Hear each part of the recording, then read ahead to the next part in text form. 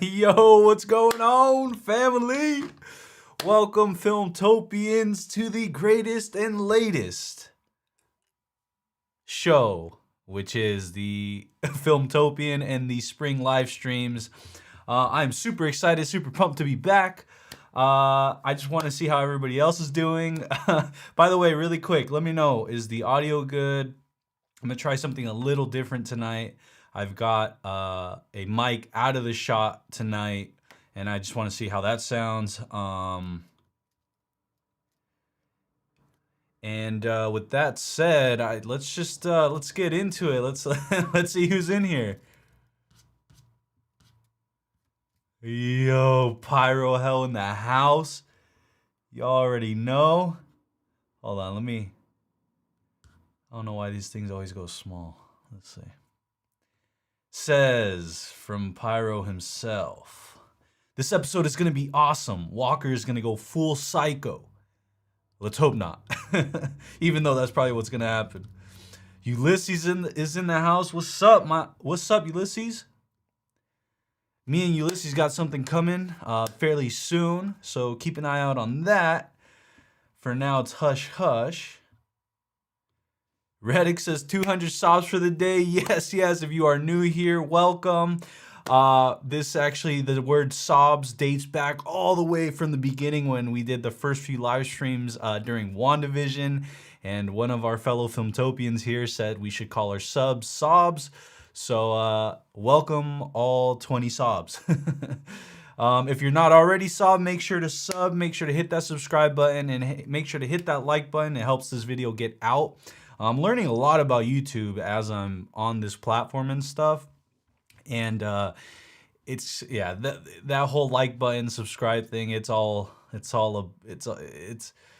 something. Super Kids in the house. Let's go. Lizzie's in the house. Oh hey, wow, I'm actually early for once. Oh man, Ulysses with the countdown. Perfect. Oh man, let's see. Human Ramps in the house. Let's go, baby. Let's see. Ulysses, we ready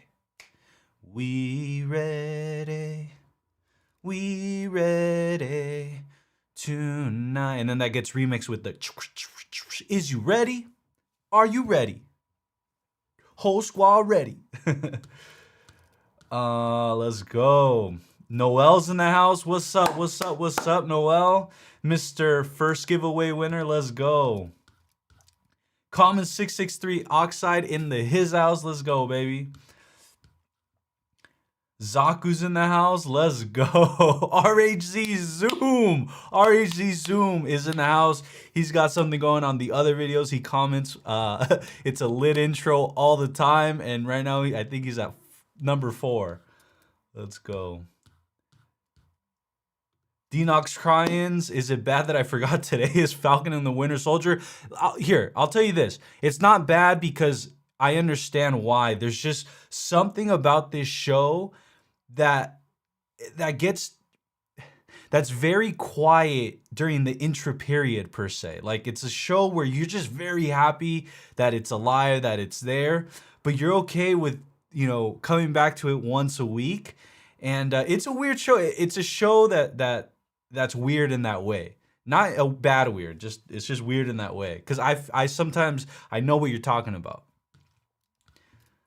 Super Kid, hello Filmtopian. Zaku with the yo. Lizzie with the hey. Human Ram's loving these intros. Perfect. Oh man, I got a story about that intro, by the way, that I'll probably share right here. Just let me catch up with what's going on. The Clay Bear Travels. Boom, I'm here. Let's go. And Reddick's in the house. Mr. Admin over on Discord. By the way, guys, if you guys are not already aware, we have a Discord. Make sure to go and join that Discord. We're trying to grow it as big as we can so we can have more and more conversation over there. Sometimes it gets a little quiet, but again, it's just because we need more people on there to start more conversations and all that good stuff. So, Lord Basty Pagdananganan. I'm going to say Lord Basty for now because I don't want to butcher your name, but thank you for being here. Super Kid, this will be the best show episode ever. I think it's gonna be the best episode so far for sure. Oh man, Jeffrey Williams in the house. Let's go. Super Kid always trekking it for the, even though they've got school, they're always here. So that's awesome. Lizzie still wants Zemo's coat. Trust me, I'm trying to get my hands on a coat like that. As you guys know, my end game, or not my end game, my last finale episode, as you saw on WandaVision, I'm hoping to replicate sort of with this finale. So I'm looking for the best costume, and I can't decide on which one. Might leave it up to y'all. Oh man, all right, cool. Jeffrey Williams, just hit the subscribe button. Let's go, baby. If you see one of my, I think the pinned comment tonight is, we're trying to get to 200 subs. 200 subs, baby. 200 subs tonight. Can we do it? I don't know, but I have faith in my fellow present Filmtopians and future Filmtopians. So, yeah, this is crazy, guys. By the way, I do obviously have, as you guys can tell, what's new tonight is two things. One, I've got all the Funko Pops on this side, and that's not necessarily, there's some logic behind that, and one of the things that I'm trying to do tonight is for each time, for right now in the show currently, we've got all these three dudes right here, these three heroes on one side. And if Zemo or someone, one of these three, decides to jump ship and they turn on one another, they're going to this side. But I don't know. We'll see. We'll see what happens. And then secondly, I don't have the microphone in front of my face like I usually do. And just something I'm trying out. That's the beauty about Filmtopia, guys. That's the beauty about everything that we're trying to build here, is that I see this as a long game, a very long game. This is not a one-stop shop. This is not a thing that I'm doing for now and then it's gonna fall off. No, like I'm right now trying to build up to, I'm trying to build Filmtopia up little by little, and there's a lot of stuff that goes on behind the scenes. And so yeah, so tonight we're gonna go no mic and just see how it turns out. I might have to go mic from when we start watching it because I kind of like to chill back. All right, but let's get to the questions. My bad, the intro went a little long today, but let's go. Reddick says, Sebastian Stan himself said that episode 6 is the best one yet, so my hopes are higher than cocaine itself. That's a good one. Oh man. RHG Zoom says, yo, I am, ask me anything? Oh, yo, I am AMA, have to go, but we'll come after the episode drops later. Perfect, RHG Zoom, go do your thing. We'll be right here. Lord Basty says, do you think there's going to be post-credit scenes because it's last 3 episodes like WandaVision? So as you remember, in WandaVision, what we got was actually kind of cool. I think it was in the last... So we had 9 episodes. I think it was episode 6, 7, and 9. I think we got post-credit scenes. And I'm hoping for a post-credit scene that pushes the story forward instead of something like a cliffhanger per se. But I truly, in all honesty, I don't really need one personally myself from this show. I'm not clamoring for a post-credit scene until the last episode, because I just think that they're giving us so much during the episode. It's funny. With this show, I'm like, it fills me up. It's like, oh yeah, that meal was good and I'm perfect and I'm full. With WandaVision, it was like, oh, you just let me like bite it. You let me bite the apple, but you didn't let me eat the whole thing. And I'm hoping, or that's what I really like about this show. Comment 663 Oxide said, I'm gonna just sub for my other account. I appreciate the love. I appreciate the support. Thank you. Reddick says, I don't think so at Lord Basty. It's a movie, so episode 6 would have an end credit scene. Yeah, so something I always say during each stream, this show actually was shot specifically like a movie. They're gonna market all of their shows that they have from here on out as cinematic experiences, but I think this one is for sure like a cinematic. It was meant for the movies, and they're just able to really, they cut it up into parts. Super Kid says the best streamer of all time. I don't know about that, but I promise you, I'm gonna work my tail off to make sure I am. Claybear Travel says, I'd like to see more live vids with you, man. You're fun to interact with. Well, I appreciate that. And yeah, more live vids is something that I do want to do across the channel. I'm just, again, trying to figure out how to implement that to where there's no drop off or to where there's no like inconsistency. That's what the one thing I don't like is inconsistency. So as you guys saw, even with my news videos, I marketed the first few that I did as like kind of beta tests, just because I don't want you guys to think that it'll be I don't want you guys to think that you'll get some videos and then you won't get some videos. No, when I go full throttle and when I have my formula down with that, it's gonna come out on like a scheduled type of system, and that's kind of how I want my lives to go too. But again, in the interim, if you guys want me to hang out with you more, I can do that, but it might be a little sporadic just at the beginning. Zaku says, oh, I didn't know there was only 6 episodes, but that makes sense. Yeah, this one's only 6 episodes, but like I said, they're very, very meaty, and I really like the episode so far. Denox Cryon says, am I tripping, or is the other streams Cam Angel? It looks closer, but this one's farther. Oh, you're asking about, does the other streams I look a little farther away or whatever? So I'm gonna leave it up to you guys tonight. I think tonight, because last week was an experiment. I did this one last week, but I want to know what you guys feel about. Okay, so do you guys want this one? We can do this one, or we can do this one.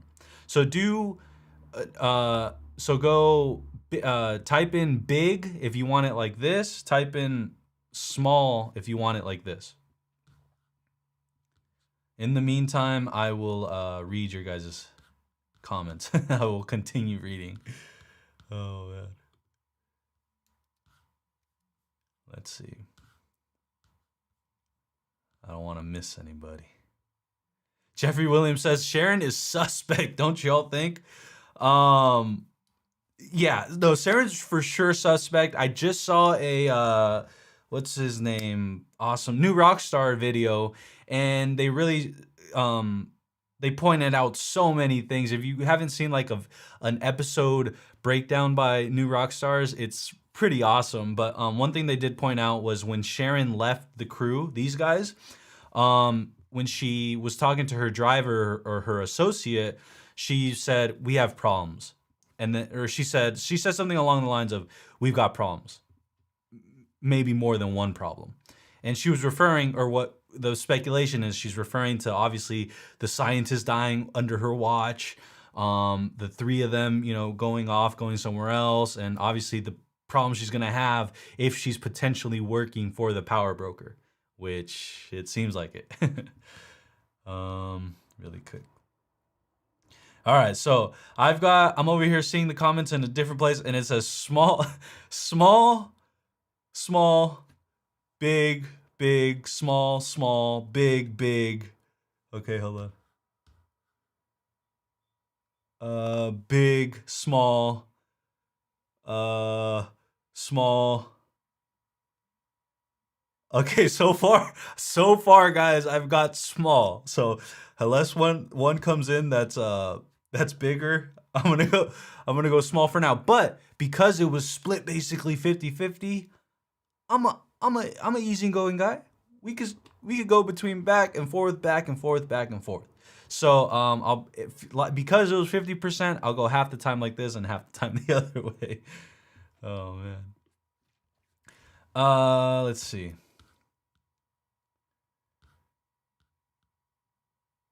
Reddick or Human Ramp says that at Jeffrey Williams, me and my buddy were just talking about that today. Yeah, so this whole Sharon thing is definitely Reddick saying that he hopes she goes the anti-hero route. Super Kid says Sharon is 100% related to Power Broker. Lizzie says Sharon is the love of my life, but she's suspicious. She's sus. Oh man. Lord Basty says another question. Do you think there's going to be a season 2? This show, the characters in this show, I feel have the opportunity to delve into a different to delve into a either a spin-off or a part 2 of this show. But I don't know if it'd be called The Falcon and the Winter Soldier. It could be called just The Falcon. It could be just called The Winter Soldier. So to answer your question, it could end up being where it's not only is there a part 2, but there's a part 2A and a part 2B and a part 2C with Sharon, Zemo. So who's to say, who's to know? But that's my opinion. I think this is unlike WandaVision, where this has the potential to be, to have multiple spin-offs, to have a part 2, to all that jazz.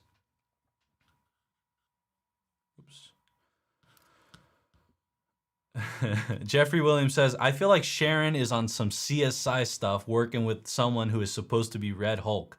Hint, hint. Oh man, Red Hulk. That's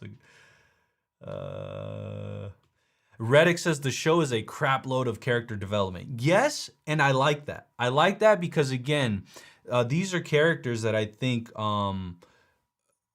deserve that, and it just fits well with the telling of the story. Ooh, this is a good one. Claybear Travel says, I wonder if Power Broker is related to Hawkeye. Hawkeye was killing mobsters for 5 whole years, which in turn could have funneled more and more power to the Power Broker. Wow, that's what's crazy is like you forget, at least watching this, like all the different directions they can go, especially with the blip, with the 5-year absence that there was, that we didn't get to see, that we just got fast forward during Endgame. And so now that we've seen WandaVision, we're seeing this, we're definitely seeing the ramifications of that, and we forget about the effects that could have. Ulysses says, Loki trailer looked great, guys. That is what you call a trailer. That is called a trailer because it was perfectly crafted. And like I've been saying, Loki for me is my most anticipated show. That Blade, if it's a show and not a movie, and then Moon Knight.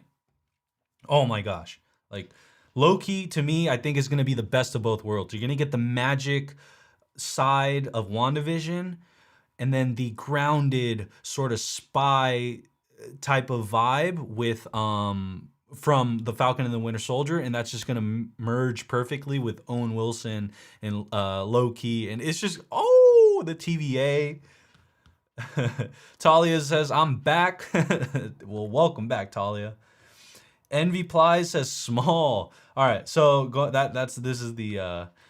I did the count, and I had gotten basically 50-50. Mad Cake, hello everybody, welcome. Human Ram says it's a civil war.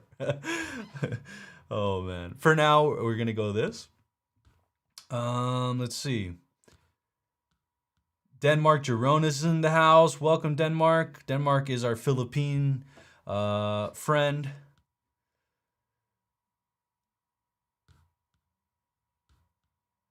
Let's see.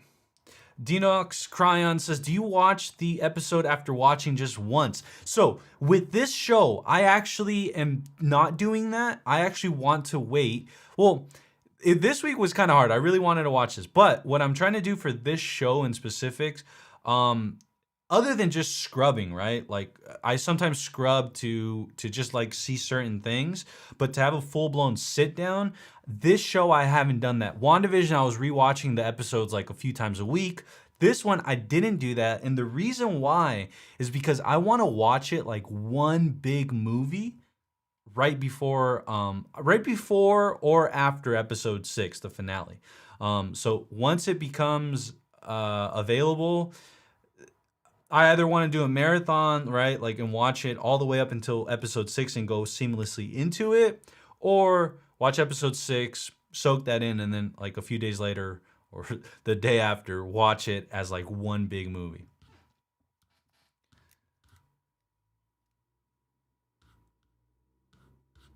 All right, guys, I'm gonna catch up with the I'm gonna catch up with the debates. Reddick says Falcon and the Winter Soldier is better than WandaVision, and debate me on it if you want. Listen, I'm gonna tell you this. Yes, I think it's a better viewing experience, and so far what we've gotten, I think, is a better, I don't want to say crafted story. I think the other one was very specific in what it was trying to achieve, but this one is a better playground for a story like this to be as good as it is. Super Kid says, what do you think is better, WandaVision or Falcon and the Winter Soldier? Mine is WandaVision so far. So again, it goes back to just, what are we defining as better, as a better viewing experience? Winter Soldier, right? As a better conversation starter, WandaVision. As a better action sequence show, Winter Soldier. So it really depends on what you define as better. But overall, for me, what like really checks off a lot of my boxes is the Falcon and the Winter Soldier. But that's why I keep telling you guys, Loki to me is going to be a perfect marriage of the two things we've seen so far. And there's a reason why it's coming out during the summer. They don't, the summer is as you know, they call it summer blockbusters for a reason. And they designated Loki to be during the summer. And I don't think that's by coincidence. I think that's because they believe in what they've made over there. And so yeah, I hope to not be proven wrong.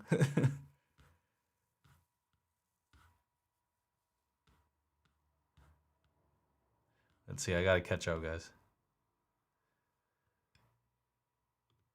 William says, what up, William's back? Will. And Lizzie says, oh no, not another debate. Noel's currently watching Winter Soldier, the Captain America Winter Soldier, Captain America 2. And man, that movie is awesome. Falcon and the Winter Soldier was definitely molded after it. Yeah, no, this is for sure, without a doubt. Falcon and the Winter Soldier is Captain America Part 4 or Captain America Winter Soldier Part 2. Like it's definitely got the same sort of aesthetic, the same sort of feel, the same sort of groundedness. So William says he missed last week because he fell asleep. Don't worry, trust me, I understand. I know a few people that it happens to them the same. Let's see.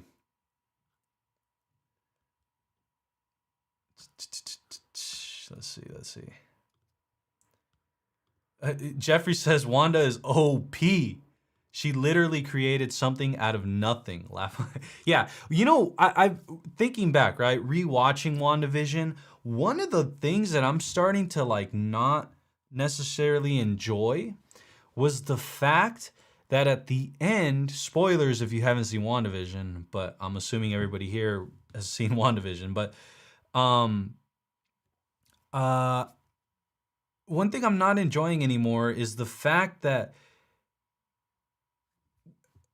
the show seems to press the rewind or the reset button on itself when Wanda reabsorbs all of her, hex, all of the hex she created, and then she's sitting in the lot of the empty lot of the house.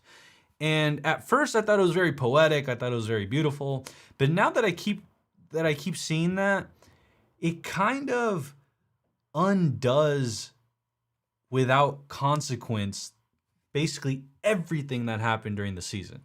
And I don't know, I maybe got to still live with it and see it, and definitely obviously see the arc happen with Multiverse of Madness and Spider-Man 3, all those things, to hopefully it all makes sense or it's more palatable. But for now, just having that stuck right there, right? It's kind of like if you ate something and you swallowed it and it's just stuck here. And now you're waiting for either drink or more food to push it down. That's how I feel right now with WandaVision. Even though I love WandaVision and it was such a fun experience, but that's something that's starting to like creep into my mind whenever I think about it. Let's see.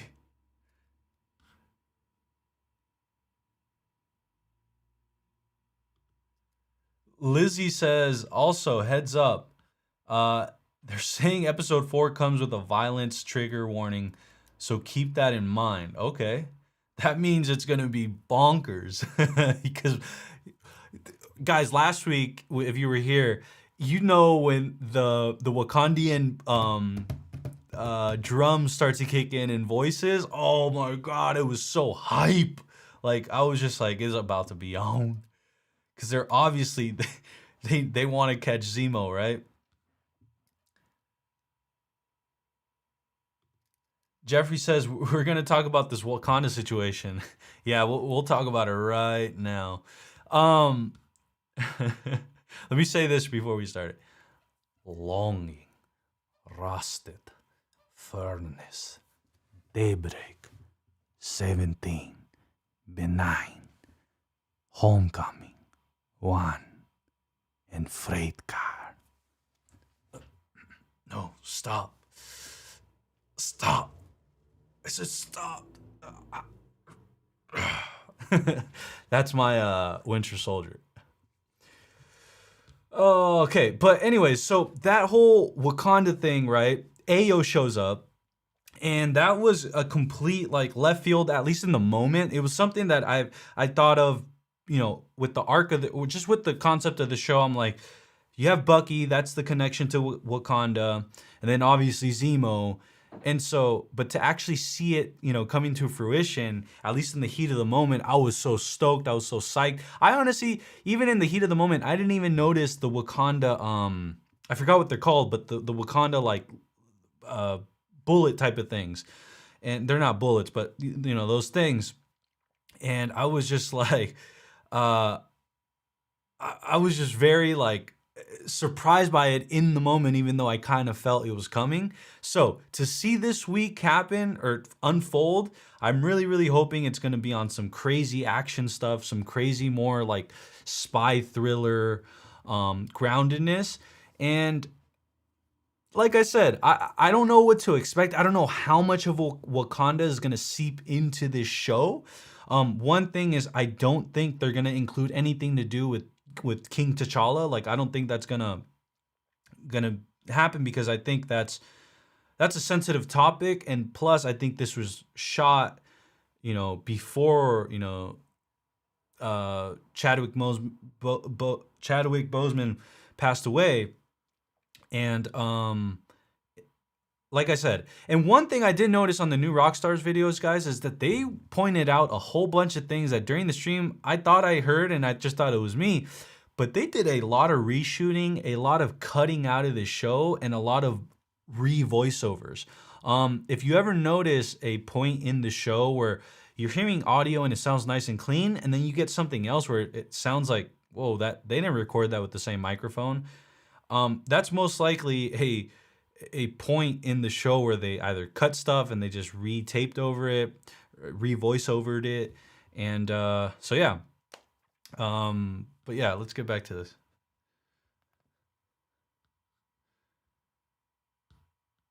Oh, Denmark Girona says, in Madripoor, the song is from Philippines, Amats by Shantadope. Guys, if you guys, I was so hyped. Someone in the Discord pointed that out, and I was super hyped because that song, if you guys saw my live reaction last week, I was like complete vibing to that song. That was like my jam.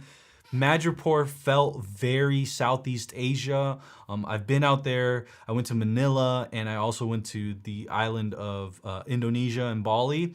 So that that a little Madripoor felt very, very like that song. It felt very, very like what they were trying to portray it as. So thank you, Denmark, for pointing that out. That is a great song. If you haven't heard it, go check it out, go download it, whatever. But it's a great song. I love the beat. It's very this is honestly, this is a if you know, you know reference, but it sounds like the cipher from BET Eminem back in like 2008 with Joe Budden, Eminem, Black Thought. Oh my gosh, that's a deep cut. If you know, you know. If not, it's all good. Christoph Michael Clarence says Zemo's dance was fire. It was fire.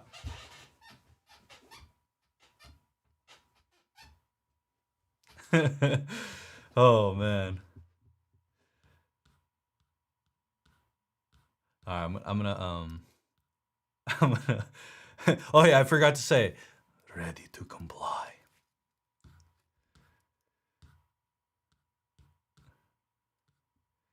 Oh yeah, thank you, Reddit. Communicator beads. That's what those were. Those little bullet things I was referencing, the Wakandian stuff that we saw, the like the breadcrumb trail they used.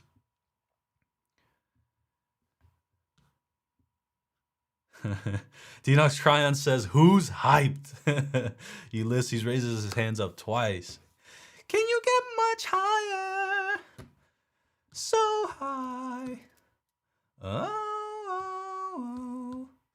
By the way, guys, if you are just joining us, I just want to say welcome, welcome, welcome. My name is Ricardo Acosta. This is Filmtopia. And if you're not already subscribed, make sure to hit that subscribe button. Tonight, we are trying to hit 200 subscribers. That's a long shot, but you know, that's the thing about here. We try until we fail. And the other thing is hit that like button if you think this is a fun video, if you're gaining anything from it, because the like button, I guess, helps get this video out. So the more Filmtopians here, the better. Reddick says, I have lived in Singapore and it was amazing to see a great atmosphere coming to fruition.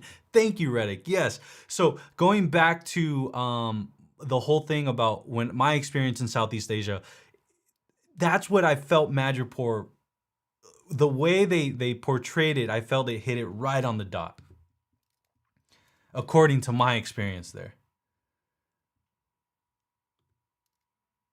The squeaky chair. Lizzie says the Zemo cinematic universe. Hashtag release the Zemoverse. Hey, by the way, guys, so we got, obviously, Disney to, if you guys don't know, go check out my Twitter. I have it, I get retweeted over there at my Filmtopia. And basically, the Disney went ahead and released the whole like sequence that they shot for the Zemo dancing part. And it's about 30 seconds long. And then they topped that by... They went ahead and topped that by putting an hour cut, an hour version of it just being looped and looped and looped of Zemo dancing. It's actually pretty fire. We might have to do that. Reddick says the ZCU. Yeah, by the way, guys, Lizzie and Reddick and Adrian say to join the Discord. The link is in the bio below. In the link, in the bio, in the description box down below, you can find a plethora of things. Let me see really quick. You can find, so there's a link for Streamlabs. If you guys ever need a question for sure answered, you could tip $1 and up, and I'll make sure to read it. But if not, I'll always try to make sure to get through the comments that are there. But again, that Streamlabs is mainly there just in case you need an answer to a question, and that's what that's there for. Secondly, there's a Discord server link, and that obviously takes you to the Discord. And we've got a lot of things going on over there. It's a bit quiet just because right now there aren't as many Filmtopians as we want on there. Hence, you know, it's hard to continue conversations or start conversations, but with more and more people joining, it's getting bigger and bigger and bigger. And then also just down below, there are affiliate links for stuff that I've purchased on Amazon. For example, these things, this shirts I've worn in the past, costumes I've worn in the past, and yeah, it basically, and just so you know, they are affiliate links. And right now I'm just trying to get into the Amazon program. So anything you buy, I do get a percentage of it, but it all goes back into this channel. So just making sure we're transparent from the beginning. And with that said, let's keep talking about this. Denmark says we are not talking about the Space Jam. It's fire. Yeah, so I did my reaction on that video, or on that trailer. Just go watch it. It tells you everything, but I freaking love that trailer. I have been waiting for this movie forever. And as a long time Michael Jordan, Kobe Bryant, and LeBron fan, you know, seeing LeBron James take on this role was something at first I was like, oh no, but I'm very, very stoked. I'm excited, and I'm pretty happy at how it's looking so far. Clayburg Travel says the violence trigger. Maybe Zemo gets his face melted off. Wow, Filmtopian. Human Ramp donated $5. You are a pro. No, thank you, man. I appreciate that. That's awesome. Wow, that's pretty cool. I always trip out, guys. I always trip out when I see that notification come on the screen, because that's a testament to y'all. That's a testament to the Filmtopians here, and specifically right now, Human Ramp. Thank you so much. It means a whole lot. And the beauty of it, guys, is everything you guys donate, everything you guys, you know, invest into the channel, it gets reinvested back by me into the channel, so we can get better lighting, a better studio, more Funko Pops for giveaways, all that good stuff. So heck yeah.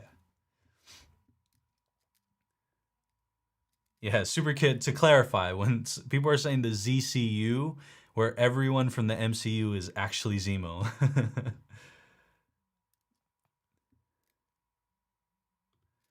Mad Cake says, for most of us, it's only midnight, but for some of you, I have to wait until 2 a.m. every time. Yeah, that's one thing about being on the West Coast, United States, is that it's a kind of a luxury as far as weather and media stuff like this. We get midnight drops, and you guys get middle of the night drops, and that's middle of the wee morning hours, which, man, thinking about it, I was like, dang it. I lived in New York once for like a year span, and I love New York. I loved it, but man, it's so much different from California, the West Coast. I'm more acclimated or more prepared to be on this side of the country, to be honest. But if any sort of opportunity ever takes me out to the East Coast, best believe I ain't gonna waste it. Yeah, wow. So here's the other thing, guys. So we also have, we got about 20 minutes. We got about 20 minutes until the episode drops. And just FYI, guys, you know, make sure to keep your eyes out. I know Disney's been dropping the episode a tad bit earlier than the 12 a.m. or the midnight release, which is good, right? We get to watch it earlier. But the reason why I think they're doing that is in order to not crash the servers like they did with The Mandalorian Season 2 and WandaVision, because I can only imagine what a mess it was over at Disney whenever they ran into that stuff. It's definitely it's a smart idea to be dropping it. And what I think they do is they pick like the range of time, which is 11:50 p.m. to 12 a.m., and then they just kind of randomly drop it across the country, across the networks, or across the interwebs at different times. That's what I think happens. Mad Cake says, I live in Oklahoma. Crazy you brought up weather because we get fat tornadoes here. Wow, yeah, no. I actually was in the Midwest for one summer. I was out in Missouri. I actually went over to Kansas as well, drove through Oklahoma and Arkansas. That was an experience for sure. One thing I'll tell you guys about, and I know this is probably off topic, but the Midwest is so beautiful as far as um like greenery during the summer and spring. It's just like it's so endorphin inducing. Um, that's one thing about the West Coast, especially California, Arizona, Nevada. It's very desert. So when us West Coastians go anywhere from the Midwest and on, it's pretty like you're like, oh, I didn't know there was this much green. Super Kid says, how long is this episode? So this episode is according to the rumors and stuff, it was I think about 53 minutes. It's about to be 53 minutes, and then you chop off 7. So what is that? You can't do the math. So that's 46 minutes. Reddick says they drop it all at the same time globally. So yeah, they do drop it. Then they probably do drop it all globally at the same time. But I think they do randomize what time in between that, in that 10-minute window. I think they randomize it as a whole. Lizzie says, I'm here to rep Canada. Let's go. I was trying to think of a Canadian saying and I couldn't think of one. But shout out to Canada. Shout out to Canada. Noel says, man, Ricardo, you get around. As in a good way, yes, I do. I hope to be getting around even more once this whole global crisis that we're having is over and done with. I cannot wait to travel. I hope that, as we build Filmtopia, we'll have, Filmtopians spread across all over the world. So that will be the catalyst to get out, right? To get out to, different parts of the world. So I know obviously Adrian and the crew are over in Australia. I would love to travel over there. I would love to travel to the East Coast, to the Midwest, to Canada, to South America, to the Middle East, to Europe, to Asia. Let's go. Shout out to everybody. Hey, Ricardo, are you watching the Mortal Kombat movie now? Oh my gosh, is that tonight? I thought that was next week. Is that tonight? I'll get back to you. I'm going to see, but let's see. There we go, Lizzie. Here we go. Canada, eh? Reddick says, Indians say namaste. Namaste.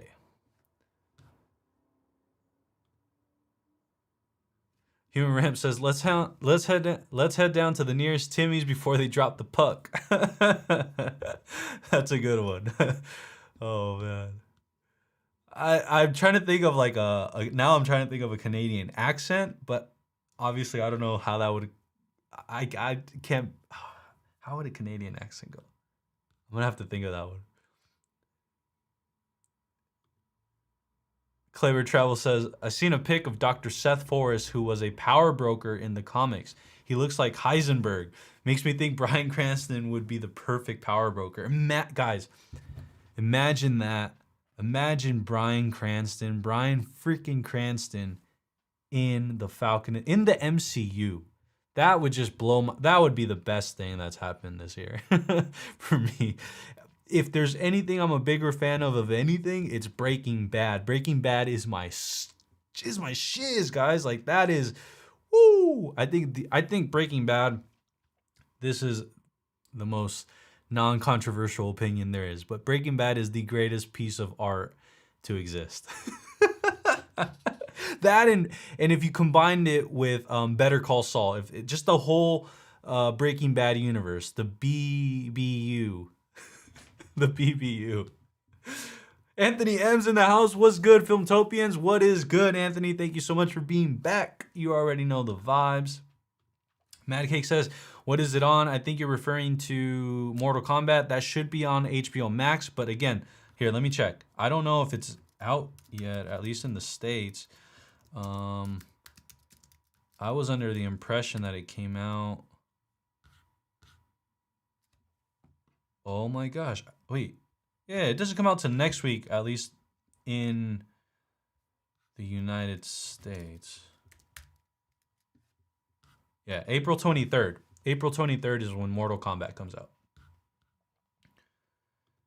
Super Kid says Mortal Kombat comes out at April 16th. Over here, I've got it at April 23rd. That's what I've got.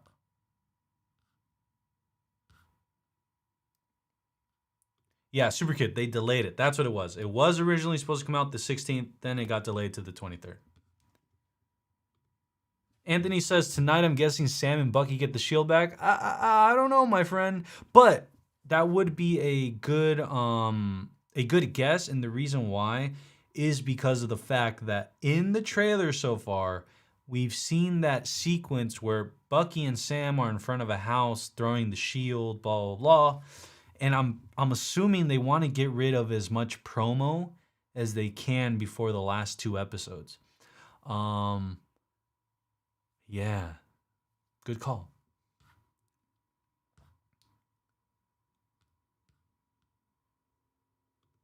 Human Ram says, arguably the greatest TV show ever made. Thank you. Thank you.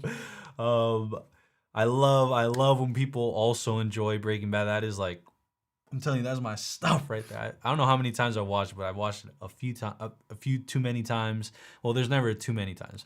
The one though, I'll tell you this about Better Call Saul. That is something I feel that you kind of gotta have a breather room between the end of Breaking Bad and Better Call Saul, just so you're not constantly comparing Better Call Saul to Breaking Bad. But once you see Better Call Saul on its own in its own glory, I might say something crazy here, but it's basically as good as Breaking Bad. Denmark, Girona says, my birthday was April 3rd. Let's give a round of applause to Denmark, our friend from the Philippines. Happy birthday, my friend. Here, I'll do a little Zemo for you.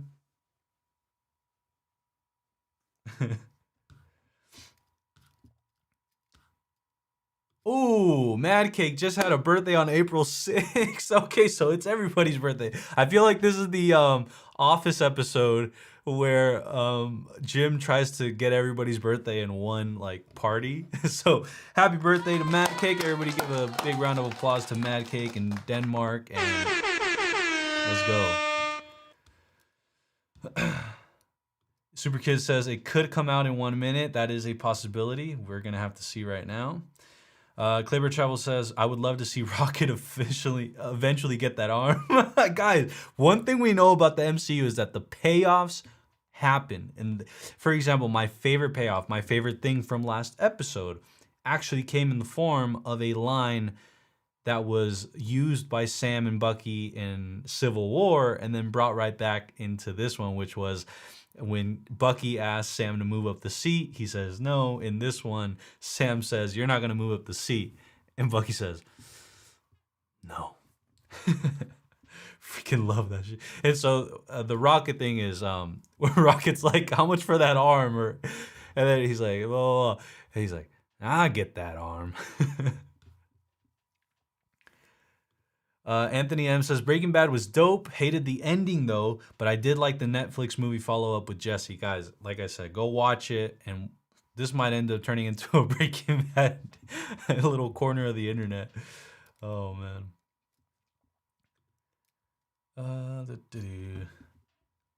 Yes, Denmark. I should be live streaming next Friday, like around this time. I should be live streaming. And yes, happy birthday to the April homies for sure. Dang. See, that's the beauty about Filmtopians is that we show hella love. That's awesome. Human Ram says Breaking Bad was a journey. I don't know if you remember the double turn terminology, but that's what I was thinking about. Jesse becomes the hero and Walt becomes the villain. Yeah. So as far as like just the the pull and release of the show, that's something like it's embedded into like screenwriting and story development and stuff, but there's always like a tension and a release aspect to story. So, you know, you create a lot of tension, and then you have moments of release and all that good stuff. And Breaking Bad is a perfect example of that. And as far as the double turn, you're right. All right, Super Kid. Apparently, it is out right now. It came out.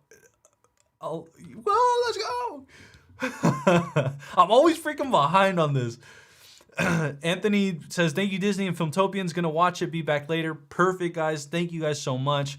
Go ahead and watch that. And I'm gonna get this thing going. And whoever wants to watch it with me can watch it with me. If not, go ahead and go do your thing. Okay. Let's see. Gonna set mine up.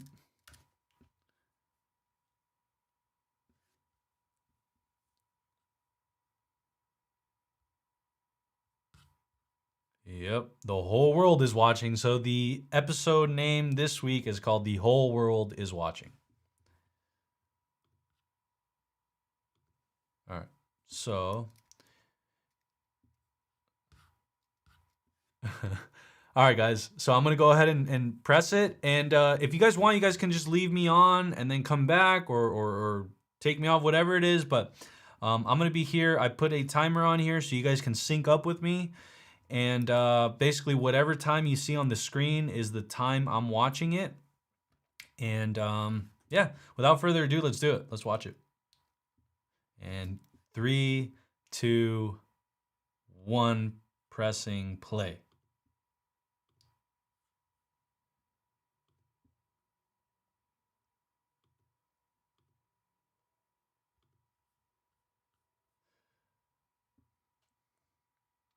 Let's go, baby. Let's go. Let's go.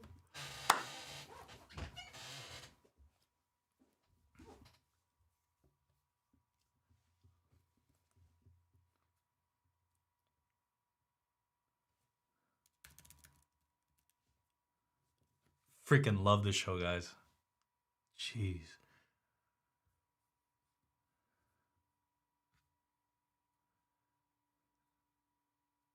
Wilford Nagel's Gonzos. Tonya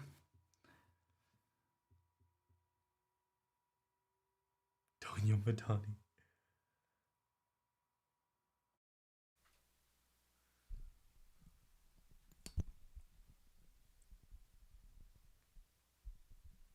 Woohoo! Let's go. Guys, I love the Wakandian drums and Ludwig score. And I love this intro. You guys already know this is the best intro there is. Woo! Dun dun dun dun dun dun dun dun. Dun dun dun dun dun dun dun dun dun. Lizzie said, "Move the mic closer. I got you." That's what this one's for. Dun dun dun dun. Oh my gosh. Oh, Wakanda! Wakanda! I love the... Oh my gosh. 6 years ago? Oh, the White Wolf!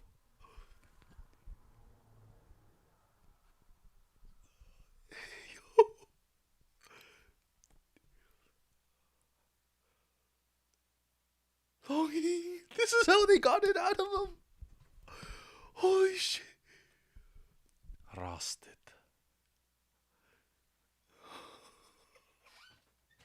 17!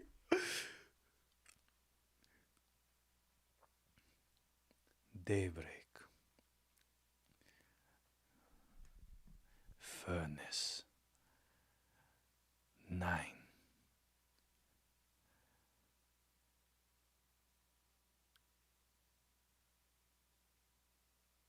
Benign.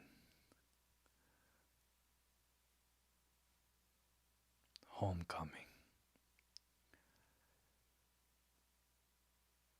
1. Fredkar.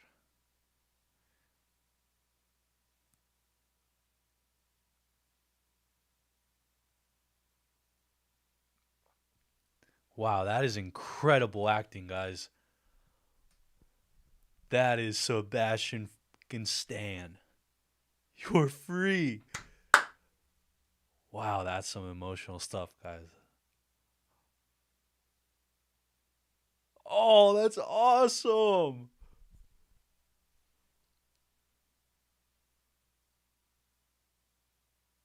Holy shnikes.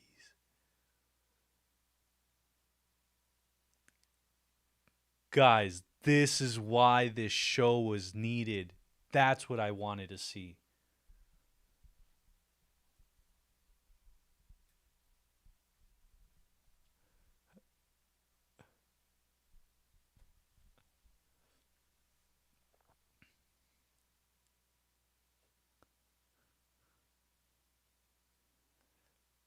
A Sherry name drop.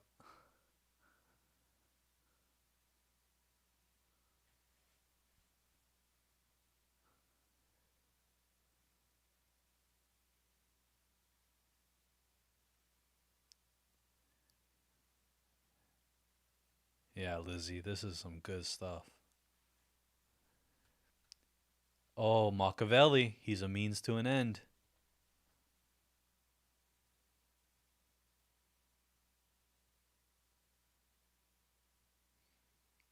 She's giving him 8 hours.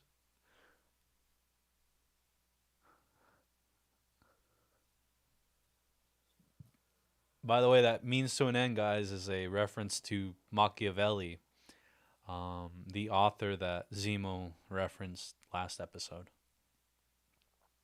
That's what The Prince is based on, that famous book by Machiavelli and his principles.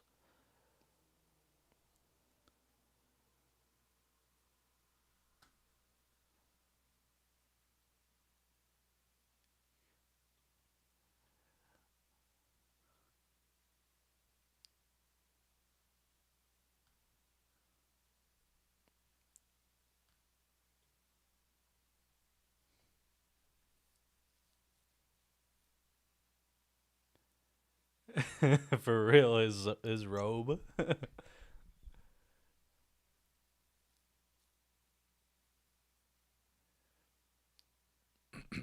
He's living his best life.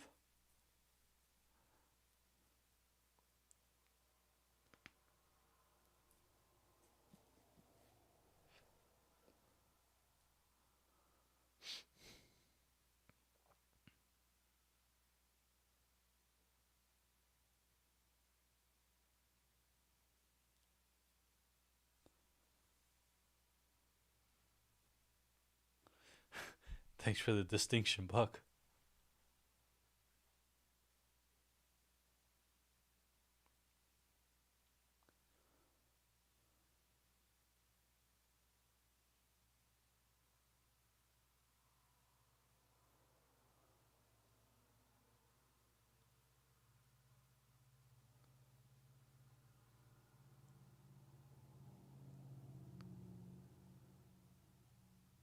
True.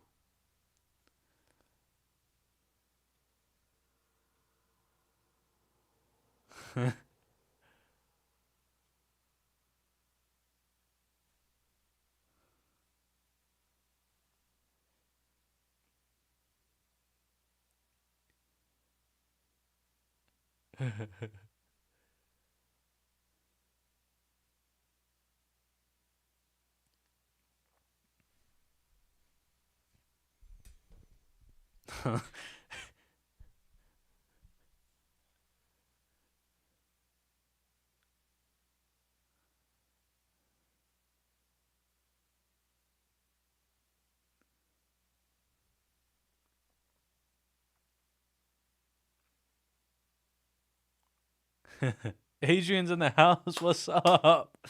Welcome, Adrian. Let's go, baby. We're on minute 7:56, about to be on minute 8.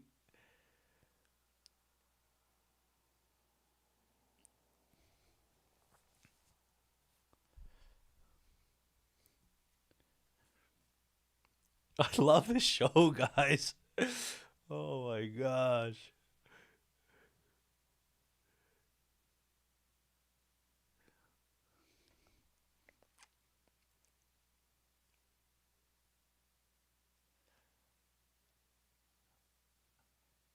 Forgot, what country are they in? Are they in Turkey?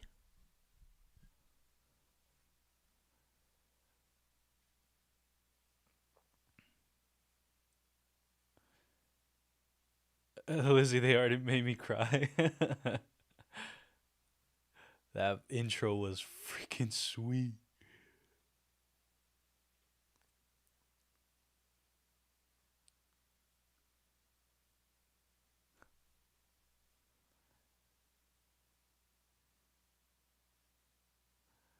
Hey, doesn't this look like the Black Widow? Doesn't this look like something we saw in the trailer for Black Widow? Or am I tripping? The first trailer.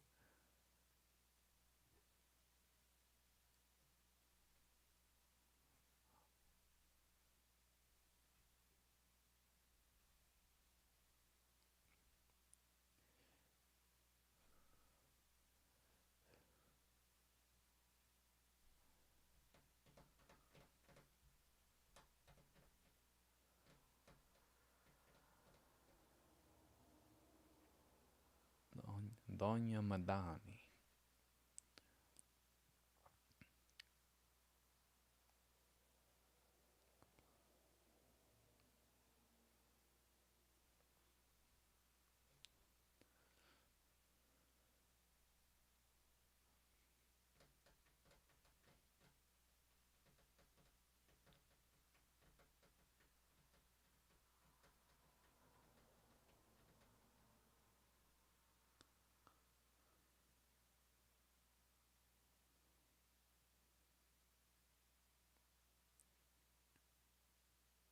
Who is this guy?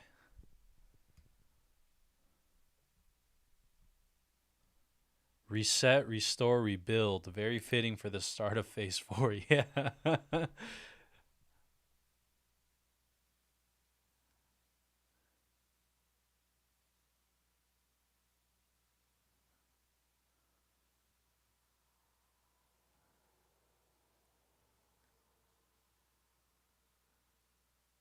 All right, Adrian, we'll see you in a bit. Enjoy.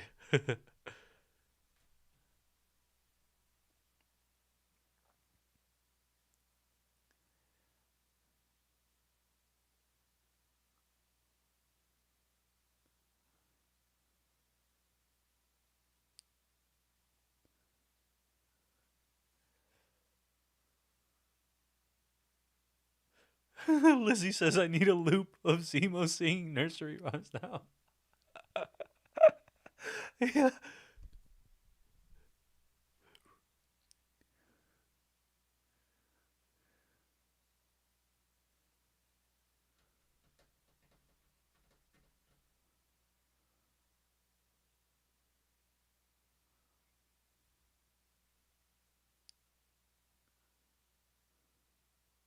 Oh no.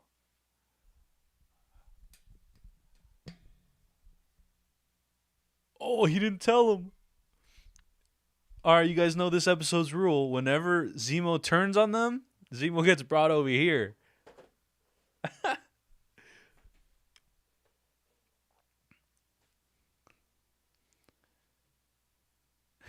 Zemo went from here, guys, to over here.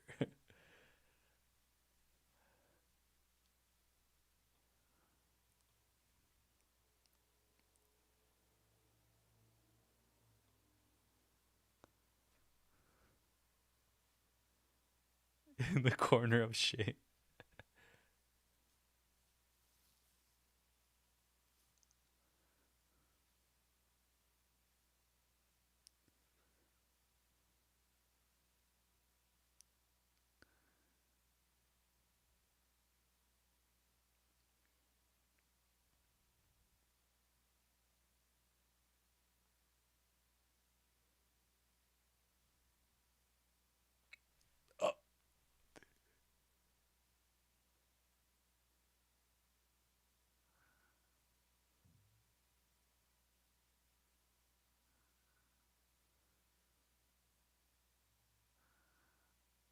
Oh, so he's not necessarily bad.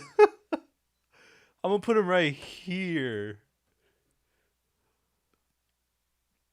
Yeah, he goes from over here to over here now.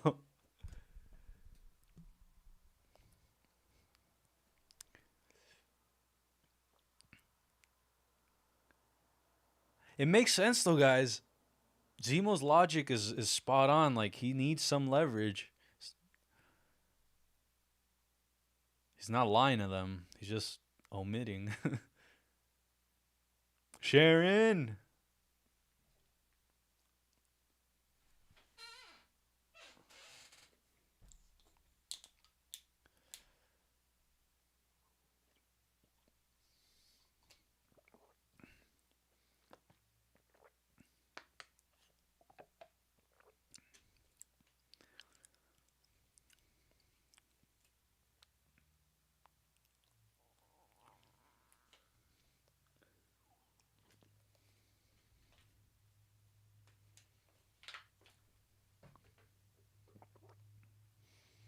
Hmm.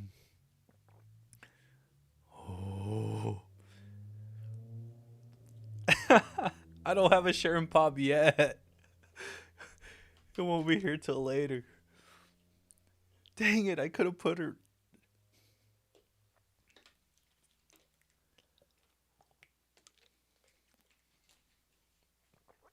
Hmm.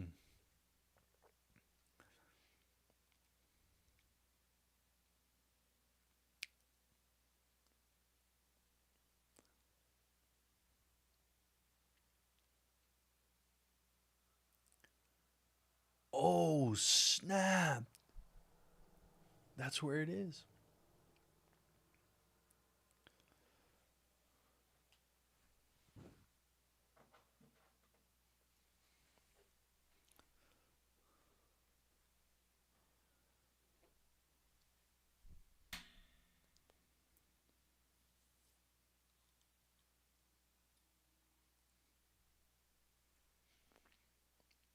I think it was about 7.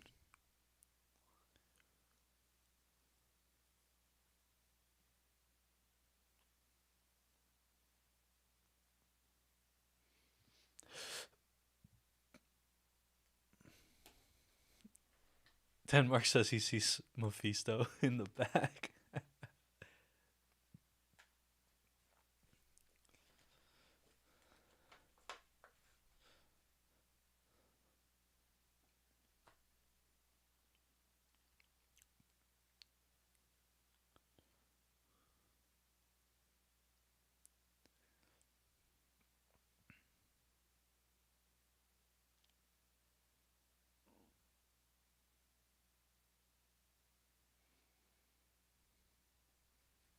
Mamadanya.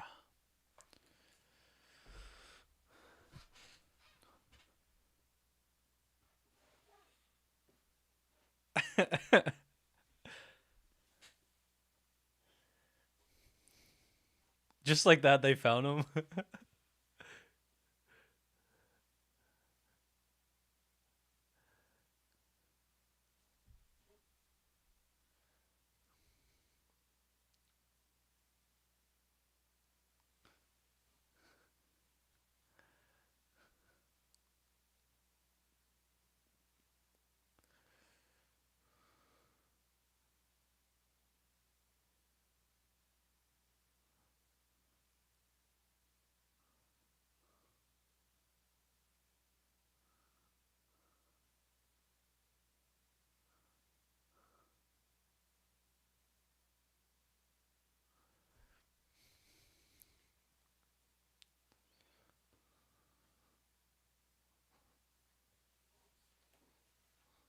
He's not my partner.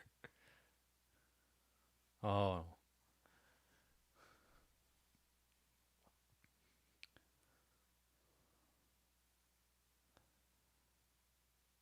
Ooh, Hoskins and Walker ain't gonna last.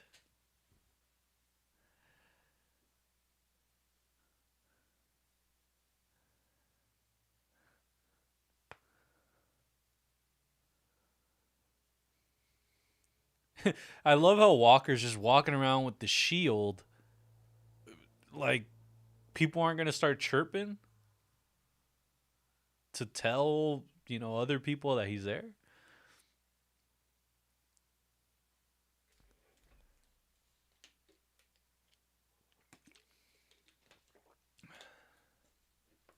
Kumar, I'm doing good. How are you? Welcome. By the way, guys, if you are watching right now, make sure to hit that subscribe button if you're not already subscribed.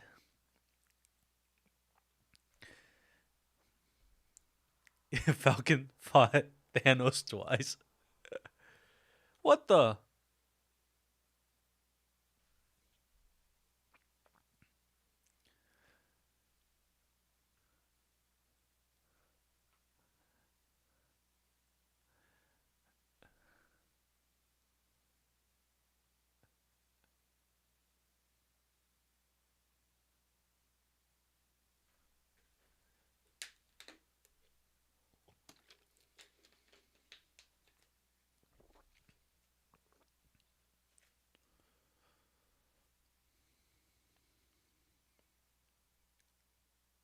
Mamadonya.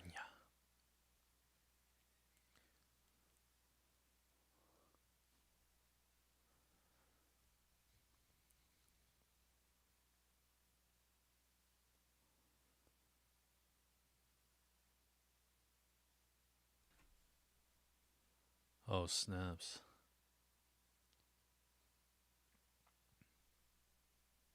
Way to keep her composure, though. Not cause a panic. That's crazy how she's a super soldier.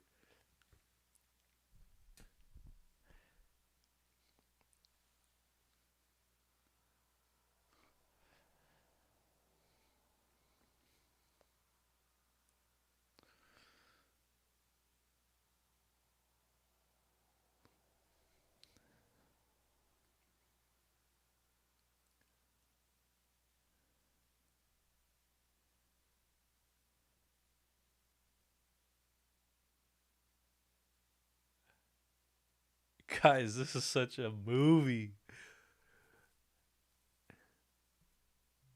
This ain't a TV show, guys. This is a movie.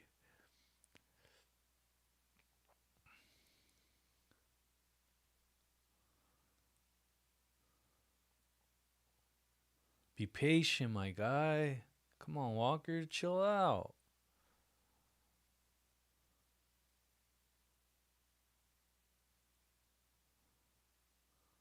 Mama Danya.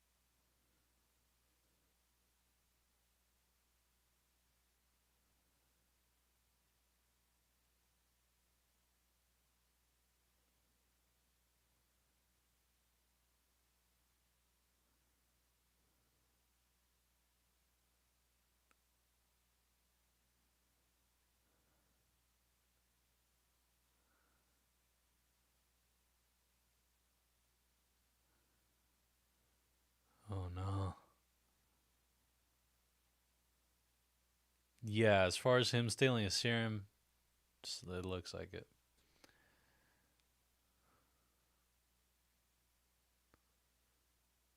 Don't patronize me. Oh my god, this guy. I hate this guy. Come on, bro. You fuck everything up.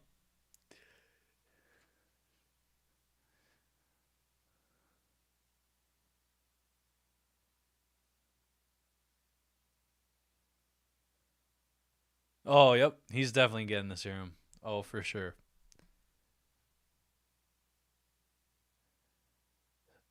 For sure.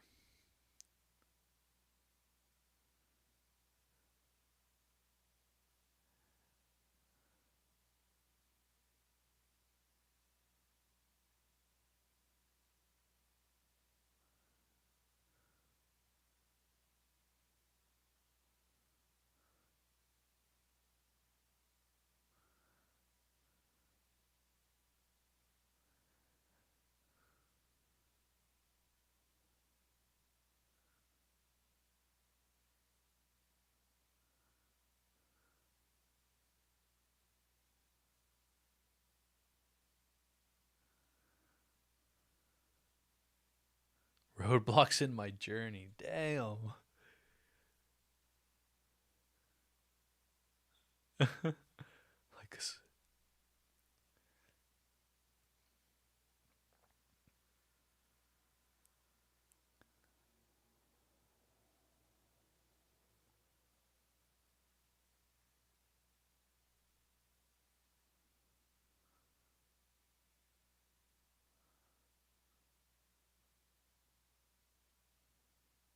I agree with your fight. I just can't get with the way you're fighting it. That's a good line.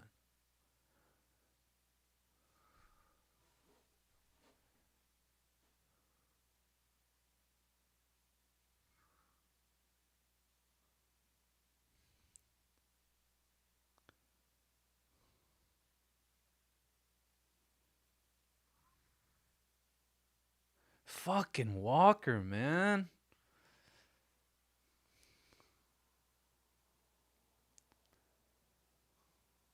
Oh, Zemo's gone.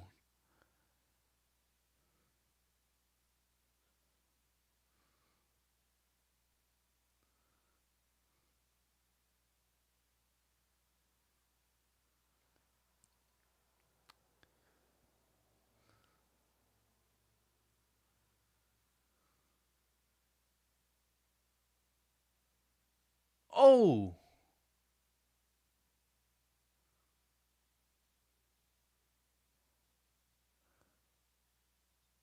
Oh. Oh. Oh. What the? Oh shit! 1, 2, 3, 4, 5, 6, 7, 7. I count 7. Maybe 8. No way. No fucking way. Oh, he's destroying them. Oh. There's gonna be one though. He's gonna leave one.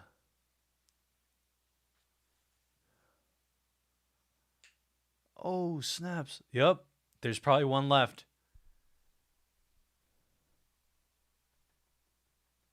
Please don't let there be one left. Yep. There's one freaking left. Yo, no. He's about to do it. No.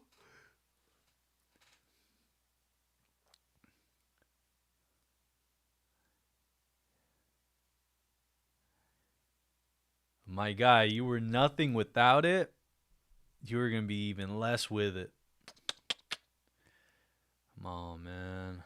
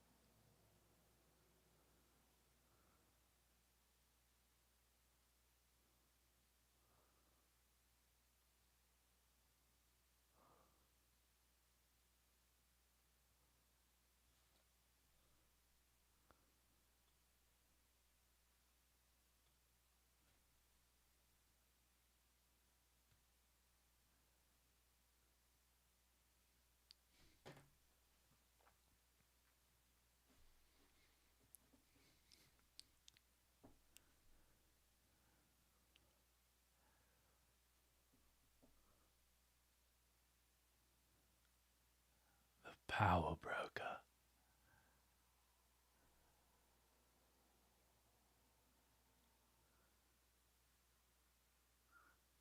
Kill you.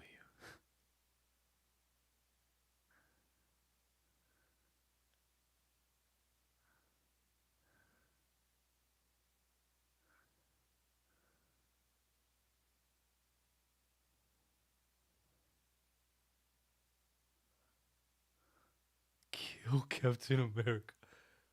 Oh, snaps.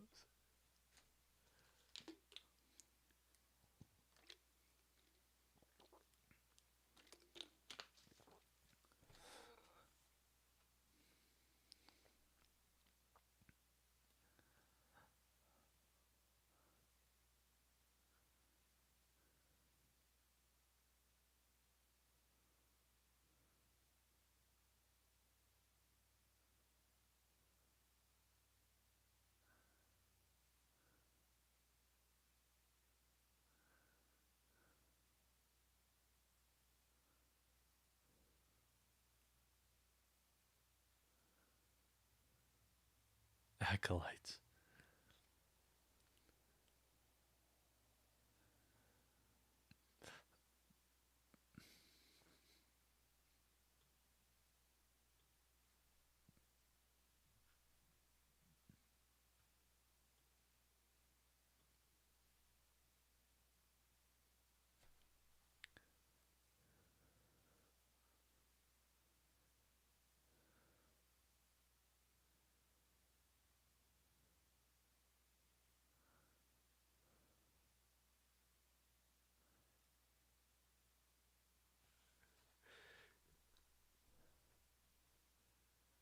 Oh, snaps.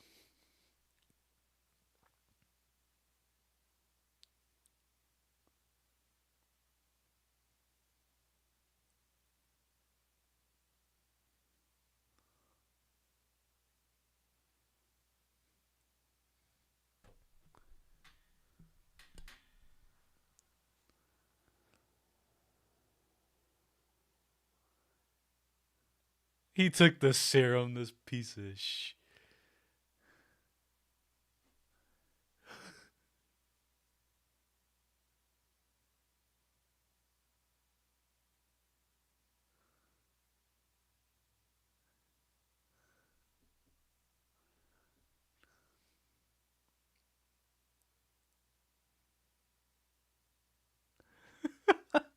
No one respects this guy.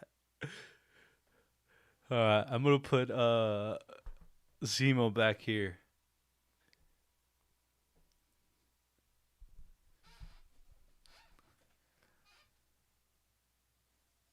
There go the Sokovia chords.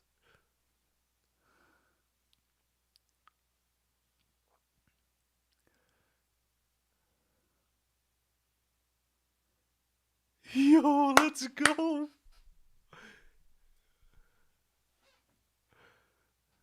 Yo, that's badass.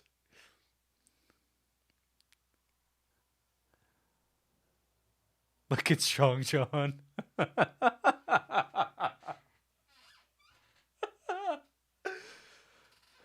Whoa.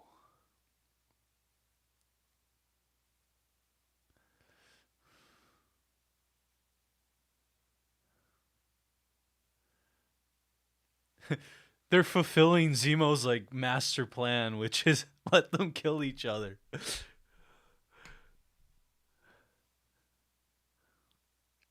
Damn.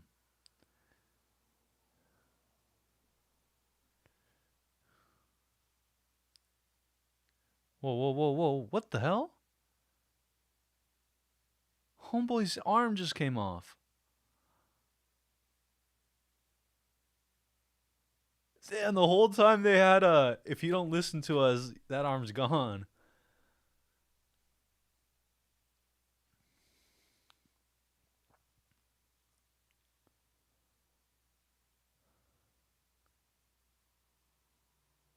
Yo.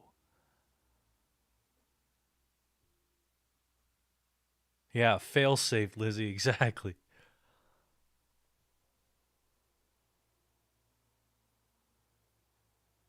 A kill switch. What the? That is so sick.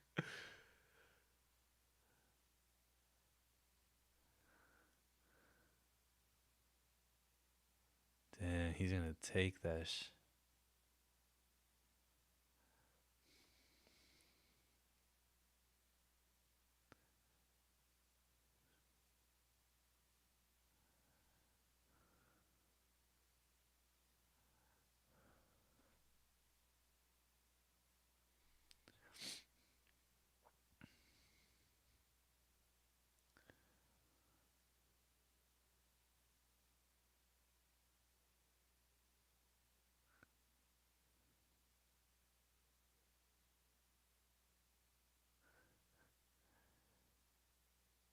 Guys, in a regular like episode like WandaVision and stuff, this would have ended when Walker picked up a serum. We've still got like 20 more minutes. More Civil War music. Exactly.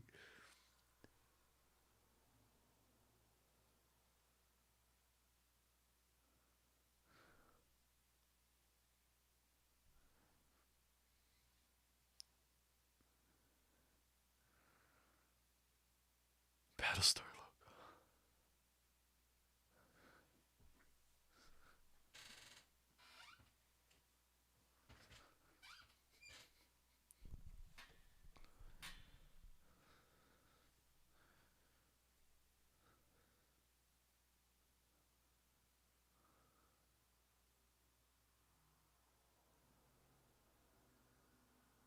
Man, the ignorance.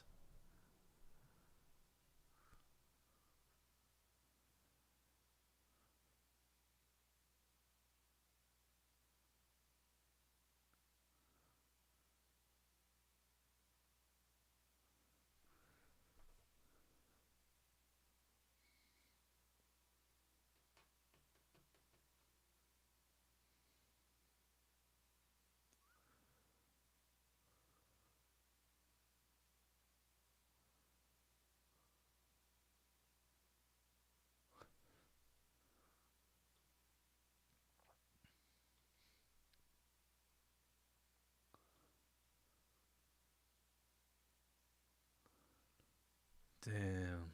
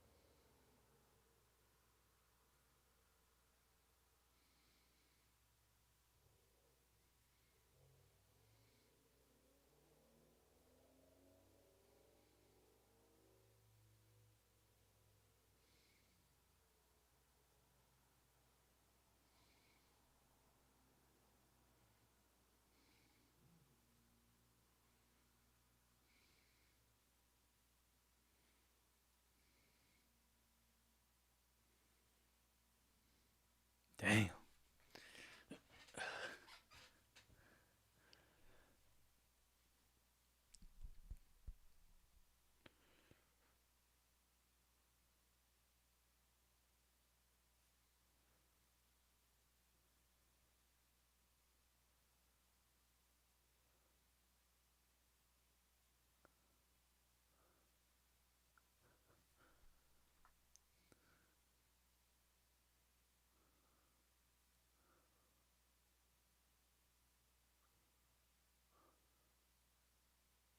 And throw away your phone?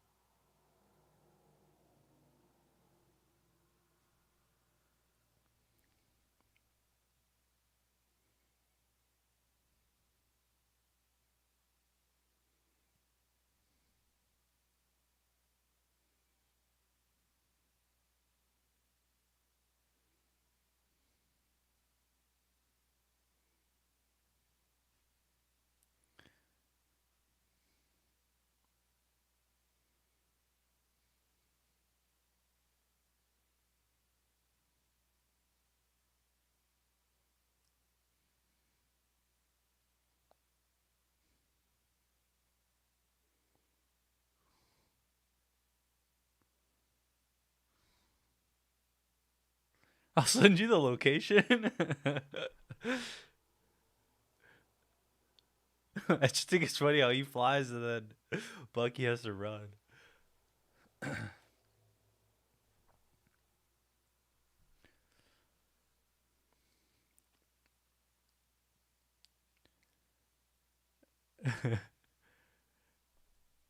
S- Sorry, Denmark. I was just super into it right there.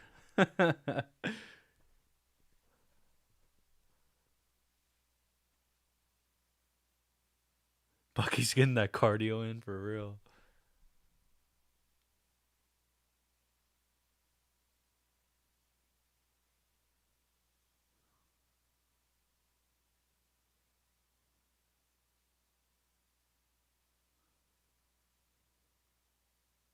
Oh, bro, no.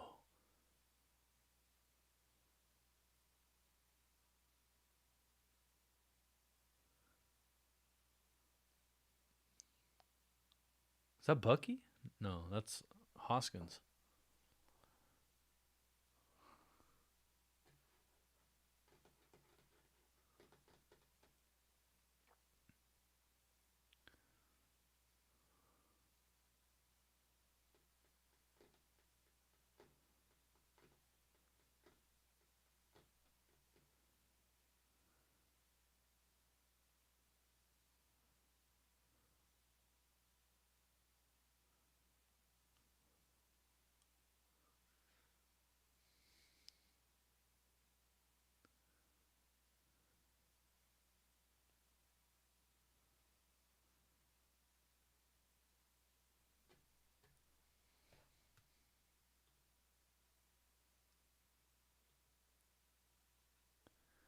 Yo. Bucky is still running.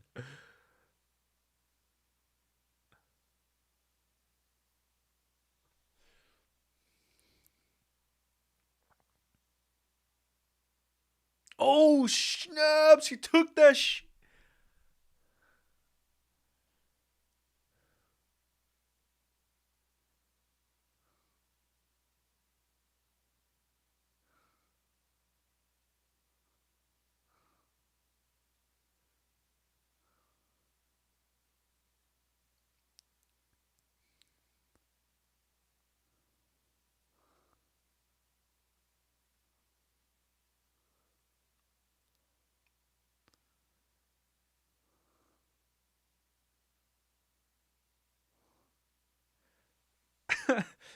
They don't see him grabbing the knife? Or like, what?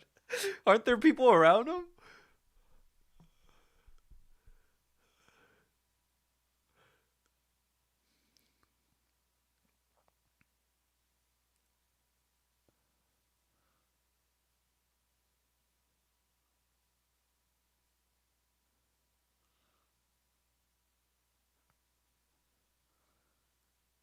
Stay there.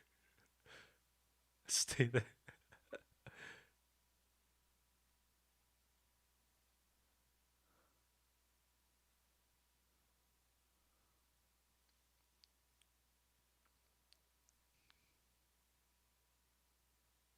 What's with all the knives? Oh, my bad. Those pillars. I thought those pillars were people.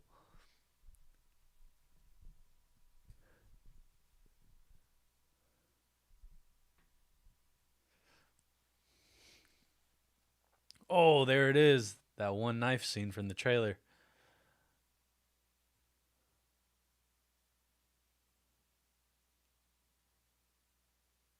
Oh. Oh, that was such a sick Mandalorian Boba Fett move. You're welcome.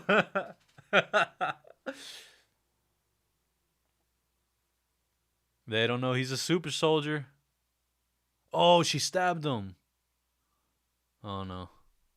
Oh, he's dead. Oh, snaps. Oh, he's dead. Oh, schnapps.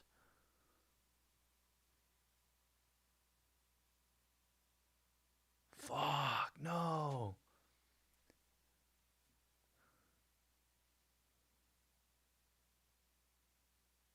Oh, snaps. His one voice of reason is gone, guys. This is bad.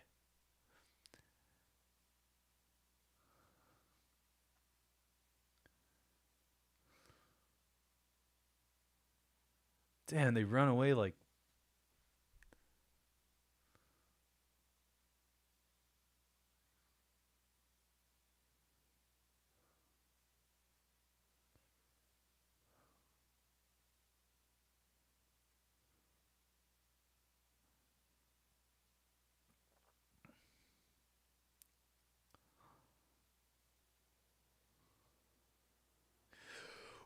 Where are they?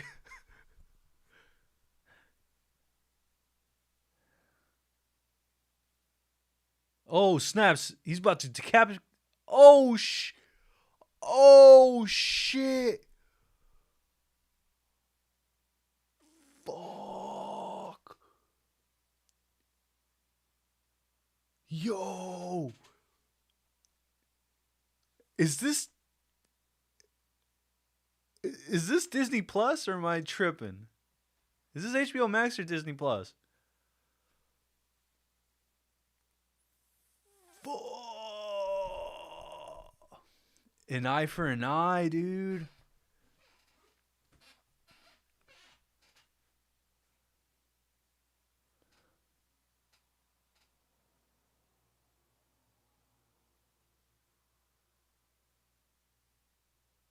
Oh, what a shot. Yo. Yo, shit. God. Damn. Another one written by Derek Kolstad. Malcolm Spellman. What the Yo. Yo. That was a freaking episode. Damn. Yo, the usual round of applause for everyone involved in this. Holy, Carrie Scoglin. Oh my God.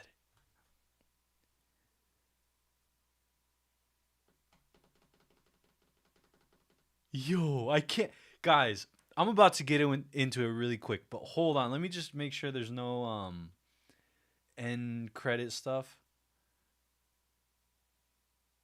Even though I've been noticing that these little like Black Ops Cold War like credits things actually mean stuff. Yo. You guys want to talk about Marvel fucking filmmaking?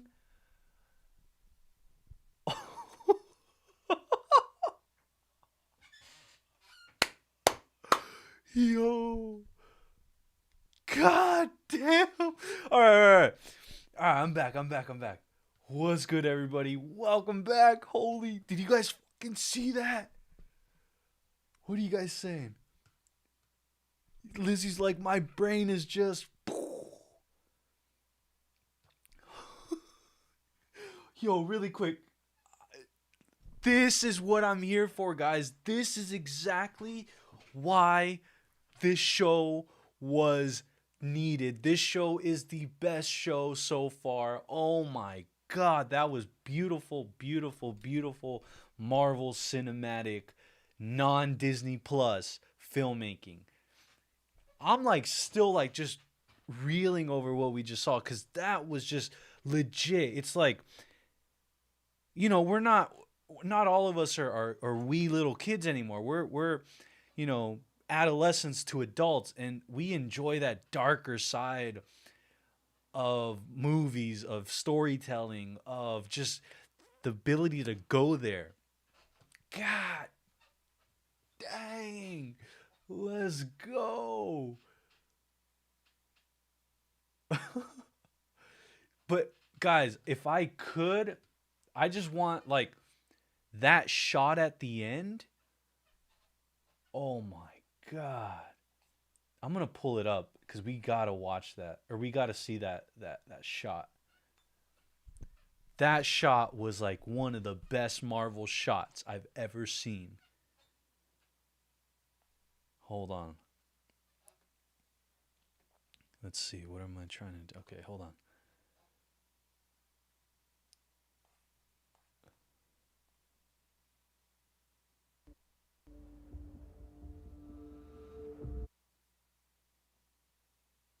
Oh, dang it. It doesn't let me show it. But guys, that hold on, let me see if I can pull it up. All right, this is the shot I'm talking about, guys.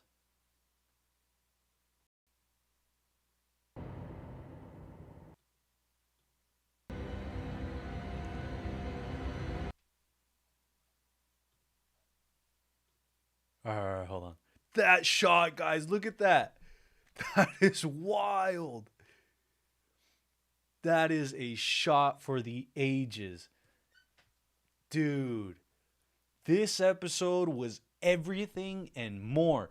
I'm telling you guys, when I was watching the episode, in my head, the way we're trained so far, just with all these Disney Plus series, whether it's The Mandalorian or WandaVision, and now the Falcon and the Winter Soldier, the one thing was I thought this episode was gonna end after we saw Zemo start cracking all those super serums, and I thought when John Walker picked up the last serum that was on the floor and put it in his pocket, I thought we were gonna get like the cutaway to the credits, and lo and behold, thank you God, thank you to the Marvel executives that it did not end there.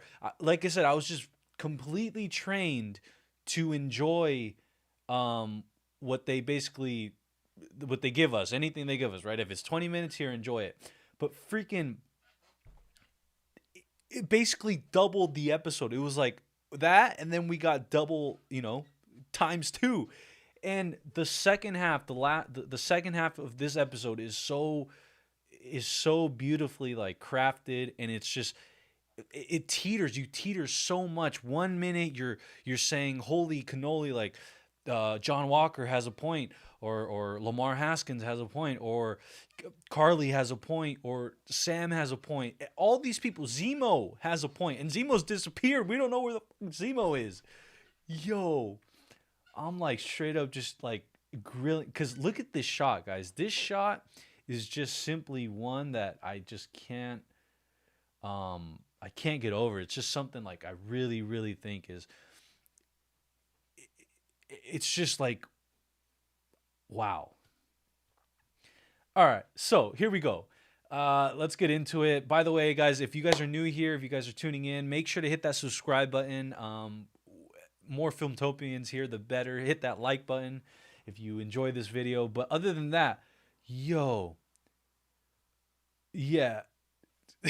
Comment 66 Ox. Holy yo, Lizzie, Sebastian Stan is an amazing actor, and that first scene was the score was 100 out of 10. Anthony Mackie does the mediator type so well. Yeah, that was one thing that I love that they're hashing out, or that they're showing us these sides. The way this episode began with Bucky being cleansed of the Winter Soldier, and then Sam being shown as this counselor. It was just, oh man, and everything just blended so well. Yes. Dude, when Lamar died, damn, that shit hurt, because like I'm telling you, Marvel and this show is just tugging on each string of emotion, and it just keeps what's the word? It keeps like, you keep teetering between, okay, who's right? What is right? The better question is, what is right? Define right. Whoo! Pyro says Falcon and the Winter Soldier, 100 out of 10. Oh, man. Denmark, why did Captain Shield have blood? We'll get into that, but dude, seriously. The Claybird Travels, man, had me going. Zemo cuffed to a boiler made me think he was going to get his face melted off. Yeah. Jonah's back in the chat. Let's go, Jonah. Jonah, our Falcon Winter Soldier expert, is in the house. Yo, he's saying, so everybody that had last week's episode or the series as an 8.5, where y'all at now? Yo. But guys, this is crazy. Look at this. Let me see if I can. Dude, that is just a crazy shot. Look at that. That's wild. Yeah, that was Call of Duty graphic. Guys, this show is like if they ever adapted Call of Duty, this is the style that I'd want it made in. Man, guys, I'm sweaty right now because like man, I'm sweaty. Oh man. RHC Zoom. So RHC Zoom, for all the people that haven't watched it, obviously, spoiler alert. If you're here, I'm gonna go ahead and spoil this. But basically, we start off the episode with Bucky having a flashback to Wakanda, and it shows us how he got like, I don't know if the word's cleansed or just we saw the moment in which he was no longer the Winter Soldier or was under the spell of, the saying and stuff. And then honestly, there's just so much to get into. I will explain the episode in a bit, but for now, let's see what everybody's saying. Noel, so will Zemo kill Walker? I don't know. I honestly don't know where or how they're going. I can see them setting this up as Walker redeeming himself at the end. I don't necessarily know if Walker's going to end up going full bad, but he did a terrible thing right there. Anthony says, I love how Marvel isn't afraid to touch on sociological tropes. Walker holding that shield with blood on it is such a metaphor and representative of so much. Guys, the whole series has so many sociological tropes in it that for some, it may bother people and it says it takes them out of the movie-going experience. But to be honest, I think that's what the movie-going experience is, which is bringing in real life situations into a show such as this. But the thing is that it's not about reminding you of the societal disadvantages or of the racial disparities or of anything like that. It's not to remind you of it.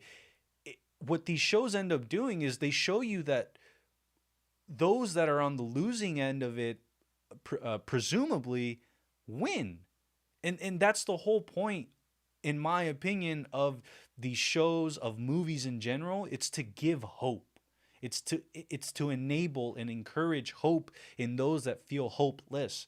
And that's the thing that I really want you guys to take away from this, if you could, which is, for those that feel that these are issues that shouldn't be touched upon, or these are things that shouldn't be really talked about, I'm on the very opposite end of that stick, because I think these are issues that, when brought to the forefront, help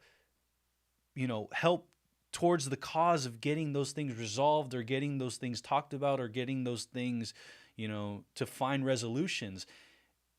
And I think that's what, obviously we're in the middle of this season, so we don't see those resolutions yet. We don't see the hero come in and save the day, but I promise you this, they will. It's just a matter of waiting. So yeah, that's my little tangent on that. But William says that episode was the best out of any Falcon and the Winter or WandaVision episode. Yes, yes, and yes. Guys, that was super.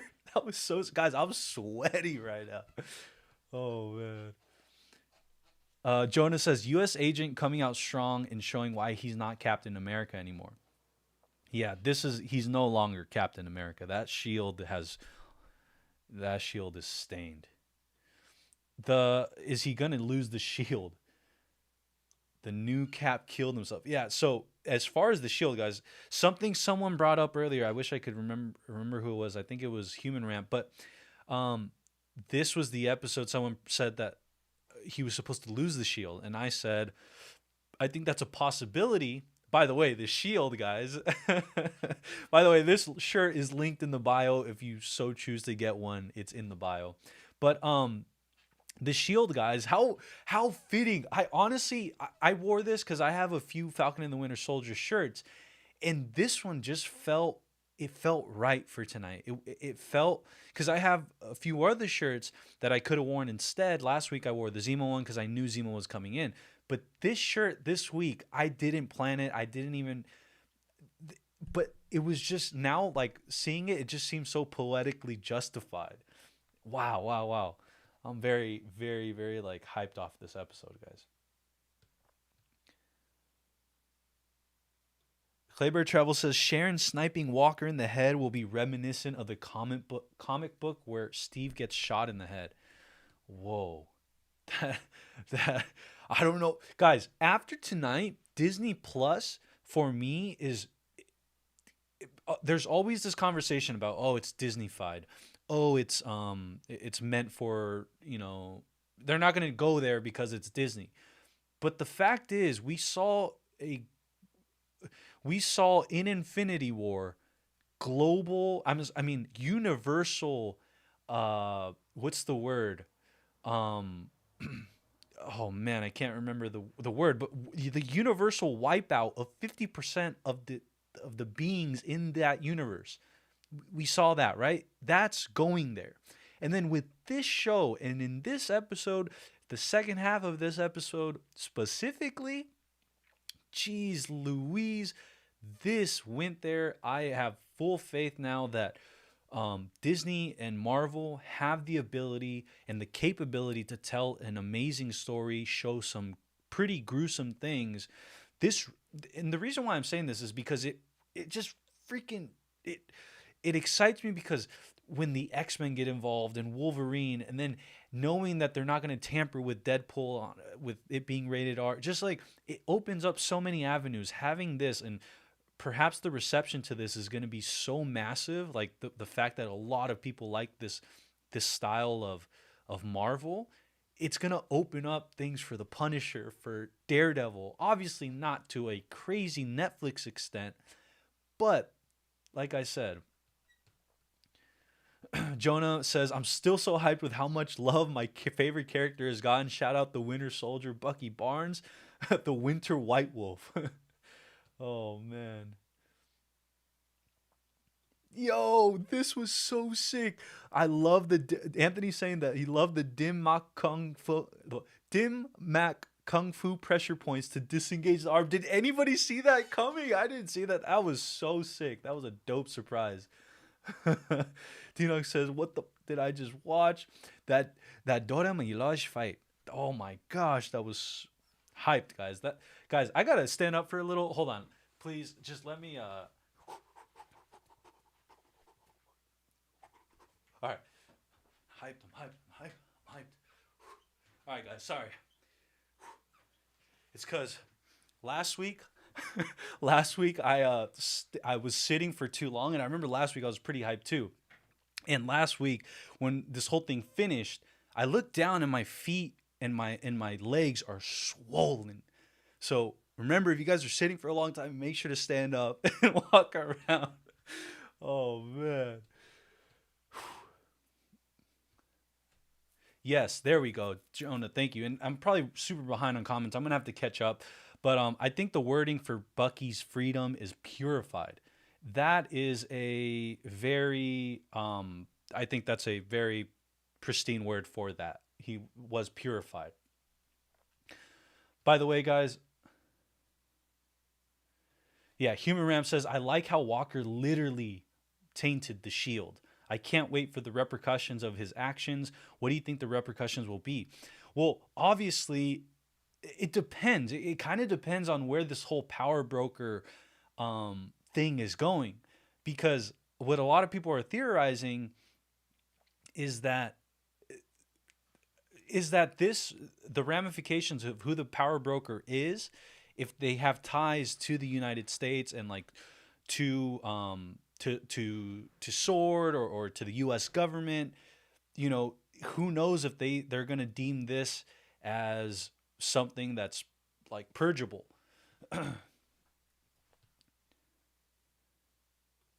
Jonah's saying that he thinks and the only reason why I said what I said was just because, well, then never mind. It does make sense. That's how he obviously loses the shield. And that's what you guys have been saying in the comments. Sorry, I'm just like going a million miles a minute. I'm sweating. And yeah, so no, this is obviously how he loses the shield. For sure, without a doubt. And then next episode is probably the episode we see where Bucky and Sam are throwing it, and training with it. Makes total sense. Jonas says, I think he's going to be revoked of the title by the government since that is going to go viral and no one is going to see that they killed Hoskins.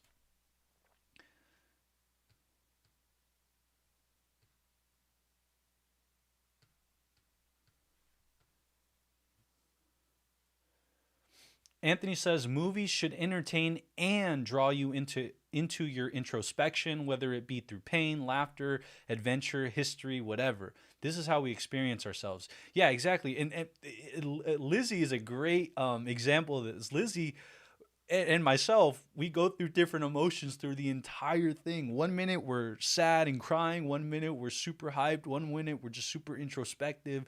1 minute, Denmark said I was just completely quiet because I was completely drawn and sucked in. So I definitely agree with that front.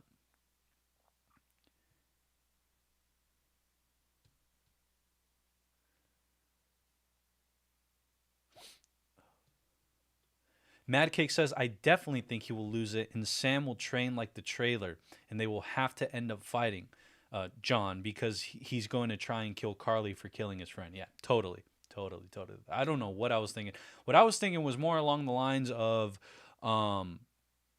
perhaps there's like a double sort of agent working for both the U.S. government and the power broker, or something along those lines where they try to keep Walker in the same place by not revoking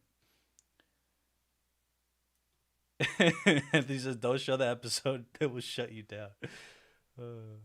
There we go. Noel says, at this rate, Disney will have no problem integrating Deadpool. I totally agree. So this is actually something I want to touch on really quick.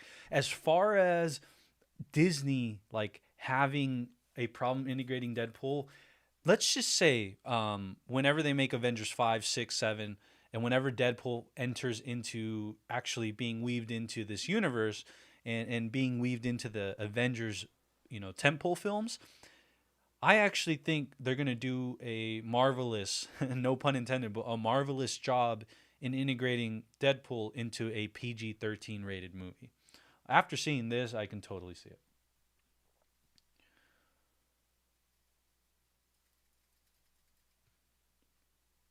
All right, guys, I'm gonna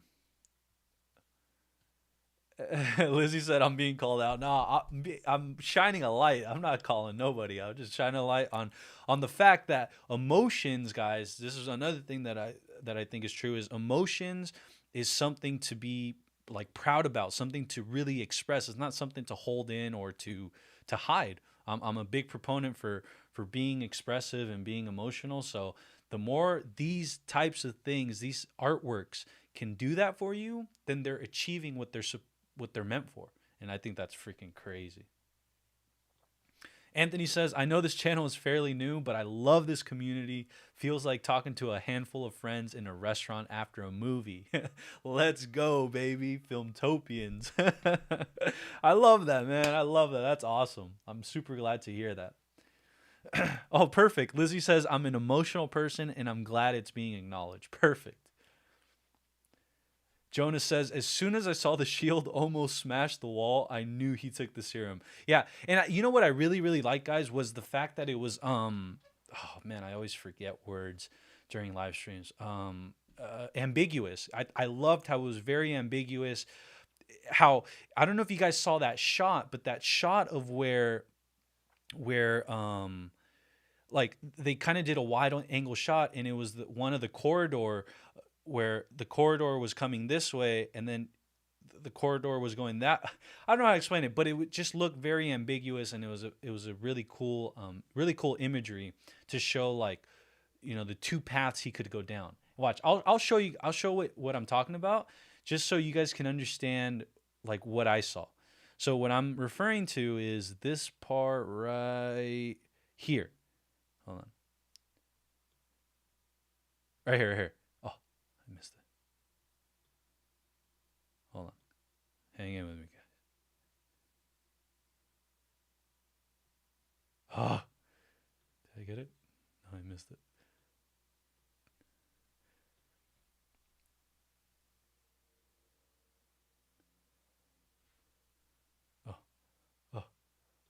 All right, this shot right here, guys. My bad. Okay, you guys see that? So, I can't pull my screen really quick, but basically, it's more centered of a shot, and it's showing like the two avenues. In my opinion, this is what I gauged from it was the fact that uh, John Walker is on this side of on the left side of the corridor, and to me, what it was just symbolizing was just this the road less traveled per se, which is don't take it because that's the moral thing to do, or take it and blah blah blah. But then this cut away from this shot, and we didn't really get to see him make that decision. What we ended up having to do was just figure it out through his actions, and I thought that was the most fitting thing to do for the situation at hand and for the storytelling at hand. I just thought it was, and I'll go more into depth when I really gather my thoughts. But that was something that really stood out to me. When I saw this shot, I was just like, hey, that is A plus Derek Kolstad storytelling right there. Human Ram says, who is the power broker? Guys, I don't even know. Like, that's the thing, is the power broker, that's how good this show is. The power broker has actually taken a back seat to what we're witnessing in real time, to what we've seen so far, right? Like, what we've seen so far is so good that right now we're not even concerned with who the power broker is, because right now there's other players at large that we haven't really figured out what's really going on. But as far as who the power broker is at this point, I do not know. I have no freaking clue. I don't even know if it's someone, I don't know if it's going to be someone new that we've never seen before. In the MCU, I don't know if it's someone that we already know. Very interesting, very interesting. I would love to hear who you guys think the power broker is, but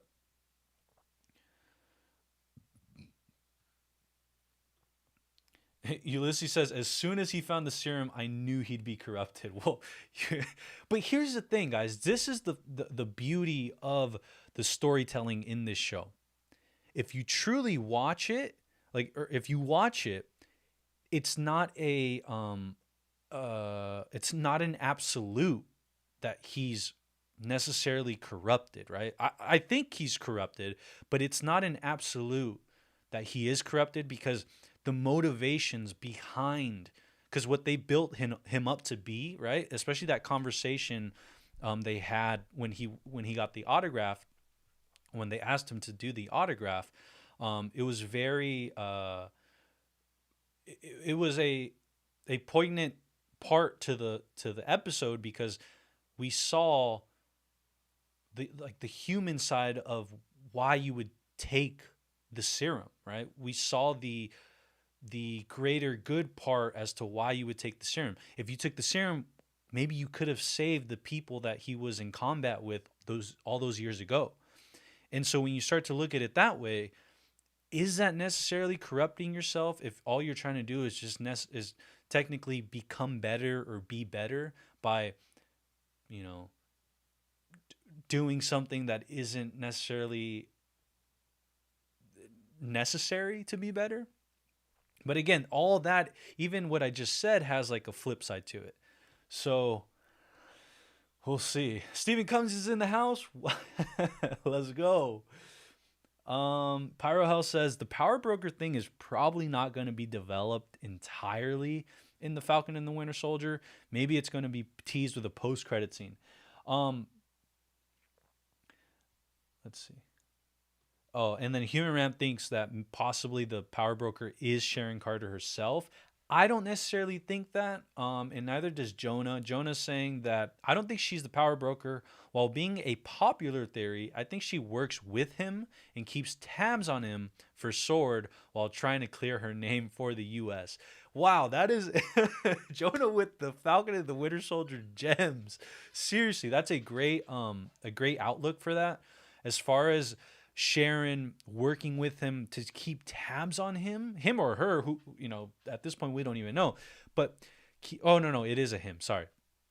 And keeping tabs on him for Sword, that is a very, very possible, likely thing. Guys, one thing that I did see across the internet, I believe it was New Rockstars, or someone had theorized that perhaps the power broker is oh gosh, um the Mandarin, Shang-Chi, the Mandarin, and this will somehow, and this will be the tie-in into Shang-Chi and the Shang-Chi movie. Let me know what you guys think of that. You guys probably already heard that, but that's what that makes a lot of sense if you ask me. Noel says Sam is seeing the good in Carly just like Steve and Bucky. Yeah, guys, this show has our moral compass seriously going all over the freaking place, and that's a pretty impressive thing from a show such as the one we're getting. Because when I'm going to be completely honest, when we came into this show, I mean, I was expecting it to be good, like a fun, like a entertaining watch, but I didn't expect it to be this morally, to have such a moral conviction. Whew, guys. Stephen Cummings says, anyone lose a shield a little bloody from possible decapitated head? Well, we found the head shield is still lost. Sorry. Anthony says, one thing you can't deny, Marvel knows how to shoot fight choreography. Subtle moves like how Sam incorporates his wings into his fighting style is awesome. Well, not only that, right? But they actually went the extra step / the extra mile to really bring that vision to life by bringing on Derek Kolstad. If you guys don't know, Derek Kolstad wrote this episode and the one previous to this one. So episodes 3 and 4, at least that's what they've told us. And so that has a lot to do with it. If you guys don't know, Derek Kolstad is the writer and creator of the John Wick series. I don't know who their stunt coordinators are. I don't know who their stunt choreographers are, but it would make a lot of sense if he brought them over, or even just influenced and gave his input on, hey, John Wick is awesome. I'm trying to bring that awesomeness over here. Comment 663 Oxide. Copyright on your left. So one thing about this, guys, is I'm really hoping I don't get copyrighted. I don't think I am going to, though, because as long as I don't show film, right, or as long as I don't show like video, like for more than, actually now I'm a little scared, to be honest. I just know that if I'm showing like the pictures like this, I don't think it should be a problem. But as far as me showing video, that, yeah, I'm trying definitely not to show. Human Rep says it has to be either androids, aliens, or wizards. So that means it's Ultron. Oh, man. Jonah says, I also like how Bucky and Sam were doing their best to not hurt the Flag Smashers. Yes, that's a great point. While Walker was just going all out, all out. It just continues to bring home, or drive home the fact that Sam has this compassion, like this compassionate side to him. Bucky has this big brother / protective side to him, and then we're seeing John Walker just lose himself in his, I don't know if you want to call it vanity, but in his contradictory life. And it's contradictory for a plethora of reasons. So it's just so cool to see all these dynamics playing out. Like, woo. Oh, man. Another thing, what did it, I was gonna bring up Twitter so we could see like what everybody's saying and stuff. Here, hold on.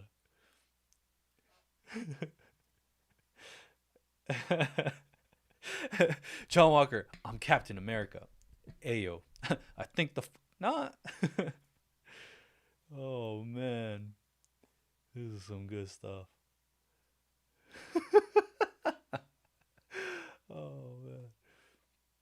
Oh, Oh, but this is here. That I think this is a instead of trying to get copyrighted and stuff, we're just gonna leave this here. So, yeah. Oh, check this out, Anthony. What if the power broker is the Mandarin leading us to Shang-Chi? Oh man. Oh man. Perfect. Man, I must be behind. But holy cannoli, guys. Dang, I didn't know I was that far.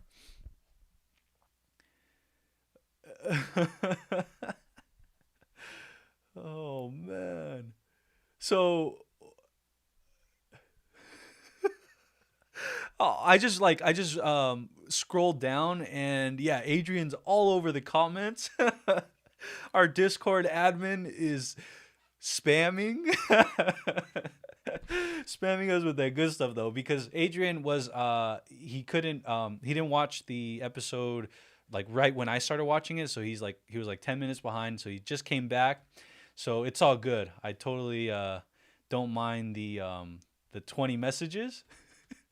Jonas said, Adrian really said, let me put a 20-point thesis statement about the Falcon and the Winter Soldier. Oh man. Oh man. Dang. But anyways, guys, let's see. What?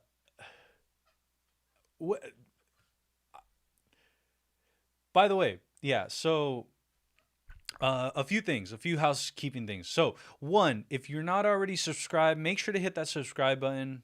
The more Filmtopians, the better. We are trying to get to 200 subscribers by the end of the Falcon and the Winter Soldier, so that'd be awesome. Hit the like button if you haven't, helps the video get out.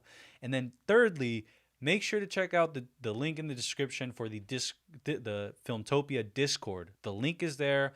It takes you over to the Discord page, and you're able to join it and see what we got going on over there. Trying to grow this community little by little, one by one, and it's going pretty well. Adrian is spitting spoilers all over the chat. Oh yeah. But yeah, so I'm like I said, as you guys can tell, I am yeah, Anthony play safe, change your screen. All right. I changed it. I don't think anything's going to happen, but we're going to leave it like this for the rest of the night. I am very, very happy and very, very pleased with the episode we got, with the subject matter that it touched upon, with the action that we got to experience, and with the themes and the imagery that we were left with. I think this episode and this show have done a fantastic freaking job of being able to like leave us with images that we think about the entire week.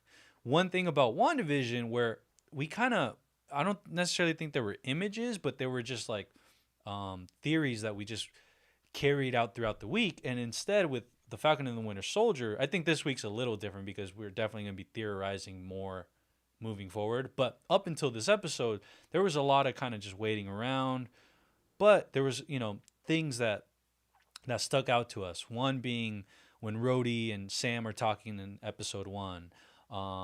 Episode 2, when I can't remember. I'm breaking my own thing about having memorable things. But do you guys see what I'm saying? I just feel like each episode has one of these moments, but this one, the one where John Walker holding the shield as such being the picture of the series so far.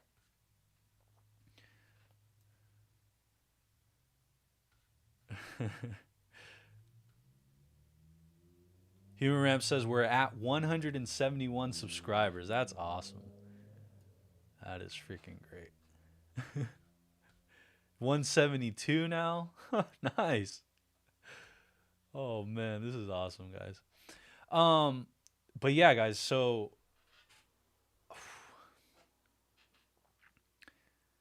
Denmark says, Ricardo, I will shorten what Adrian has said so far. Mephisto is in the back. Does anybody remember the Mephisto stuff? Oh man, Science said the most HD ever. And Johnny Walker is a naughty boy. Oh, nice. Jonah just hopped on the Discord. Let's go. Anthony says, important message is how veterans who survive combat have lots of regrets as part of their PTSD. This leads to decisions like Walker taking the serum. Exactly. And going back to, obviously on the internet, right, there's a whole bunch of John Walker slander, a whole bunch of John Walker hate. And it comes from a plethora of angles, different angles for different reasons. One being because it's not their cap. Two being because he's a douche.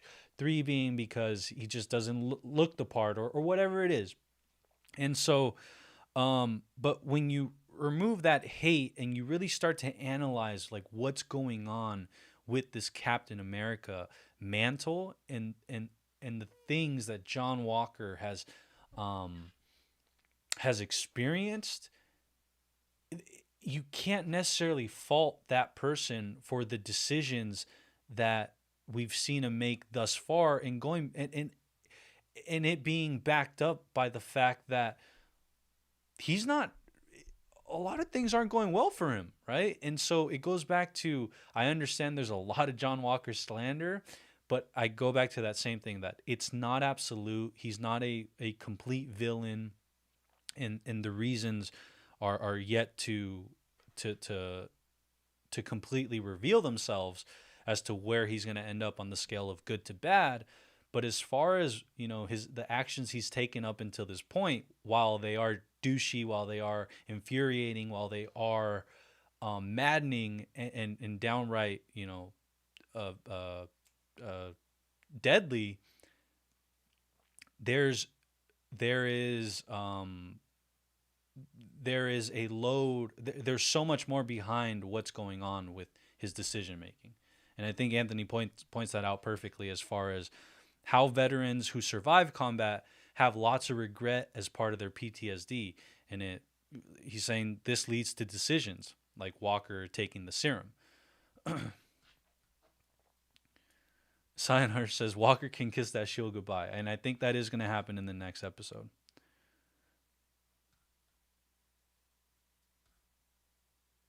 Mad Cake says Power Broker equals Mephisto. And Andrew says he's going crazy just like he does in the comics. Yeah. And as far as like, and I haven't read, you know, all the comics or anything, but from what I'm hearing, that's what the thing is that he's crazy. But, or not that he's crazy, but that he's going like crazy. And Jonah says Mephisto is so January. Spoilers, but Mephisto is actually Red Wing. Ulysses Pena says Anthony has a good take. I know, Adrian, when I said whatever I said earlier, whatever I read your message, I was like, that is not Australian, mate. Oh, man. Andrew, don't even mention it. My heart was broken when we all thought we would see Mephisto. Remember when I said Al Pacino was Mephisto? Oh, man. Anthony says that is unfair to the actor. First, it's just a TV show. Exactly. And again, I said this in one of my live streams previous, that we needed to make that distinction, guys. And I even brought up the question was, do you take a role if you know you're going to be like universally disliked, right? Because there's certain actors that get cast, that get typecasted. Someone said the word the other day, typecasted, and you're kind of that role forever. Sometimes it's, you know, Steve Rogers, Chris, oh my God, I can't remember names on a live stream, but Chris Evans is renowned now, is forever cemented as Captain America, the Captain America, but not only the Captain America, all the things that Captain America did, all the tropes that he carried, you know, transfer over to real life for some people. And so, yeah, just a quick reminder, guys. Remember, John Walker, the character, and Wyatt Russell, the person, are not the same thing. So always make sure to distinguish the two. And Adrian saying Wyatt Russell is playing his perfect character.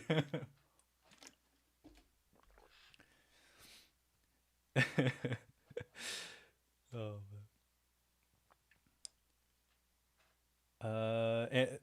Anthony says, second, the exploration into a soldier's mentality is fascinating. Very, very, very. And as far as, like I said, they're touching upon so many issues, so many topics that we have, in our real life, that I think they're handling it with a lot of grace and a lot of effort. And what I mean by that is I mean, Anthony saying that Anthony, a former veteran or a former soldier, a veteran himself, is explaining to us that the way they're analyzing, and the introspection that we get to see of these soldiers, of these veterans, is true. It's somewhat true. And then what we see with racial issues across the world is somewhat true. What we see with just different, moral things going on within this show, we're really seeing it being treated with respect and with honesty. And that's what I was trying to get across, was that I feel that this show has shown and provided effort towards making sure that they're not just mentioning these things to push a story forward. They're not just mentioning these things to boost up numbers. They're not just mentioning these things to to be in the conversation. They're mentioning these things because it's important. It's important to mention these things. So I love it, love it, love it, love it. Anthony says, we haven't seen this kind of introspection since the first Rambo movie. People need to calm down. Scion says, Captain America is Captain America because he wants to become what the shield represents. Walker is just using his authority. But going back to the whole Walker thing, and this is a conversation for like days, right? But the whole Walker thing, not only is he like using his authority, right? But it's kind of like when, and this is just one aspect of this. I don't want you guys to think that I'm comparing him to a bully, but just listen to this part. It's kind of like when or someone that's mad. When you're poking a bear, when you're poking someone that's mad, for example, like last episode, when he couldn't necessarily get that one person at the beginning of the episode, the last one, when he couldn't get that one person to talk to him or tell him what was going on, and then the guy spit in his face. The reaction John Walker had, again, isn't an abnormal one to have when something like that happens. So going back to John Walker on this part, on John Walker using his authority, while it is misled and misguided, it goes back to the whole thing. He got his ass kicked by the Wakandians. He got put down. He gets side-eyed by all the members of the cast. He feels like a second-class warrior. And so it goes back to, yes, he's using his authority, but there's major players, major things that are causing this sort of reaction, this sort of decision making. Andrew says, it's like we're not supposed to like his actions and the way he acts, but we understand why he acts a certain way. Exactly. Yeah, and Lizzie's still with the that's how this episode made you feel. Jonah Mandel says the Russell family got very lucky to get two of the most hated roles in the MCU. That's a good one. Yeah. Uh, uh, Denmark says, hate the character, don't hate the actor, but I feel sad for the actor, but not the acting.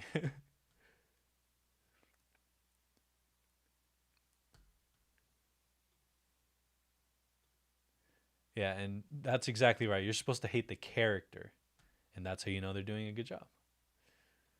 Common 663 Oxide said F to pay respects for Red Wing. F's in the chat.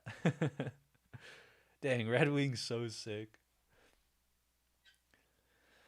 Walker's going to become what the Joker wanted, Batman wanted to become. But oh, did you guys see the part? Did you guys see the part where it was in the battle scene, it was in the fight scene? Really quick, because I see there's 30 people in here. Welcome, everybody. My name is Ricardo Acosta. This is Filmtopia, and I just want to welcome everybody here. We are doing the post-game, the post-live analysis of the Falcon and the Winter Soldier episode 4.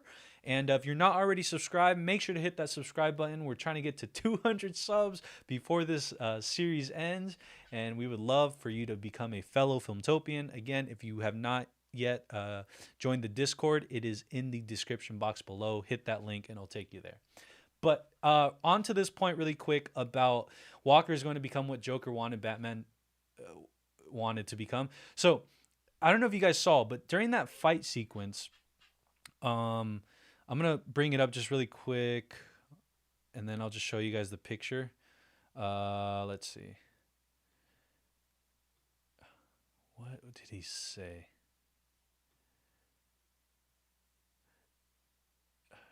Hold on. I'm looking at it right now.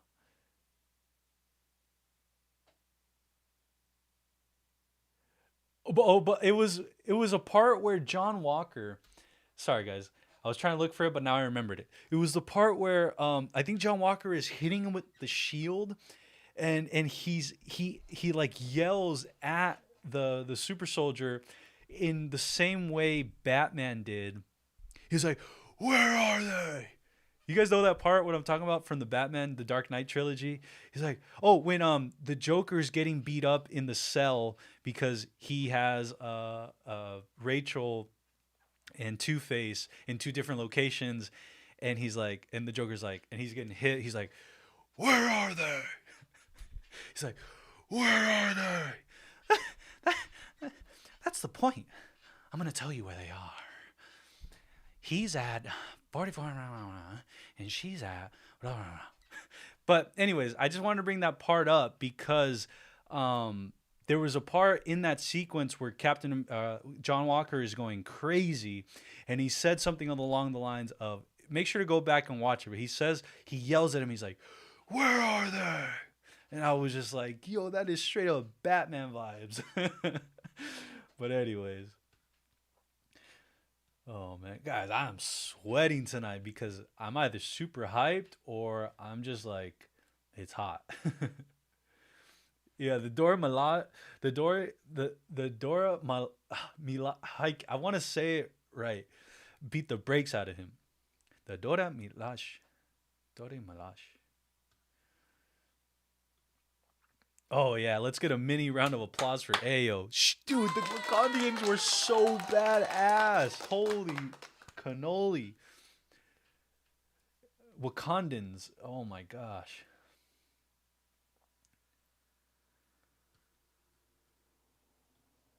Andrew says Wyatt's actually a really chill guy, to be honest. Wyatt Russell, the actor that plays John Walker, he's not taking the hate the wrong way. I think he actually reacted to some of the memes. I gotta look that up.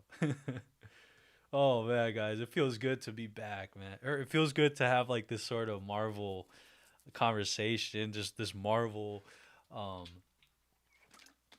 hypeness going again. Oh, I love it.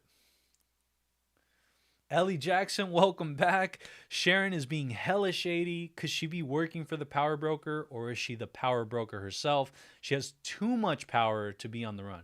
So something Jonah brought up earlier was that perhaps she's just keeping tabs, like she's working for the power broker, but in reality, she's more working for him in order to keep tabs on him, and in turn feeding that information over to Sword or the U.S. in order to get back into their good graces per se.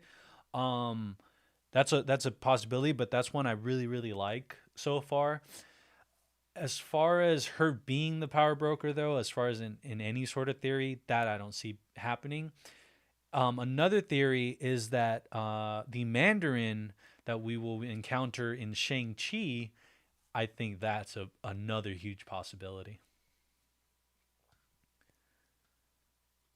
Adrian says, is power broker Mephisto? Mic drop.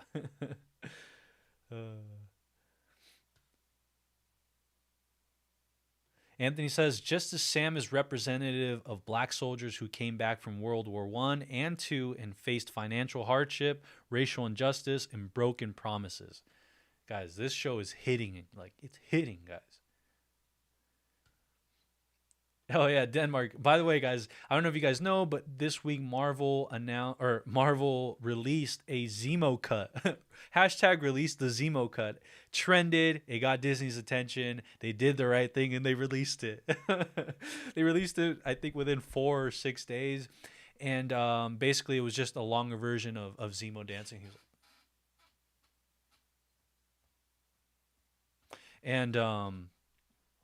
But they showed the full 30 seconds of it, and then they went on to make a 1 hour just loop of that sequence, and it's pretty cool. Lizzie says, I have to get going. Thanks for being here. Thank you, Lizzie, for being here. Thanks for watching it with me and geeking out and showing our emotions. Let's go. I will see you next week, and I'll see you in Discord.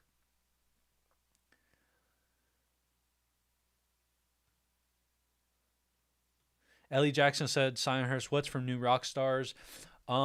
Perhaps New Rockstars. I've mentioned New Rockstars a few times. New Rockstars is a YouTube channel, a great YouTube channel where they do like a bunch of breakdowns. They're like the best at it. But there's a lot of things I've referenced about New Rockstars. So, and he's saying that your conspiracy. Yeah, I don't remember the conspiracy right now. Oh, about Sharon Stone being the power broker.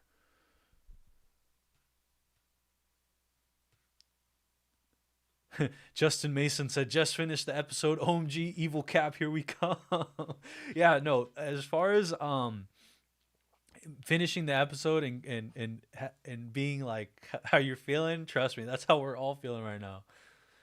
Seriously, Lamar got the short end of the stick bad. And that's the thing, guys. Another thing was John Walker's voice of reason. So one thing I really noticed, it stood out to me when we saw it. But when Lamar told John Walker when they had Zemo handcuffed, when he told him, hey, man, just give him a minute, or I don't know, but he injected some reason, some advice towards John Walker in a heat of a moment. And I just remember thinking it stuck out a lot because of the fact that John Walker did not backtalk him. He didn't like say, man, you're dumb or you're crazy or get that out of here. Instead, he absorbed it, he took it in, and actually abided and listened to what Lamar Hoskins had to say. And so I think that was a very necessary scene, because what that invoked later was the fact that John Walker no longer has that voice of reason next to him, or that voice of optimism, or that voice of clarity next to him. And I think that goes into, the spiraling into what we're going to see from John Walker from this point out.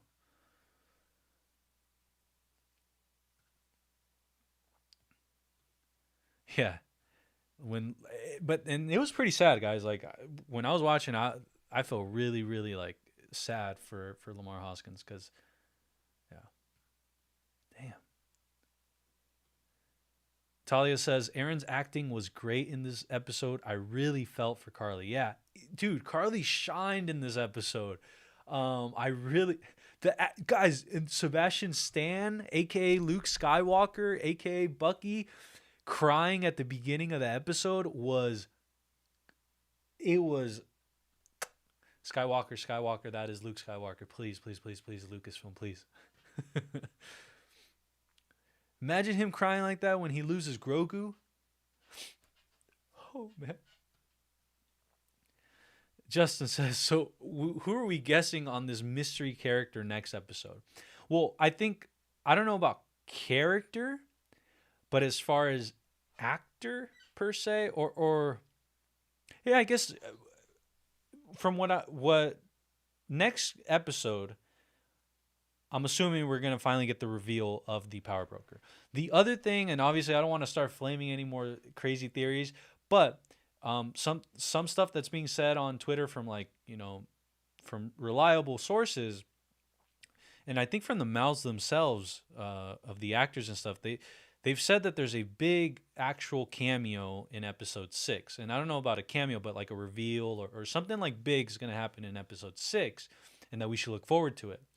And so because of that, I think next episode we're going to get the reveal of the power broker, who that is. But then in the last episode, I think we're going to get something that we're not even theorizing yet. So I don't know who the power broker is. I'm going with the Mandarin, because I can totally see this being a bridge towards Shang-Chi. Just logically thinking, that's what I'm thinking. But as far as anybody else, the director I can't remember his name right now, but the guy that brought the Avengers the Sokovia Accords, what's his name? Help me out, but that guy could be him.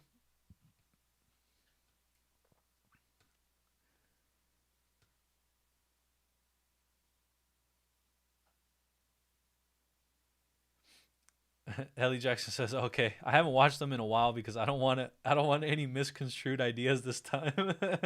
But she is acting weird. So the Lego guy says, my theory is in the next episode, the government will cover up the Walker incident and call what happened collateral damage. That's something I started digging towards a few minutes ago, a little earlier in the post game analysis. But I retracted that because I don't think that's the route they're going to go. I think they're actually going to go ahead and that's how the shield is taken away from Walker, because he no longer needs the shield. He's a super soldier now. So as far as him being vulnerable, I don't necessarily think the shield is going to do much for him in that sense. So the shield has no more storytelling purpose to stay with him. That's how I feel. As far as that theory, though, that is a theory that I was heading down towards too. So it's definitely a contender. Oh yeah, I love how Bucky was also like, "How did you track us now?" I love it. Reddick says yes to the Lego guy. Adrian says, welcome new peeps, hang around. Yes, yes, yes, guys. And for all of you that have stuck in here, sorry if you get annoyed by this, but I just want to make sure anybody that comes in here, make sure you to hit that subscribe button. We're trying to get to 200 subs before the series is over. And make sure to join the Discord down below. We're trying to create a community over there because that's where all the talk and all the stuff happens during the week. So the more people over there, the better, because that means more conversation starters.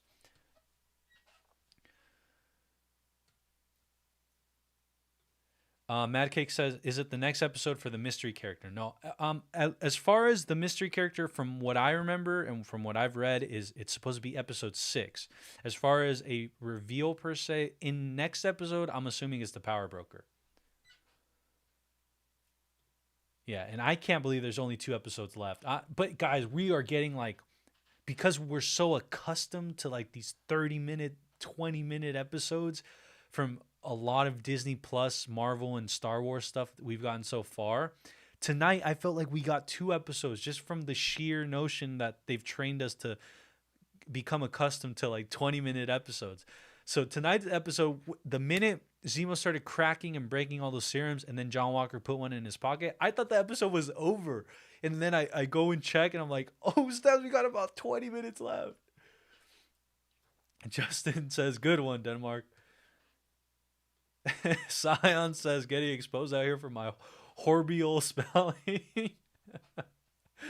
Oh, Redix hyped as fudge. Yeah, Andrew, there's a mystery character. I don't know if it was the producers, the showrunner, or one of the actors that put this into circulation, either in an interview or through social media.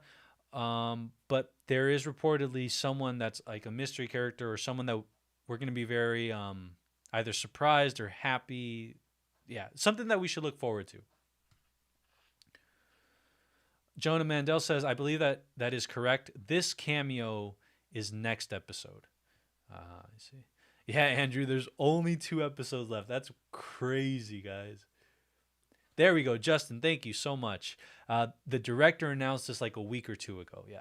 Carrie Scogland, I believe, is her name. And that's awesome, guys. This show is being directed completely entirely. They're not switching directors the way The Mandalorian does. So it's keeping in line with WandaVision, where it was one director throughout. Carrie Scogland is actually the director for this, and I can't remember off the top of my head what her previous work was, but I remember when I saw it, I was like, "Whoa, that's a good one too."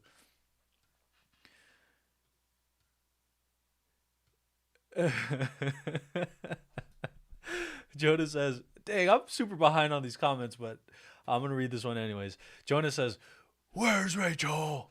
Becomes, where's Carrie Morgenthau? Sorry, guys, that one got my throat. Where are they? All right, guys, I'm going to have, dang, guys, I'm so behind. That's the beauty of when more and more people are in here, that I fall behind on these comments, but but yeah, guys. Just FYI, guys, there is a Streamlabs link down below in the comments or in the description box. That's just there in the off chance that you need a question or a comment answered. It'll show up on the screen. But other than that, I always try to do my best to read the comments that you guys put here. So yeah. But if that's the case, I do sometimes have to hurry it up. Let's see. All right, I'll start here. Adrian says 174 subs. Nice one, folks. If you're new here, please subscribe. For everyone here, hit them likes if you haven't already. Yeah, guys. Like I said, I'm going to say this a little often today just because we get people trickling in and out. But if you are here and you are new, make sure to hit that subscribe button. We would love to have you here.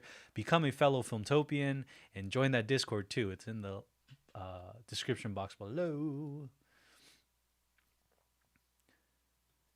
Oh, Andrew says, I don't want to trust them. The big cameo in WandaVision was Paul Bettany himself. Yeah, that one, guys. Oh, thinking back, that is super cringe, guys. Like, I'm just thinking of, like, I remember watching the interview where Paul Bettany did that and just replaying it in my head, and it was cringe because it's one of those things where it's like, it's a joke. It's when you tell a joke and no one laughs. Like, I laughed when I saw it, but now if I rewatch it, I'm just like, oh, you're playing with way too much fire there, bud. I wonder why people are saying Ross. Oh, Ross, duh, Ross. yeah, Ross. He could be the power broker. Thank you. Rob's in the house. Welcome, welcome, welcome. Jonah says, how would you feel about having some of us hopping in a Discord call with you after the episode next week? Is that the evolution of this live stream? Guys, that's a great idea. I totally forgot that on Discord there's a lot of cool things you could do like that, right? I think can you guys even do video? I don't know. Can you do like a video conference type of Zoom thing in there? If you can, guys, with that said, if you are not already joined in the Discord server, the Filmtopia Discord server, The link is in the description box below. Just hit that, join it, and there's a, like I said, I'm gonna try to figure out how to do that, which is probably pretty easy. But yes, Jonah, I think that's a great idea. Reddick says he seconds that.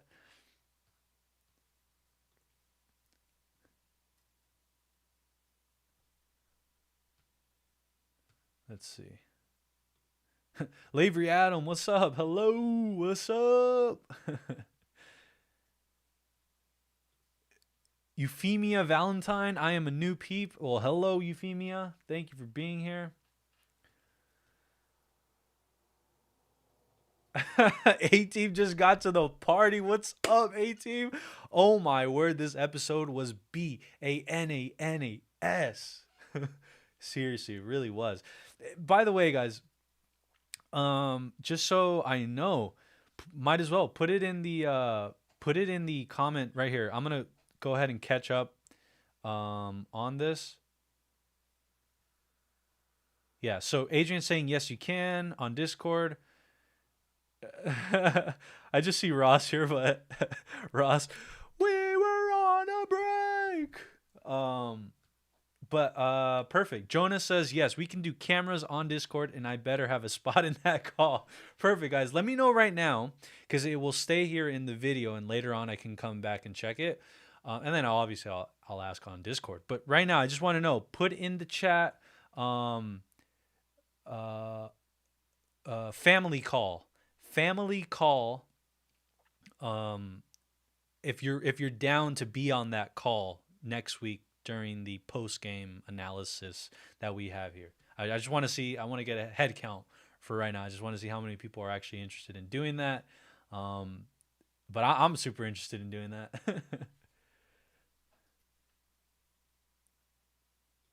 Adrian's saying Euphemia actually just joined the server. You, thank you.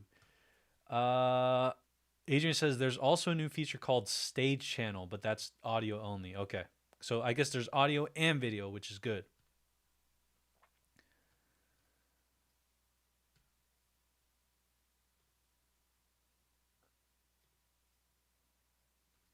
Monish Gaming Mala says, I am saying to you all that John Walker is going to be a big villain. I don't think a big villain. I actually think he's going to be turned, or not turned, but there's going to be so much conflict within that person, within that character, that we're not going to know if he's good, bad, sad, a lad, like, so. Okay, so Jonah, family call. We got one. Prashant is in love with the new cab. That's a 1 in a million. Reddick, family call. I'm in. Adrian says the stage channel option is better for mass calls, but it is audio only, sadly. Euphemia, family call. Perfect. That's 3. A-Team says, yo, everybody saw Bizarro Cap. That's a good one. Bizarro Cap. Kill that dude with the shield. I thought the Dora or the Donya were the cameo, but it could be any of the Avengers next week.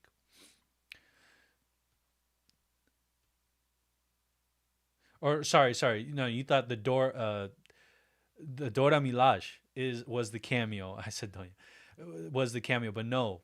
I guess there's more. There's more to come.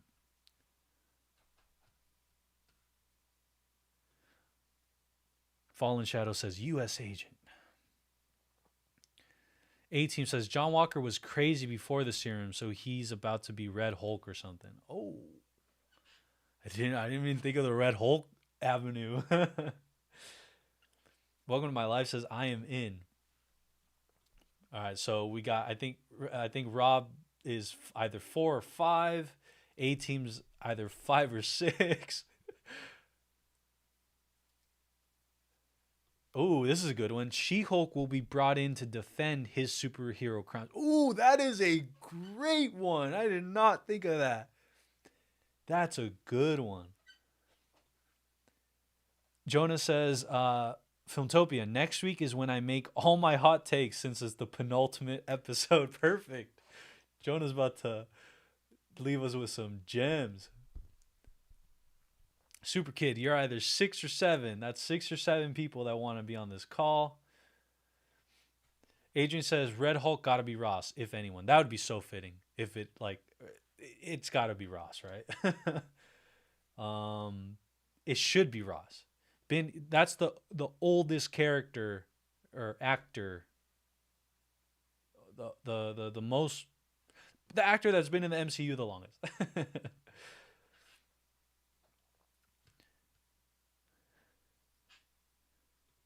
Scion says John Walker as a person in the MCU has so much potential. Yeah, no, guys, trust me, they're not gonna let. Two things: Wyatt Russell didn't sign up to be the Fugazi Captain America if there wasn't a promise on the back end that this will all be worth it in the long run. Obviously, we're gonna go through a lot with him. So much character development to go through with him. But as far as that actor Wyatt Russell staying around in the MCU for a long time, that's for sure. Welcome to says you skip my comments. I like I said, whenever I fall too far behind, I gotta go. I gotta skip to the end. So again, going back to if there's anything you really really need answered or whatever or answered or if you need any question or comment answered, the only way I can get to it is if you do it via Streamlab. But other than that, I always try my best to get these on the YouTube comments as much as I can. Mad Cake just joined it. Perfect. John Walker is Nomad or U.S. agent now.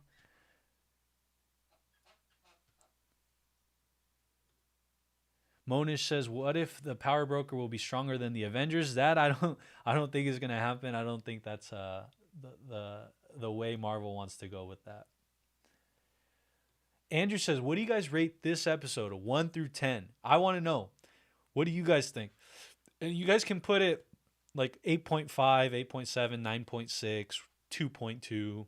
You can add a point to it. I'm gonna give this episode myself. I'm gonna give this one, and I'm gonna give this one a 9.5 because, and I'm leaving that 0.5 because I think the next ones will be worthy of a 9.6, 7, 8, or 9, or I'm hoping the last one's a 10. Oh, I'm hyped, guys. 18 says, "I forgot about Ross. All I know is that dude was already acting like he had roid rage." Reddick says 8.8. So 8.8 for Reddick. Adrian says 8.5. Andrew says it's a 9.1 for me. Adrian says, he don't need to Hulk out. He's already drunk the happy juice.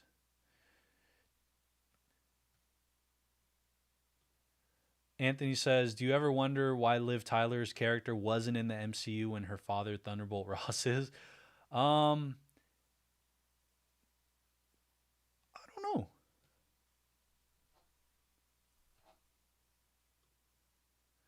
Jonah says this episode had a ton of awesome parts to it, but its pacing felt like we would sprint for 5 minutes, then crawl for 5, and repeat it in a very weird way. And yeah, this was actually something I think I said before the live stream, and I said storytelling is all about catch and release. Tension and release. It's all about start and stop. And I think this episode was the definition of that, and I totally understand what you mean by it repeated in a very weird way. It was like moments of sprinting, and not like literally, but moments of sprinting and then moments of walking, and then some jogging and then some walking, and then some sprinting and then some walking.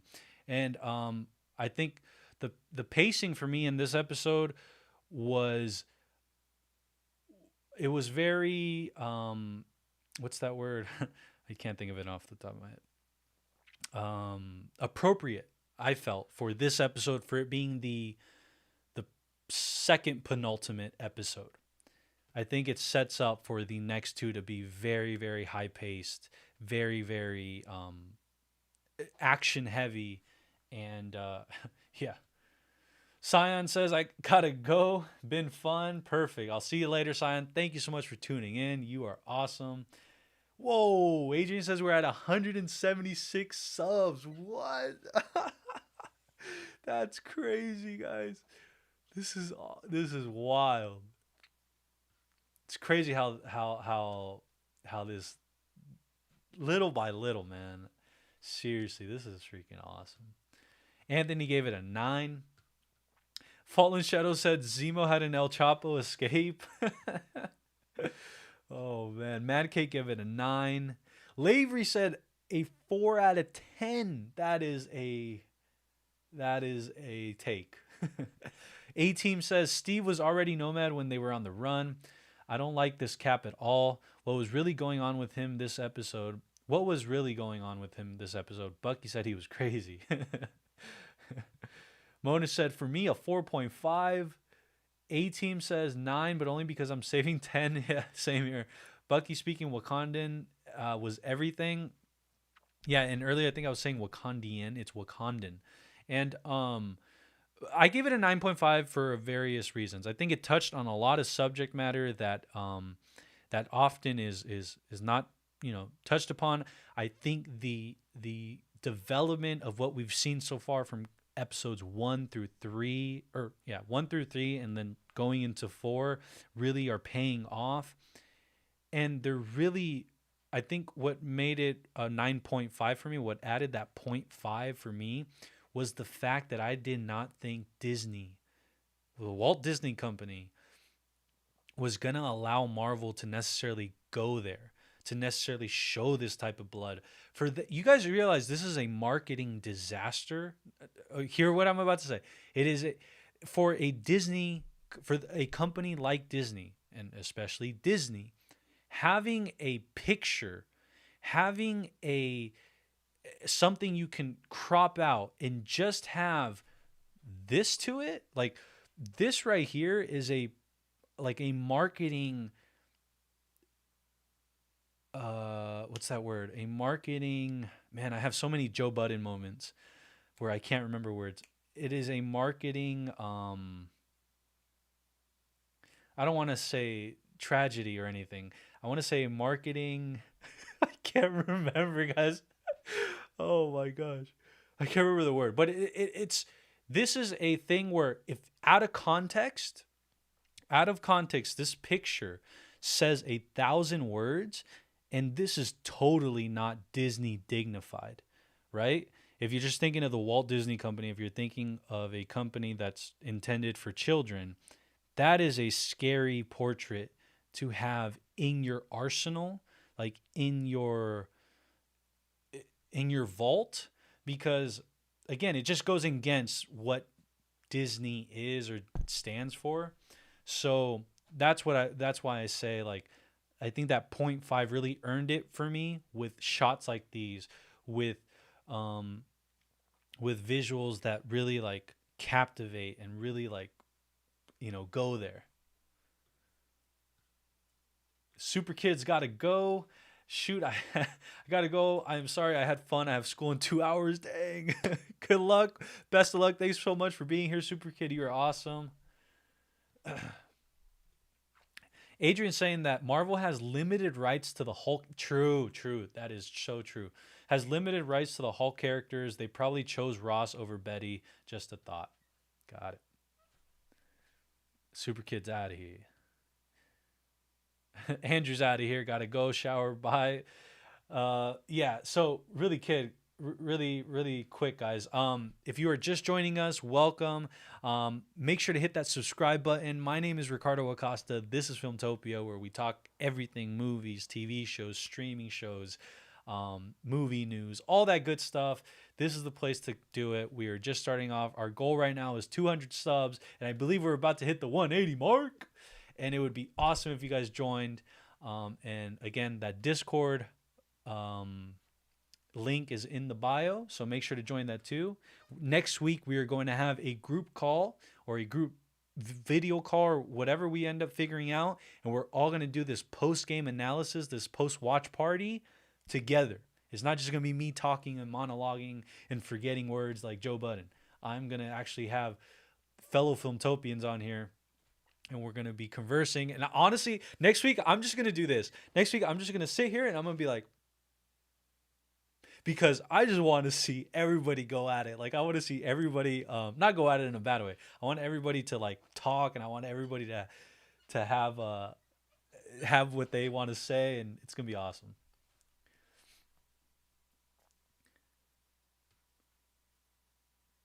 Oh, Jonas says 177 now, and again, I'm a little behind on the comments, so it might be even more now. Okay. We're still at 177. That's crazy.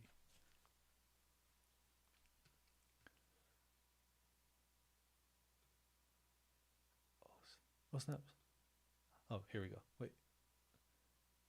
Prashant says, please take my question. I have been following you since WandaVision. Love from India. Wow. That is so awesome, guys. I'll never get over the fact at how powerful the internet is and how powerful these things are. Again, really short tangent, but if you guys don't know, Filmtopia was partly inspired and partly motivated to be created because I've always wanted to enjoy these moments with others, and it really came to a culmination with The Mandalorian season 2, the finale. I remember watching it alone, here at home, and it was an experience I just 1,000 times wish I could have experienced it with others. So that's what I want to do, is make sure through these live streams you guys don't have to do it alone. You guys get to experience it and find joy in being together in this, and that's what Filmtopia is really, really, really about. But Prashant, go ahead and ask the question again, because I don't know what question it is. Go ahead and ask it, and I'll make sure to see it this time. Welcome to my live. Rob says 9.6. Let's go. 0.1 over mine. Adrian says, yeah, if Prashant, you can repeat it, please. I'm sure, yeah, I will take it. Yeah, and John Walker is not fit for that Captain America suit, my friend. Jonas says, overall, perfect. I wanted to know what Jonas said. Overall, I'm currently at a 9.4 on the series as a whole. Disney has let Marvel do what they want to do and create graphic comic like scenes for the MCU to grow leaps and bounds. Yeah. And again, I don't think Marvel necessarily has a direct competition with anybody right now, especially with how the DC has been presented to us thus far. I think their only competition is in themselves and them being able to top themselves. This is something I always bring up in these live streams, is I can't fathom Avengers 9, Avengers 10, Avengers 11, because at that point, I never thought in my life something would top Avengers Endgame.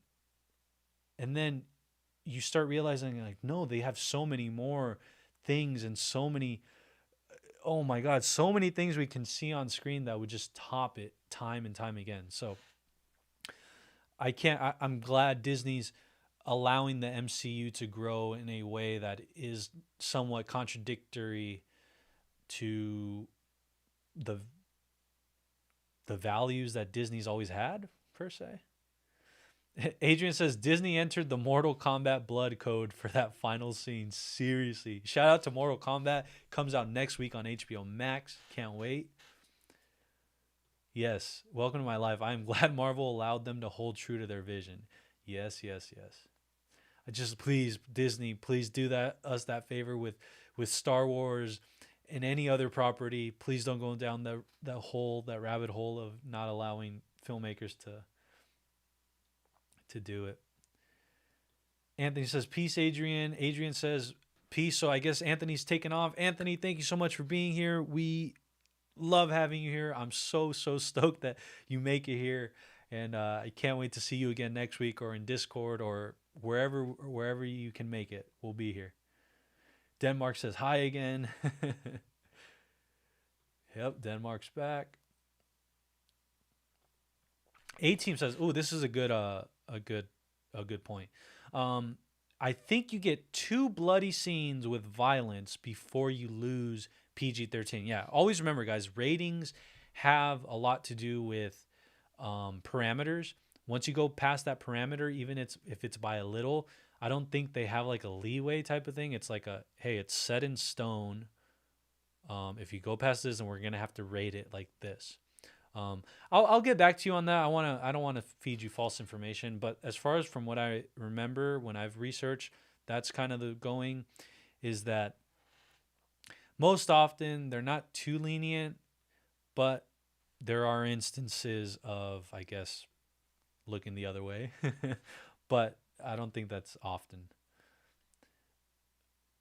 Avery Adam, no, I haven't watched Akira. Okay, I'm gonna watch it this week. That and Invincible will be watched this week. I can no longer go with not being in on Invincible, and Akira looks too damn good to not watch yet.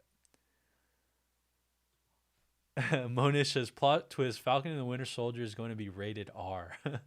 Yeah, if only Disney would. Disney's policy, company wide, is they don't, at least pre Deadpool. There is no, they don't screen or make rated R movies. Prashant says, I feel Sharon is the power broker. So Prashant, this is something that I personally don't think that Sharon is the power broker. I think that Sharon is either working in cahoots with the power broker, but with good intentions in mind, whether that's just keeping an eye on him and reporting back to the US, or just keeping tabs on him for herself so she can do something about it, or but I don't think anything nefarious with Sharon is going on. At least that's not how I would want it to play out personally. I want Sharon to come out of this as a good person, as a hero, and I think she's playing her part perfectly right now. That could be a huge plot twist, though, that she goes full dark side. A-Team says Marvel is doing Deadpool as R, so Disney is already prepared. Yeah. So, again, going back to the comment about the plot twist, Falcon and the Winter Soldier being rated R, I don't think that's going to happen. And then the company-wide policy pre the acquisition of Fox, 21st Century Fox, was the fact that they don't do rated R movies.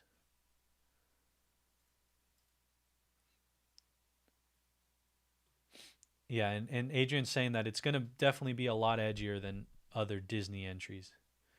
Jonah, I think it's getting close to that time of the night where I take off. Gonna hang around for a few more minutes, though. Perfect.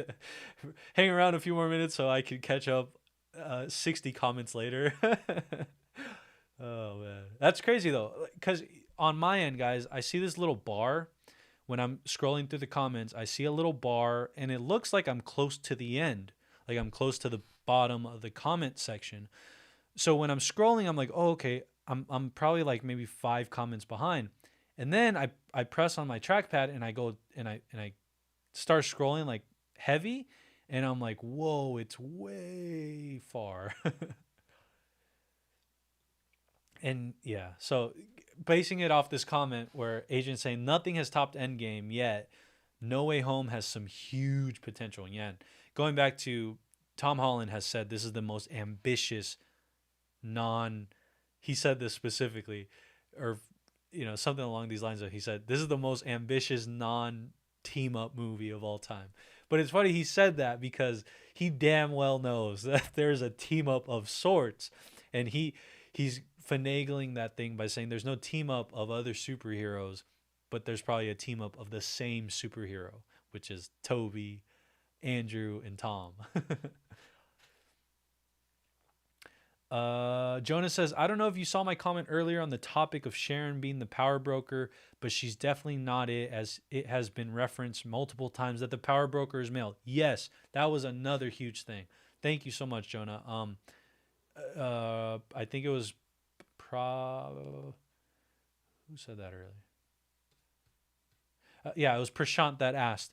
Yeah, so as far as the power broker, it's just been referenced too many times throughout the show now that it is a he. The pronoun they are using for the power broker is he.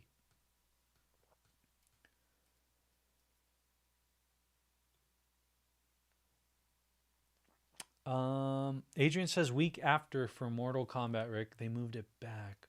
But I thought they moved it from this Friday to next Friday. Hopefully we're referencing the same pushback in a week. Oh, wait. Yeah, I'll circle back to that. Zaku just finished the episode. Well, welcome, Zaku. It's crazy episode, huh? Anthony says feeling is mutual, bro. See you next week. Awesome. Let's go. Oh yeah, Adrian says speaking of No Way Home and Sony, Netflix is dropping them huge bucks for Sony rights. Pretty crazy. I got to catch up on the comments, but I do want to come back to that. A-Team says Disney doesn't make any Marvel decisions. They don't make Lucasfilm or Pixar decisions either. They operate independently with different staff. So the one thing about that is while that is true, that it's not a false statement or anything. The only thing is that Disney, as the parent company, has the final say, and there are instances, and again, these are reports, but they're pretty well sourced reports. You know, they're coming in from the Hollywood Reporter, Deadline, all these verified companies, very well sourced companies.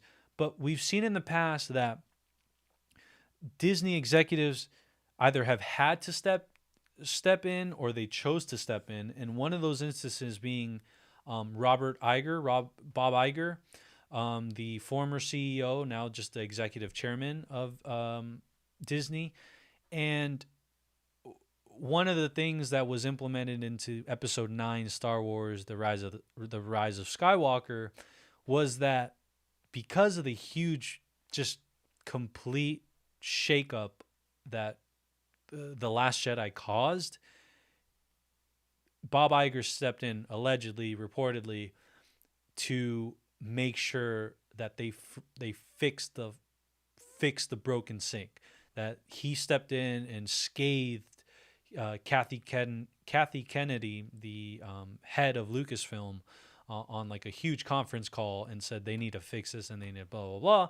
Hence, that's how we got Palpatine and Episode 9 and the direction they went away from Colin Trevorrow. But yeah. A-Team says Hamilton hit the limit with 2 F-bombs. Yeah.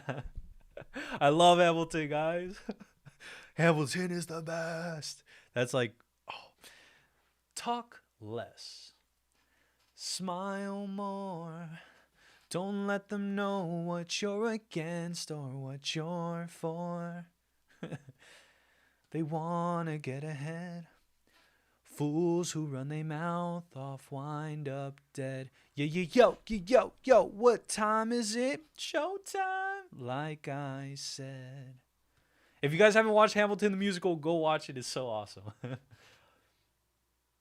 Oh, and Jonah's just Jonah's saying, while yes, that is true, Disney does get the final say on what gets produced and released under their parent name. Perfect, yeah. Yep, and Adrian's saying the same thing. So Disney still has major pull, especially when it comes to marketing. And that goes back to the point of the shield, the bloody shield. Imagine, guys, if I walked around with a Marvel licensed shirt that had blood splattered all over it. That is not a good look for Disney. Hence, the leeway or the I guess we could call it the leeway, but the blessing that Disney's giving Kevin Feige, Louis Desposito, and the whole team over at Marvel is pretty incredible. Because again, imagine me walking around with a bloody Captain America shield. That's just not something that you want on merchandise if you're Disney, right? By the way, this shirt, you can find it in the link below if you guys want like any like of the Funko Pops and stuff. I do link that stuff below. They are affiliate links, but again, all that money just goes back into this channel. So trust me, I'm not a sellout.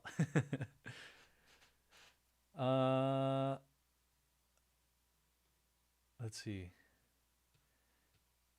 Adrian says, I'm only up to episode 3. but it's a fantastic show. Wait, I don't know which one you're talking about. Jonas says, all right, I'm going to head off now. I look forward to seeing y'all on Discord and next week in that call. Perfect. See you next week, Jonah.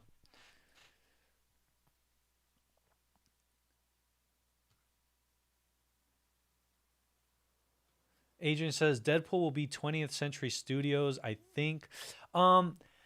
So there, one of the things is yes, the thing about Deadpool is it's underneath the Disney umbrella, obviously, because it got bought out, it got purchased.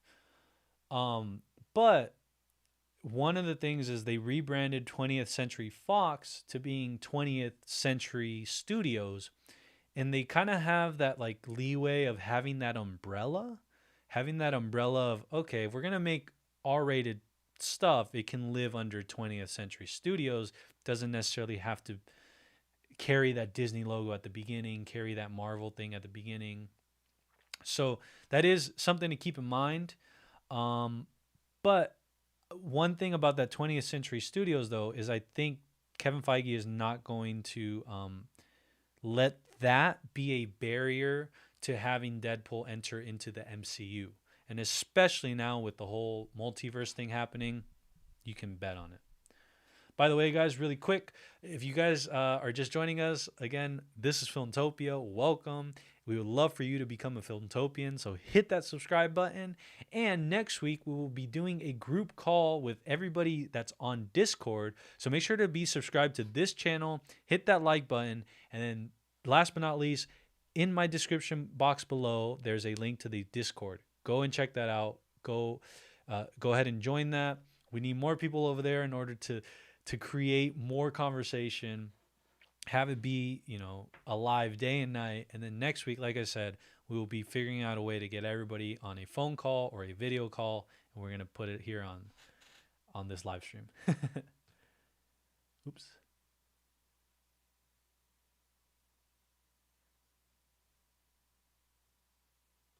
Welcome to my life says Disney has done R, but under other sub studios. Yeah, and that other sub studio now will be 20th Century Studios under the Hulu umbrella, like Hulu Studios.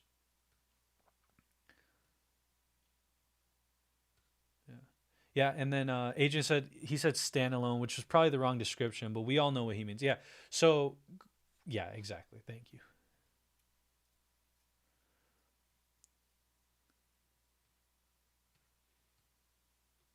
Euphemia Valentine says, gotta go. Thanks for having me here. It's funny. Right now I laughed, but I didn't laugh because it said ha ha ha right there. I just laughed. See ya, Euphemia. Thank you so much. Tharun Kumar says, every person was given balanced action. Yeah, it was a very balanced episode. Like if I were to balance like a pencil on my finger, kind of like Thanos did with Gamora's what is a knife. That's what I picture this episode being like. It was just like nice and like teetering the scale every chance it got. Yeah, Zaku, I definitely felt bad for everyone, and John for when Lamar died, because that was, you could feel it. Like it felt like, man, what happens if someone killed my best friend like that? Like that's some hardcore stuff. And yes, Disney still has major pull on any Pixar, any Marvel, and any Star Wars decisions. And by the way, Pixar guys, while we get to enjoy as fans Pixar for free on Disney Plus, like all the ones that aren't getting theatrically released, this is one thing that I was reading about, which is a lot of Pixar employees are very unhappy, or they feel very like discouraged at the fact that their movies aren't getting like premiere access releases, and that they're like, what, we're not good enough to get, premiere access? Why are all our things going onto Disney Plus for free? And that's a valid point, guys. Imagine working on a movie that you thought was going to be theatrically released, for it to just show up on Disney Plus like because the studio said that's the way it's going to be. That's tough, man.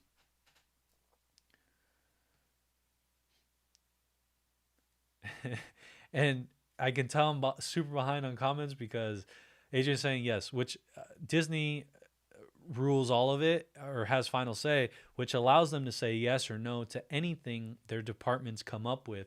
They ruined Rise of Skywalker as an example. Yeah. And it's not even that they ruined Rise of Skywalker. They created Rise of Skywalker, um, and they abandoned the Duel of the Fates by Colin Trevorrow. The Star Wars 9 was originally Duel of the Fates. If you guys haven't seen it already, there's a script online. You can find it. It's a full actual script of what Colin Trevorrow wrote for his Star Wars Episode 9. And I thought it was great. I thought that one was the one, but hey, if you like the Rise of Skywalker, and I like little things in it, but if you liked it, more power to you. I'm definitely not taking that away from you. Zoc is going to go to sleep. We'll catch you next time for sure. Make sure to join that Discord so you can, if you want. Dang.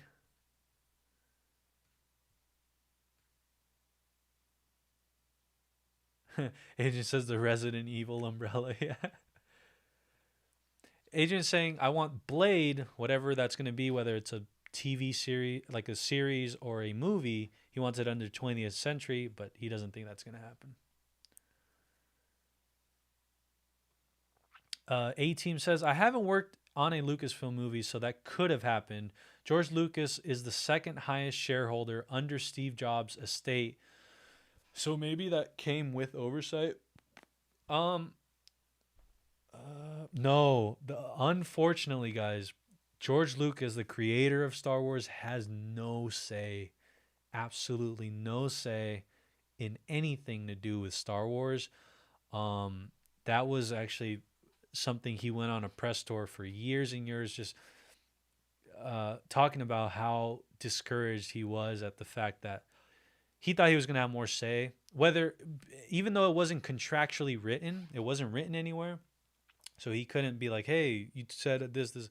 No, it was more of like he thought it was a respect factor that they were going to honor his scripts that he wrote for the last trilogy, that they were going to ask for input, that they were going to have him.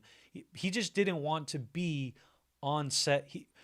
His main thing he said was that he recently had a daughter around the time, I think it was 2012, when he sold Star Wars to Disney, or when he was pondering selling it to Disney.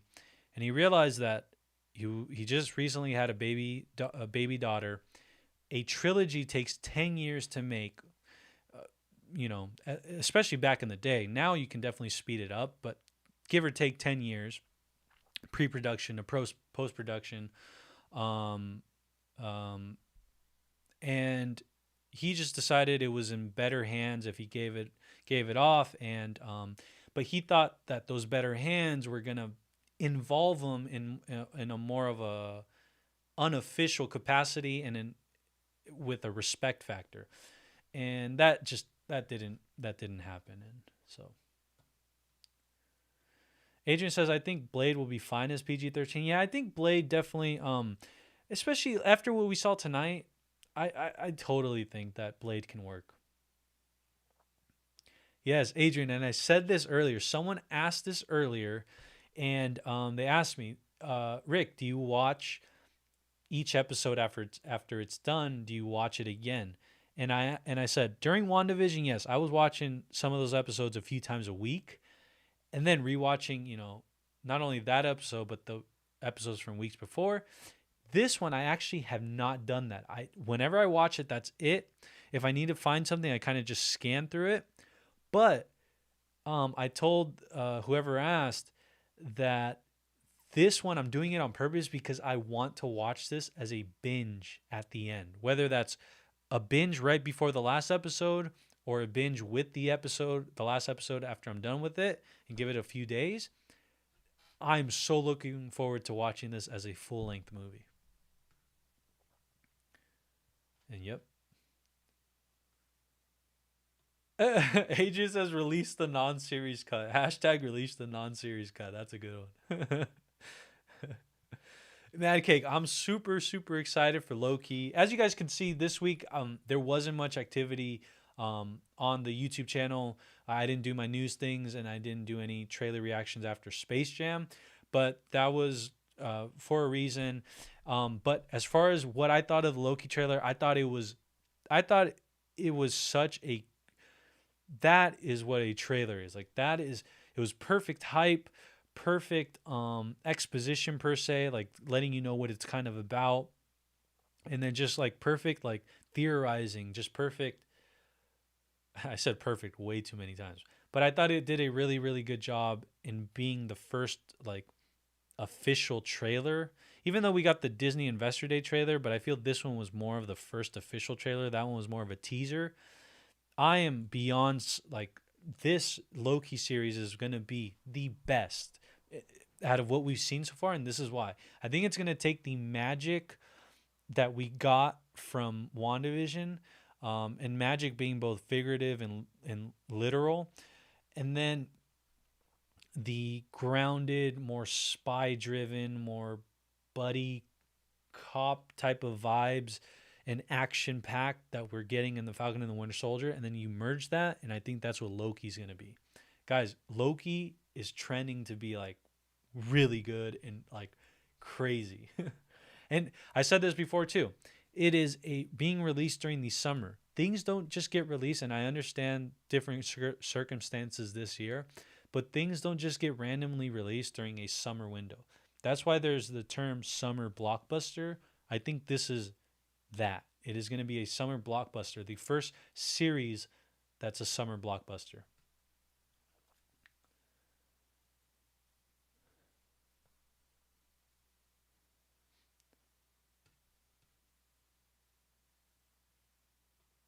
Monish said, I'm still a kid and watching these episodes, but since you were 6 years old, wow. I watched Avengers Age of Ultron. Now I'm 13. Wow. So you saw Age of Ultron at 6 and now you're 13. That's awesome.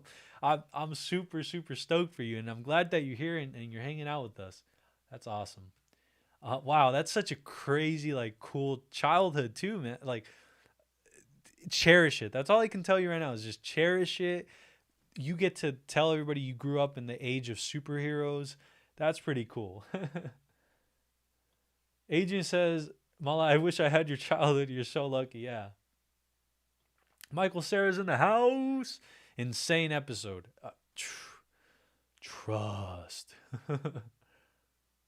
Tell me this is not insane. Tell me that's not insane. Look at that. Tell me that's not insane. That is insane.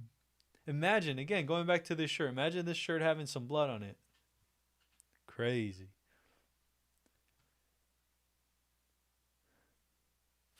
A-Team says, I meant that Disney got oversight over Lucasfilm, not that George had to say. Oh, okay, my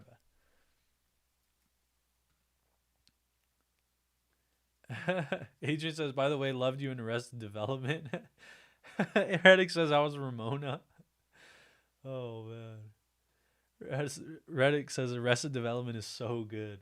Yeah, the Russo brothers, I forgot. What part did they play in? Like, as far as, did they write most of the show? Did they write a few episodes? Did they direct a few episodes? What was their role in it again? Michael Sarah says, thank you.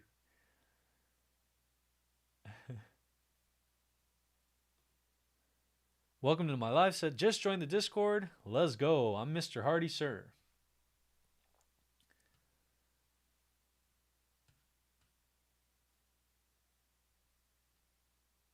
Oh, sorry. I blanked out for a minute. Thank you, Rob, for joining the Discord. That is awesome. Super glad to hear that. Rob's always showing love on Twitter, so that's cool to have him now on Discord. Let's go.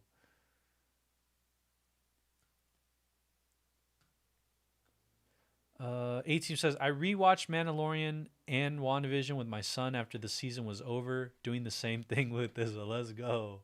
That's what I'm talking about.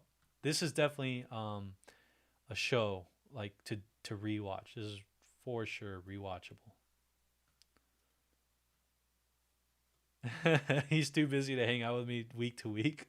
Oh man, that's one thing I've learned as I've grown and grown and grown is to always just cherish family time, friend time. Just cherish every moment you get on this earth because at any moment, this could all go away and there's no point in not cherishing. So I'm with you on that. So I hope as much time as you get to spend with each other, cherish it. Adrian, I have not seen Umbrella Academy. I I'm ashamed of myself.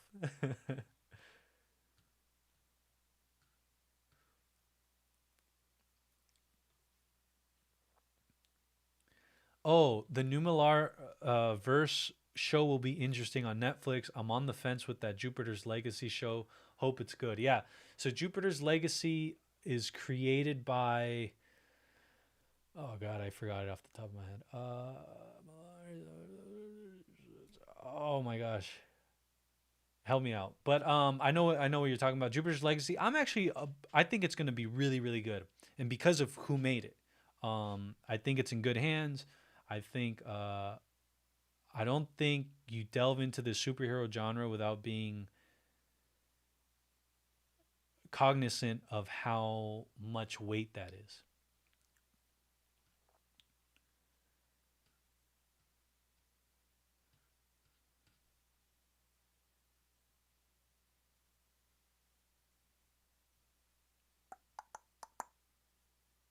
Sorry, guys. I am just catching up. I thought I fell super behind. Yeah, Russos were producers and directors on Arrested Development. There we go. And they had some writing. Reddick said, I need views on this. Is it possible that Power Broker is a puppet like Aldrich Killian had the Mandarin? Probably Sharon is working with Sword, and that would make it easier for them to infiltrate. Um, I don't know if they're gonna go the puppet route again. I think the reception that the other Mandarin got in Iron Man 3 was not well received, and I don't think that's an avenue they want to go down again because I think that was a very now because we've had time, right? It doesn't hurt as much, but when when that movie came out, seeing as to how that whole thing played out, I don't think it was a good look per se, and I don't think they want to go down that road. Oh, by the way, guys, so earlier on the stream or before the stream, I told you guys the purpose of why they're all three together this week. And the reason is because I said the last time we caught up with them, they seemed to all be together, working together, and they were all on the same page. When Zemo didn't tell them about the funeral initially, right, when we thought he wasn't going to tell them at all, I I said anytime Zemo does something that seems like he's gonna turn on them, he goes over here. So he went over here, and then he ended up telling them about it. So then he went back here, and then he helped them by destroying the serum. So I put him back here. So now that he's gone, guess what? I gotta put him away because he's nowhere to be found. Oh man. Yeah, I got to get on that. I got to watch it. Honestly, the artwork, like it's such a tasteful, like it's such an appetizing thing to watch cuz when you're watching that little preview or when you see the thumbnail and stuff, it's like, "Oh man, I got to press on this."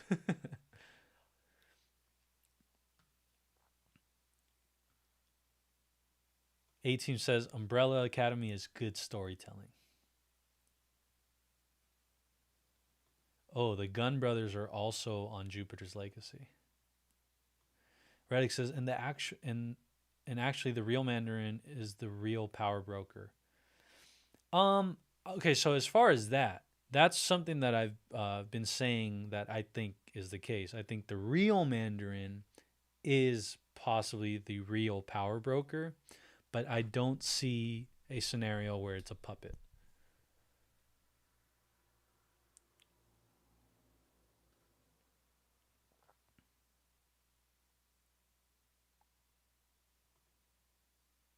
Yeah.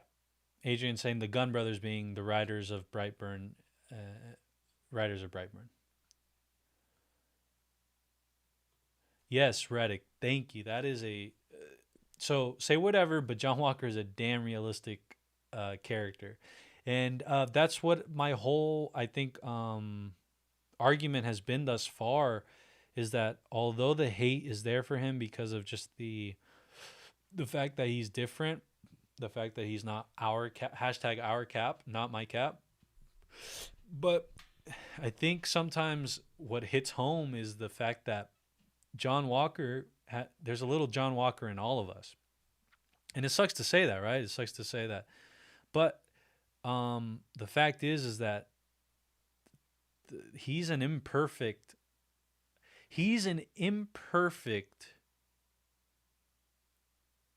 symbol. No, I'm trying to get this right. I had a fire line on me, but let me see.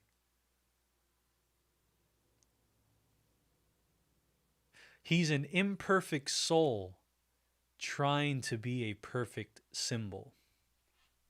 No, he's an imperfect soul trying to be a symbol for perfection. And yeah, there it is. There's my NFT. Oh man. 18 says they got a ton of flack on the last Mandarin. However, they have Shang-Chi and the Ten Rings series or movie coming, so it would make sense to tie it into a show with the characters we know. I know nothing about it. So going back to, so that's one of my reasons for the power broker being the Mandarin, is because that was one show I had I didn't even think that could tie into the Falcon and the Winter Soldier, but I think that's the perfect one to tie into the Winter Soldier. I kept thinking Black Panther 2, the Black Panther series, but this one makes even more sense. Shang-Chi, that would totally be a perfect tie-in and a perfect introduction, because it is coming in August. I believe it was August, yeah. Or is it September? One of those two, August or September. Denmark says, on the last episode of the Falcon and the Winter Soldier, what is your costume? What is your costume going to be? I don't know yet. I'm still trying to figure that out, but you know it's tradition that the finales, we go all out, baby. By the way, has anyone seen Person of Interest by Jonathan Nolan? I have not seen that, but Jonathan Nolan being the brother of Christopher Nolan. Adrian says, speaking of the Mandarin, that Shang-Chi trailer has got to be around the corner. I'm super hyped to see the direction they go with this movie. If it's a Mortal Kombat style film, it's going to be awesome. 100% agree, brother. That is, guys, oh my God, I can't believe every Marvel project we're getting this year, and we haven't even got a Shang-Chi trailer. Oh my God. Oh, Lord.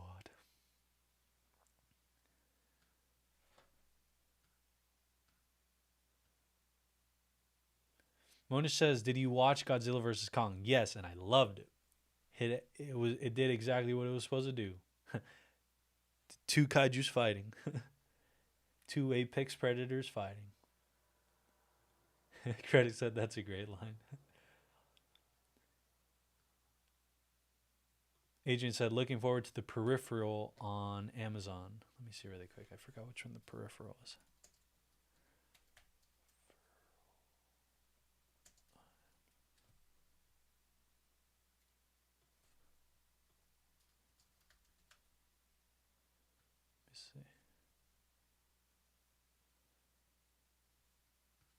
I think it's based on a book, right? Yeah, I think it's based on a book, but cool. I can't wait to see it either. I love future stuff, guys. September 22nd for Shang-Chi. Adrian says, Rick, you have to dress up as Zemo. Get that old Matrix coat out. I guess. I mean, if that's what you guys want, I would trust me. So one thing I tried crafting. So this time around with this series, I tried doing a lot of stuff pre-series. When in WandaVision, I was doing it week by week by week. And at the beginning of Falcon and the Winter Soldier, I tried looking for like a whole Zemo thing outfit. And then when I couldn't find the mask, I started because all the masks looked like ski masks. I wanted like the Zemo mask, so I was like, man, I'm gonna go the Bucky route because I got the long hair, even though Bucky doesn't have long hair anymore. But no, I'm leaning towards that Zemo vibe. Now I just got to get everything together.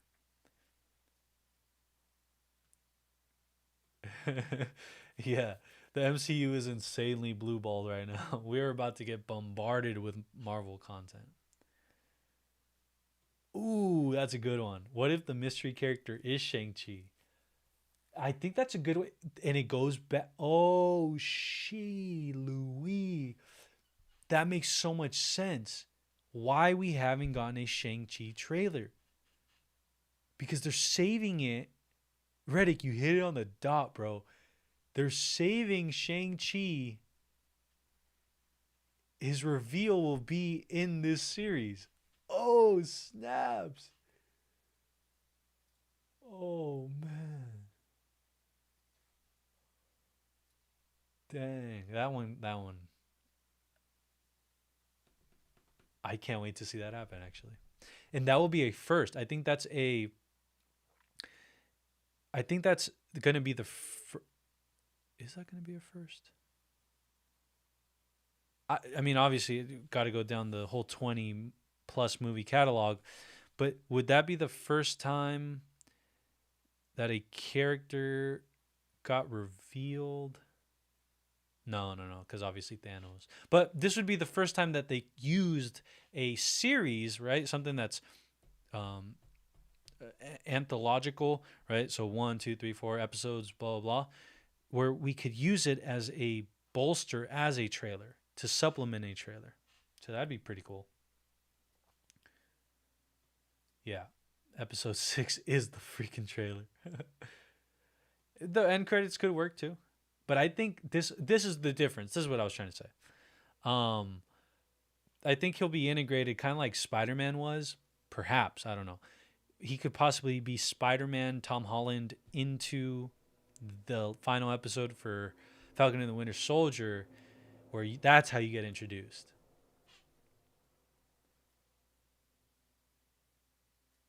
And Adrian says Shang-Chi might need an origin before introduction, but it's great speculation. I actually think, though, because it makes a lot of sense. Because what was alarming to me, because what's alarming to me is the fact that Shang-Chi has gotten no trailer. But now I'm thinking Loki is a good time to drop that trailer. Anything attached to Black Widow will be the second trailer, third trailer. So we'll see. Yeah, the mystery character is Mephisto Denmark. Come on, man. It is. Yeah, Agent, they could cameo him, then do the origin. But, and it's funny, and cameo, right? A lot of people think cameo is just a quick post-credit scene. I actually think they could possibly use him in a role similar to Spider-Man. Again, Spider-Man, the way Spider-Man was introduced in Civil War, and then given a solo film. Guys, this is by far my most anticipated film of all year is The Matrix 4. Matrix 4, I am influenced so much by The Matrix. It is crazy. That is easily my most anticipated film of the year. Let's go. I kind of, this one, I don't want it to get a HBO Max because I'm obviously being optimistic, but I hope that around that time things are a lot closer to being better, and so the movie theaters wouldn't be as daunting. Now, if it's still daunting, go ahead, put it on HBO Max. But I really want to watch this in theaters with and enjoy it with others.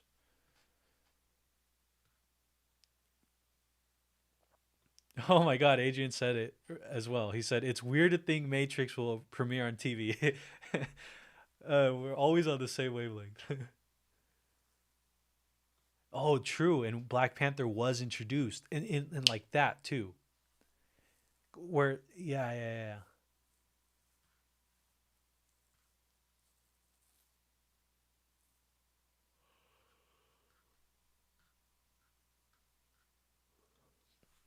Do you like Phase 3 or Phase 4? I like both. I think Phase 4 has a bright potential. I mean, not even potential. It's already hitting like all the good things, and then Phase 3 was godly. It was epic. I've never seen a climax like that before. Like that was crazy.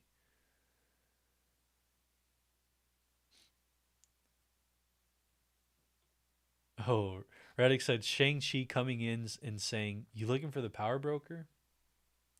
Would be sick. Sh- one Shang-Chi, two Shang-Chi, three Shang-Chi, four. Reddick says Matrix 4 and John Wick. I'm gonna watch them back to back to back. Is John Wick 4 this year? No, it's next year. But obviously, John Wick and Matrix share the same stunt coordinators or have. I can't wait, guys. I can't wait. I can't freaking wait. But yeah. But yeah, guys, tonight we definitely we ran up the numbers. We ran up the digits, we ran up the numbers, we ran up the digits, we ran up the numbers, we ran up the digits, we ran up the numbers. Yeah. It was a fun night tonight, guys. Super super fun. I had a lot of fun. Um, and it was definitely a refresh from weeks past with this series because obviously it was just um, a bit wasn't as crazy as it's gotten the past 2 weeks, and feels good to have all this activity. I'm really looking forward to next week, having as people to actually converse with. The monologue days are are potentially uh, over. But yeah, I just want to thank everybody that's here, everybody that stays watching, that contributes, that enjoys this. I'm you guys don't understand how stoked I am to be here with y'all. And even though sometimes I can forget some words, and even though sometimes I choke up on my thoughts, it's a blast being here, and again having you guys help me too when I get stuck. That's what else could I ask for? Um, but yeah, guys, I just wanna, you know what? We'll go until 3 a.m. here, just so we're part of the 3 a.m. club. So get your questions in, get your get your stuff in. And you know what's funny, guys? Tonight, I didn't even know. But I ended up streaming in I think it's 4K or 2K tonight, and it looks pretty nice. Cause over here I can see it on my screen, and I usually stream in 1080 because it's a lot easier to stream. There's no hiccups. There's no blah blah blah. The latency is low, and but I'm looking at this and it looks kind of nice. Oh man. Uh, Lavery, yes, I will for sure watch Akira. Trust me. And if not, on Twitter, remind me, or on Discord, remind me. But I will watch it. Monish Gaming, thank you for being here all this time. You're awesome. I am a new subscriber. See you later. Thanks for being a subscriber, and I can't wait to bring you more awesome content. Adrian, no, I haven't, but it is going to premiere on video on demand or like being able to buy it / rent it. I believe April 17th. When is that? I think so. Next week, it should be ready to be rented on the video on demand services. So that is just, I'm a Bob Odenkirk fan until the end of me. Bob Odenkirk is the man. If you guys haven't seen Better Call Saul, that is possibly, or I'm gonna say it's possibly better than Breaking Bad. But Breaking Bad and Better Call Saul are the two greatest creations ever. but but I can't wait to watch it. Oh, my Lantis. Reddick said, is 2K this time? Perfect.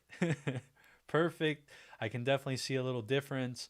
I've always wanted to stream in 4K. I like to do my videos in 4K just as future proof.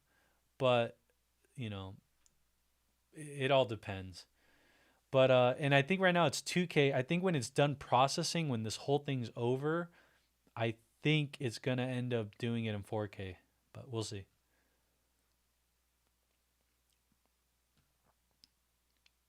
A-Team says it's almost 6 a.m. Dang, you guys are awesome. The dedication and the support you guys show me in Filmtopia is freaking out of this world. A-Team, it's almost 6 a.m., so I'm out, y'all. Have a good week, everyone. A-Team, thanks so much for being here. You're awesome. I can't wait to see you next week, and can't wait to hear you guys on the call. See you guys on the call.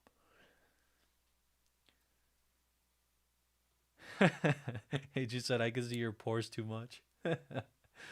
Yeah, Odenkirk is the legend.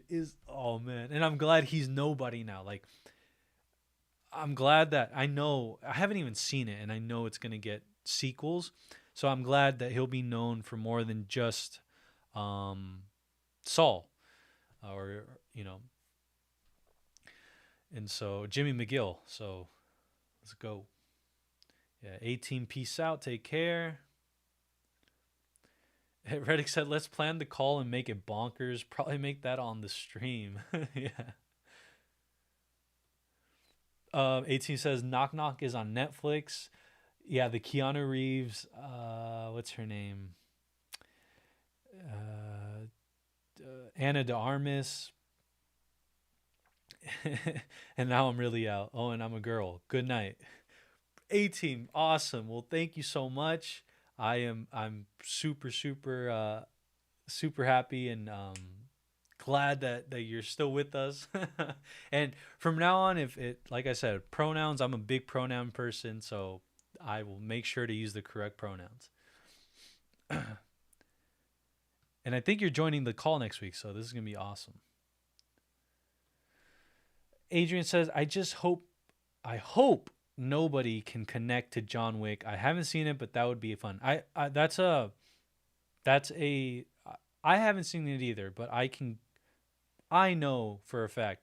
Well, I don't know for a fact, but I think that's the route they're taking. It is in the John Wick universe, the GWU. Yeah, Anna de Armas. She is a very beautiful and very talented actress. Yeah, I love her. She's awesome. But anyways, guys, we got about 3 minutes. For anybody in here that is either just joining us, has never been here before, I just want to say, please consider hitting that subscribe button. Would love to have everybody here. Would love to have more Filmtopians here and abroad. It's crazy. Tonight, guys, I think we jumped another 10 subscribers. And that's awesome. Little by little, guys, I keep saying that. Little by little, we're going to do this. You know, at times it may seem slow. I even get impatient, but I know that on the other side of impatience is reward, is fun, is good. So that's what I'm trying to do. And yes, Knives Out. 2 and 3 just got sold to Netflix for 400 million, which Ryan Johnson and Daniel Craig are reportedly taking 100 million. They're getting 100 million each from that deal. Crazy. Reddick says Blade 2049 was a portfolio of talent that is Denis Villeneuve. I'm trying to say his name right. Denis Villeneuve. Guys, Dune. Oh my God, that better not. That is not appropriate for HBO Max. Do not put it on there. Please don't. Please don't. That in Matrix. Please, or first let's please and pray that the pandemic is completely handled or very very well under control or just gone entirely. That's the first thing we need to hope for. Secondly, please don't let Matrix or Dune be on HBO Max. Adrian says we're at 177 now. Let's go. Three dislikes. Hey, you know what I think the dislikes come from are people tune in and we're doing the live stream, right? And then they just see my beautiful face and they're like, well, where's the Falcon and the Winter Soldier? I thought you were live streaming that. And then they come to the realization that I'm not live streaming the actual thing. I'm just live streaming my reaction to it, and I put a timer up there. I think that's personally where I think the dislikes come from. Reddick says 177. This is pretty cool. I'm going to frame this one day. 177 is going to be 1.77 million soon. Can't wait to present it in India in front of a massive audience. Wow, that is crazy. I'll never get over the fact that my two moderators are on different are in different parts of the globe. Like that will forever blow my mind, and to think that we can come together still because of the power of movies. Yeah, Netflix is, and I was going to tweet this today too. Netflix is playing chess when everybody else is playing checkers.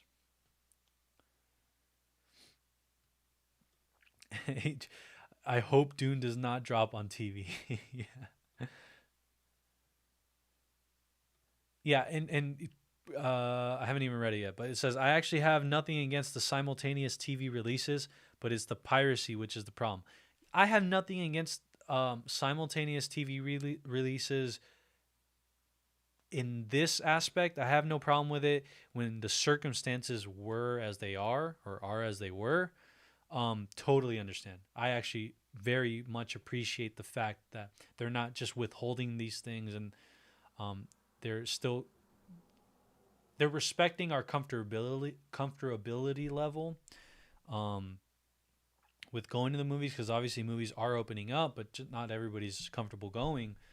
So I do respect that. But the only thing is, with properties such as, with game-changing properties, with properties that are just, the IP is so gargantuan, I think I'm okay as a consumer to be like, okay, if you want to hold it out, like if you're going to make me wait a few more months to watch it, I could do that. I could never imagine having Avengers Endgame on like straight to streaming. I could never imagine any Batman film ever coming out like that. And it goes to same thing with Dune and The Matrix. Just, I can't. Those are experiences that need to be like cultivated in a theater, at least in my experience.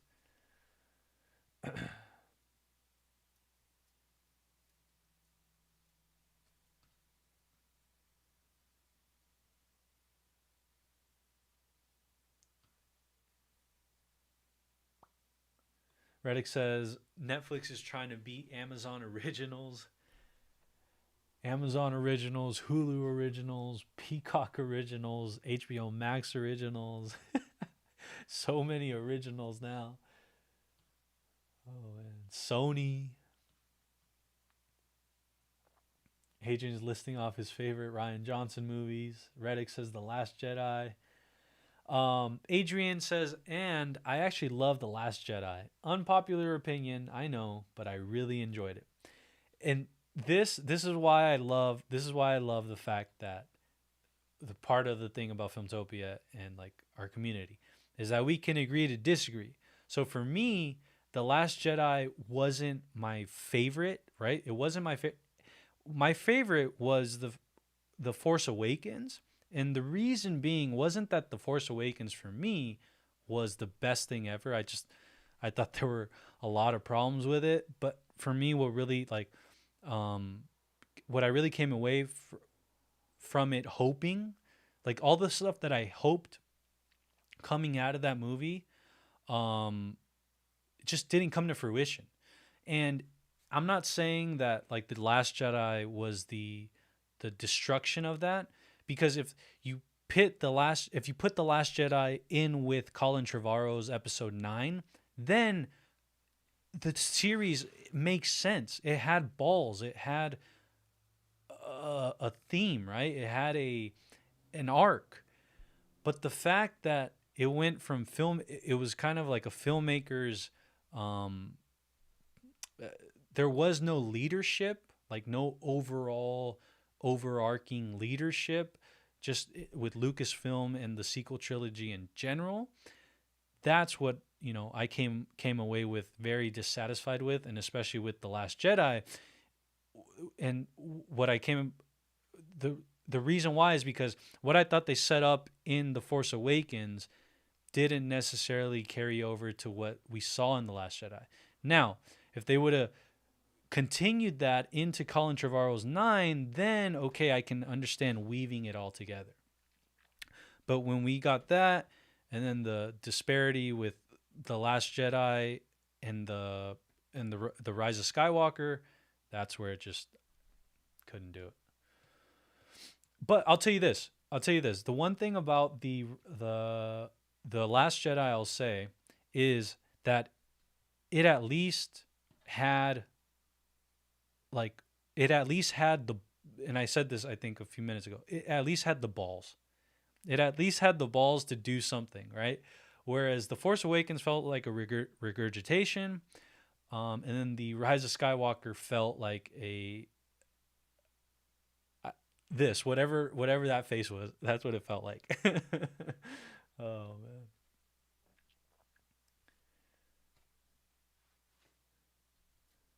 man. Let's see. By the way, guys, if you guys are joining us, just want to let you guys know, make sure to hit that subscribe button. We are trying to get to 180 subscribers by the end of the night.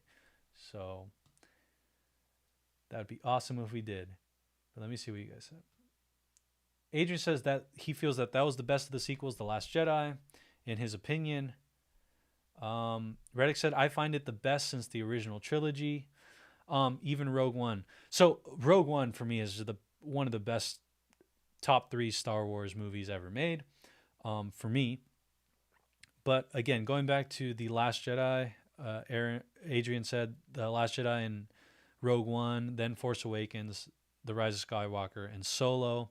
If I were to rank those, the ones you just said, I would go Rogue One, The Force Awakens,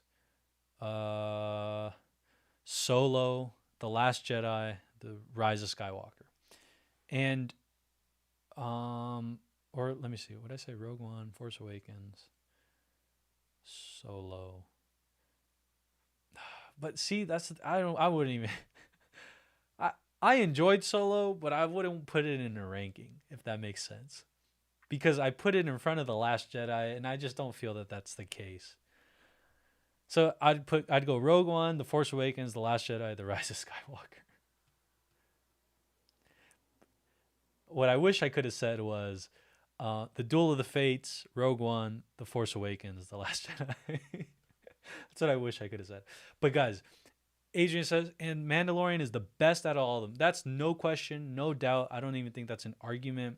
Soon to be beaten by Obi-Wan. Guys, Obi-Wan is going to be the crazy... Oh my God, Oh God. You guys don't understand how long I've been waiting for the Obi-Wan Kenobi movie series. Just the fact that Ewan McGregor is still alive, well, healthy, and looking the exact same way, or if you don't want to say the same way, he looks 10 years aged, but not too aged, as his character should in the from the Revenge of the Sith to 10 years later. I am just beyond stoked. The fact that we're getting Hayden Christensen back, opening up the door to Darth Vader. It's just, guys, I, I can't contain my excitement. Excitement. Adrian says, funny that TV shows are beating movies. Yeah. Reddick said, exactly. Adrian said the Last Jedi had some problems, but overall it was refreshing. It was refreshing, but again, for me, it wasn't refreshing in the sense of how I personally wanted the whole sequel trilogy to play out. That's just why the Last Jedi, when I initially watched it, I just. Oh, by the way, the Last Jedi though has some of the most beautiful like shots ever. If we're talking about shots, I just thought the Last Jedi had some of the most beautiful like freaking gorgeous shots. But as far as the story, I couldn't like get with it. Reddick says The Last Jedi was a great film, and I saw a true director's heaven. Yeah. So as far as it being like, well, that's why I went back to the balls thing, is because Rian Johnson came in and said, J.J. Abrams, I'm okay. No thanks with this, and did this. So that's partly why I do and don't like it, is because of the fact that I feel that there was a lot of things that were thrown by the wayside that were eventually repaid when the Rise of Skywalker happened. So there was just too much like infighting, and that really was not good.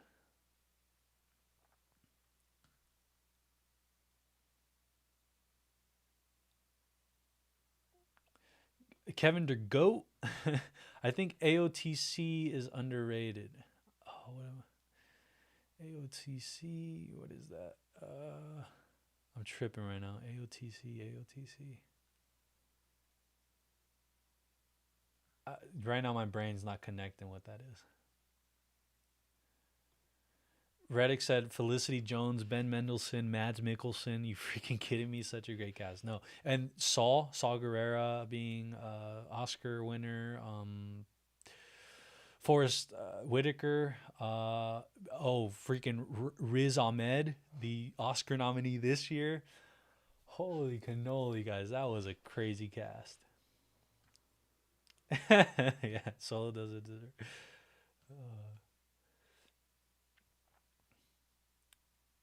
Yeah, Kevin DeGoat. I can't wait for the Obi-Wan series for sure. Reddick says, say I have been waiting for so long as Snoke, please. Oh. Wait, what does he say, though? You're saying, say. So, wait. What's the exact line from Snoke?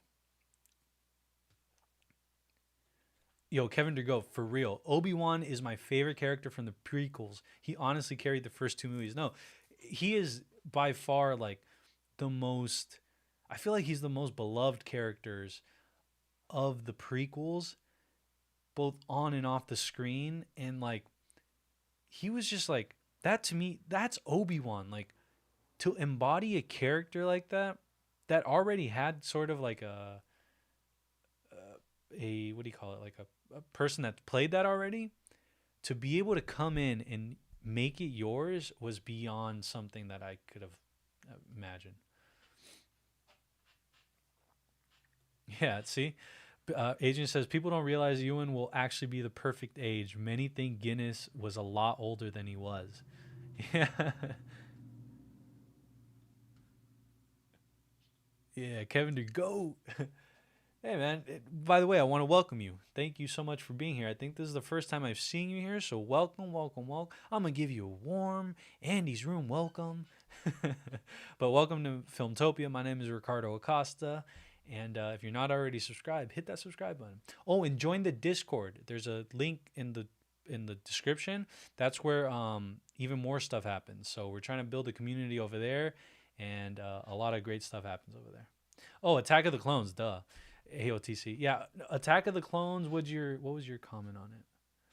Oh, underrated. Yeah, no. I think it's here's the thing. I'm a huge prequel fan. I see the flaws in it, but those don't tarnish it for me. And obviously I'm probably coming from the angle of I grew up with the prequels, so I'm one of those. Like I grew up on them. So back then I wasn't necessarily as critical, but even watching them now, it's kind of like how I treated Harry Potter. I just recently rewatched Harry Potter for the first time in like a long time, and I noticed there were so many things that like, especially like some acting that needed improvement, but it didn't tarnish it for me. So Attack of the Clones, I don't necessarily think it's underrated in the sense of to me, Attack of the Clones is Attack of the Clones, uh, Revenge of the Sith, the Phantom Menace. Like it's exactly how it's supposed to be for me. But I do recognize the faults. I'll tell you that. And for Adrian, he says that's his least favorite prequel entry, but it is okay. Yeah, and the Sound of Metal, the guy himself.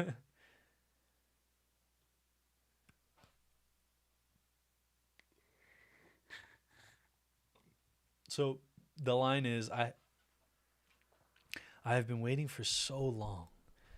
Oh my gosh. Right now the only uh the only like inflection slash like tone slash melody I'm hearing is the teaser trailer to The Force Awakens, where Snoke goes, there, there has been an awakening. Have you felt it? I couldn't do it right there. It's because my voice is raspy now. At the beginning of this episode, I could have done it, but is that Snoke line when Rey comes in to to his spaceship? I'm trying to think of the part. I'm gonna have to look it up. Hold on. I've been waiting for so long.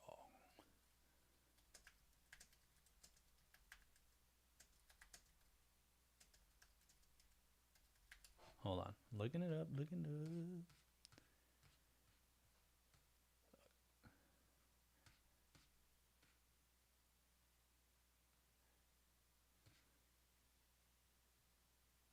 No, but I'm trying to remember the part in the movie.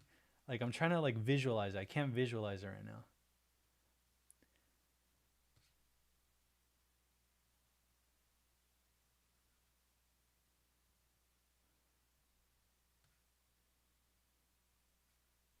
So she walks in with Ren.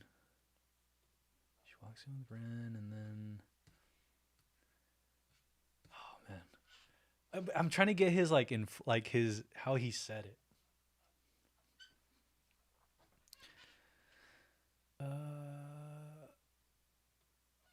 Kevin Durant Kevin Durant says, honestly, the only thing I hate about Attack of the Clones is Anakin and Padme's forced romance. I think what I didn't like was that it's not their forced romance. What I didn't like was their underdeveloped romance.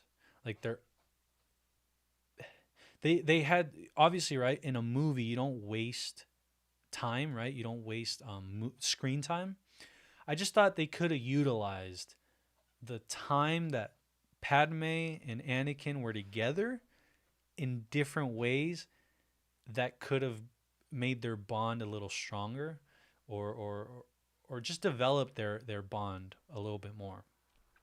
And even though that one line about sand, I get it. A lot of people hate that line, but it kind of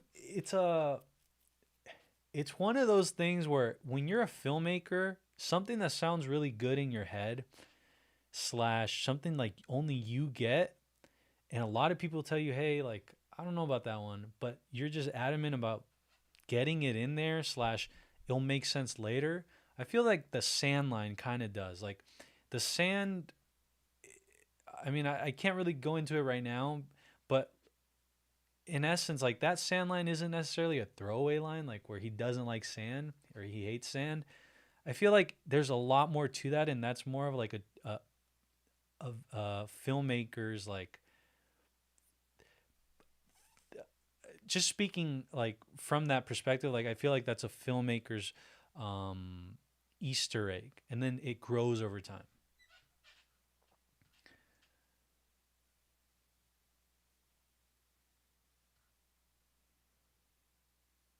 Yeah, Jake Gyllenhaal is a very amazing actor. Empire Strikes Back came out the year I was born. Empire Strikes Back is amazing. The Phantom Menace is my least favorite of the prequels. The prequels. For me, it's kind of funny. What is my? I don't necessarily have a least favorite. Oh, I have a favorite, right? So my favorite is Revenge of the Sith. But I don't have a least favorite where I'm like, oh, I can't watch that. So I don't know if to name it a least favorite. I would say there's a lot of things from both 1 and 2 and 3 that I could say are like not my favorite. Yeah, just just try to channel Gollum with a deep voice. Well, I can do Gollum. Hold on. Oh, I can't, guys. I can't do it. I just proved it with the Gollum because I'm really good at Gollum. Oh, my throat, my voice is gone. My precious, my precious. Nah, see that I do it way better than that. But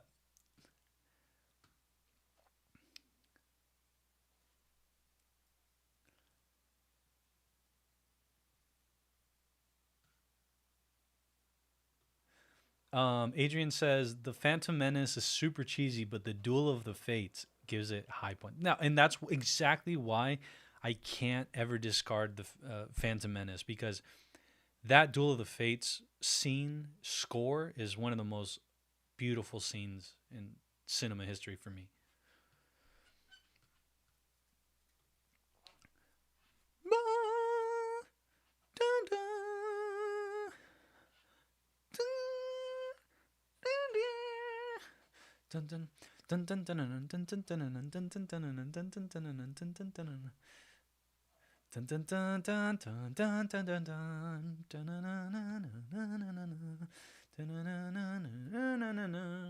Kylo Ren was a great character. Yes, and especially more if Duel of Fates would have happened. Duel of Fates, by the way, is Episode 9, Star Wars, the Colin Trevorrow version before he got fired.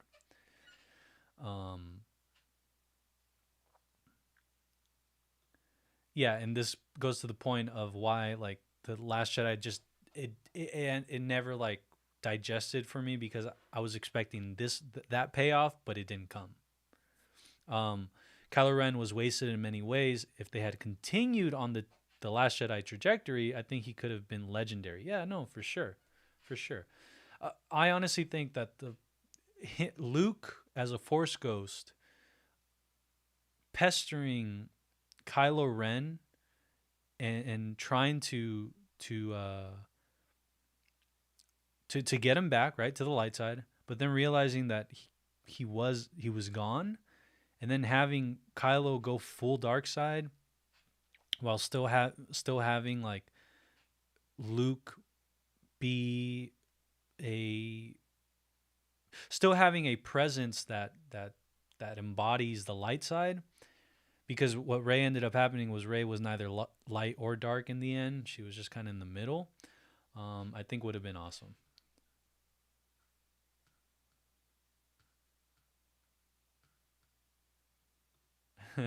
Agent said the saga should have ended with the dang it, I can't do my Palpatine voice either right now.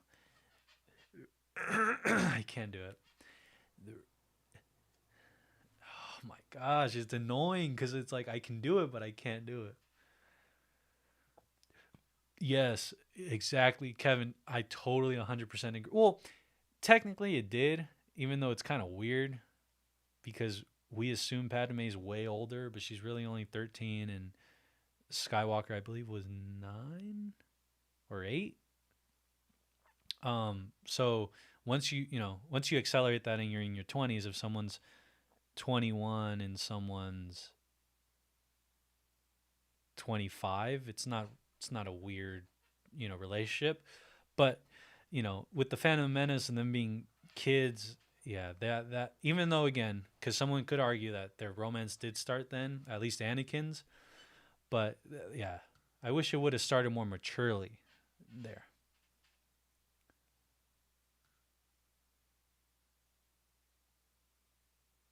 Reddick said, Ray dropping the saber and them kissing should have been the ending.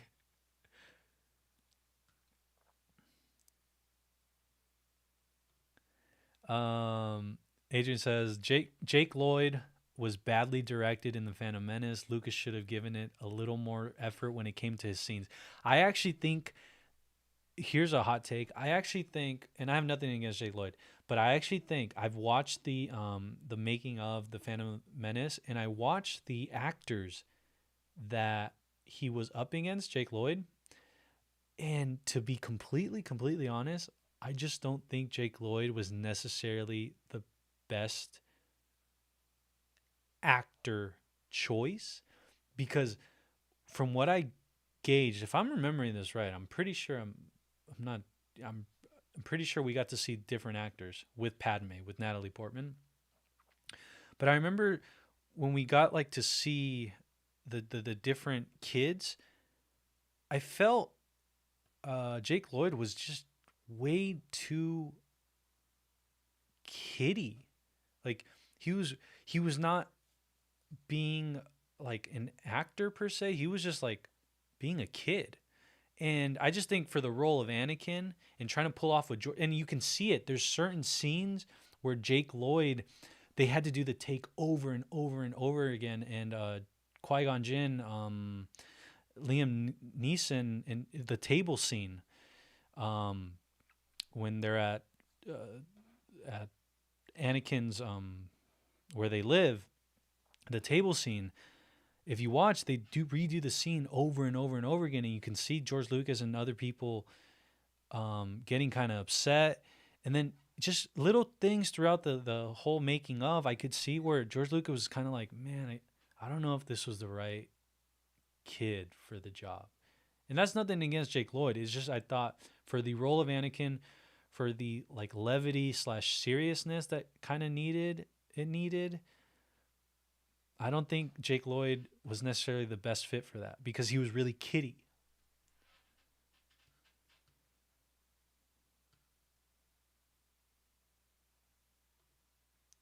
Adrian said if Kylo ended up ruling the universe, it could have opened up a lot more potential for future stories. I actually think he didn't need to rule the universe. I didn't think it needed to actually end on with the dark side winning or anything. I think the storytelling is infinite with Star Wars. As far as it being like you're excited for it, right? Because even now, after The Rise of Skywalker, there's an infinite amount of stories that you can tell. But because of The Rise of Skywalker, The Last Jedi, and The Force Awakens, basically the sequel trilogy and how it was mismanaged, there's not a lot of excitement per se, which is a bummer because a lot of people aren't trying to look forward. They're trying to go into the past. And what did Kylo say? He said, kill the past, kill it, or, leave the past, kill it if you have to.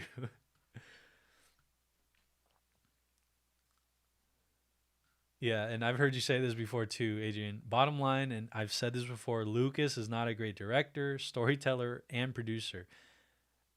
Yes, he's a master, but director.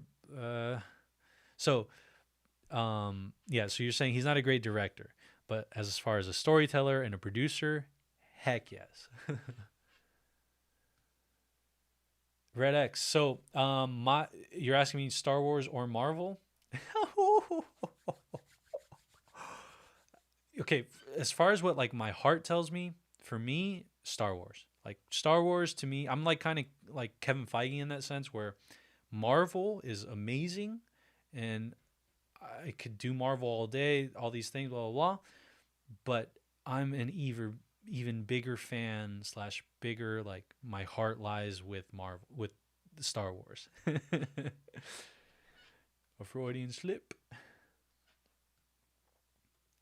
Now, Adrian's saying right now, Marvel.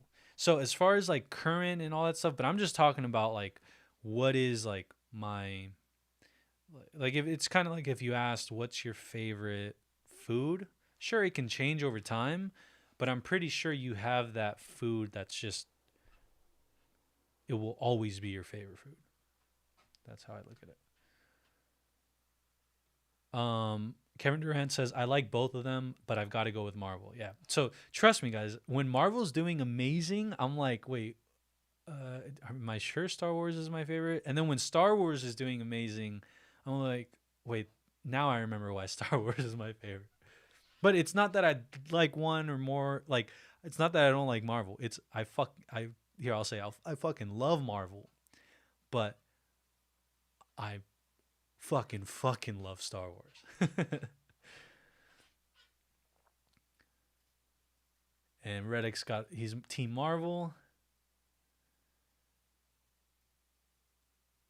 Reddick said George Lucas should have gone for Ridley Scott for Star Wars. Jazwant Singh says now new Captain America is evil. Yeah, I don't think he's Captain America anymore. This shield's got blood on it now, so. Lavery Adams says Marvel is going to overtake Star Wars, especially if Marvel goes cosmic. So, as far as that, I think that's what it's trending towards, guys. If Star Wars would have came out of the gate just swinging and just like completely nailed it out of the park, let's say they would have had a bunch of Mandalorians like shows, they would have had Avengers Endgame style, no, not style, but like they would have had a sequel trilogy that was just unquestionably amazing. I think Star Wars would still be on top. But with the fact that Marvel's taken 10 years to accomplish what they've accomplished, and they keep accomplishing more and more and more and setting the bar higher and higher and higher, and all these kids growing up are growing up on Marvel. They're not growing up on Star Wars. Star Wars is what we grew up on, and because of that, I do think Marvel is going to overtake Star Wars. But as of right now, Star Wars has one last chance. Like, what? It's literally now or never. Like, now or never. This is the last chance they have to catch up.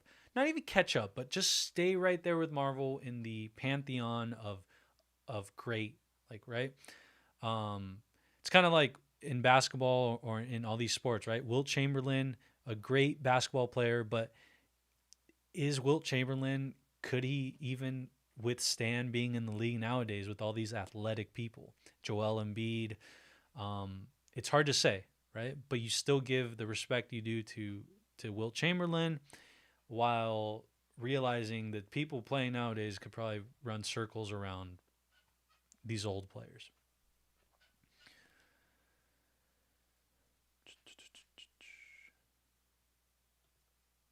Here we go. Adrian's saying, look, if you said pick a trilogy of films to take to a deserted island, I would probably pick the Star Wars OG trilogy. But if there was a possibility to take a series of films, Marvel. Exactly. But and going back to Star Wars has that last opportunity right now they're beginning the process of creating like now a series of films. Like I think they're realizing that that whole trilogy thing is kind of getting outdated.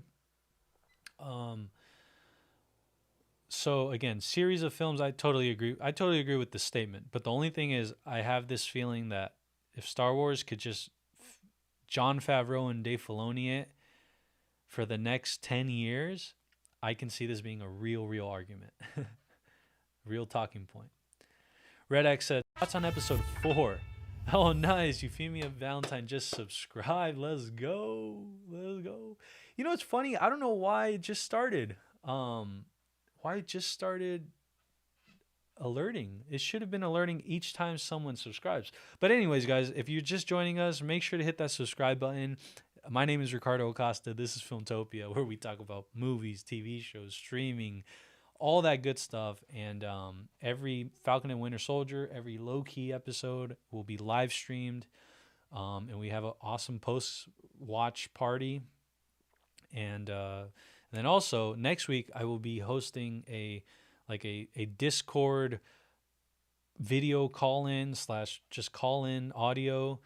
So make sure to join the Discord down below, and yeah, the link is down below. But Red X said, thoughts on episode 4. Did he like it or not, and why? For me, I thought it was okay. It felt like a big transition into episode 5 and 6. I actually felt it wasn't just a transition. I actually felt that this episode was and it's pretty cool because now we're about a few hours removed from it, so I'm not completely just super hyped off of it. But as I'm, coming down, I still actually feel pretty stoked about it. I feel very, very happy with what we got, with how it looked, with how it turned out. And then on top of that, I just think it touched on a lot of issues that were very prevalent to what's going around in the world. And then also, I just think that the character development that they're doing on this show is just, it's a chef's kiss. It's perfect. Adrian said, except for Captain Marvel, I forgot to pack that. So no packing Captain Marvel for you. 80NYXX said they have to take the shield now. God, yeah. No, that's, I think, how he loses the shield. That after much discussion with fellow Filmtopians, we are, throughout the whole night, we've basically come to the conclusion that this shield is no longer his. It is gone. By the way, guys, I just checked. We are at 180 subscribers. We did it. You guys are awesome. I can't believe it. That is great news. Thank you so much to everybody that subscribed so far. We are building this awesome community now, and one day it's going to be so big, and I can't wait to really cultivate what we got going here and make this worldwide, and it already is worldwide. So that's pretty awesome. So give this video a like, just for the simple, give this video a like for you, not even for me. Give it a like for you, because that's some pretty incredible stuff.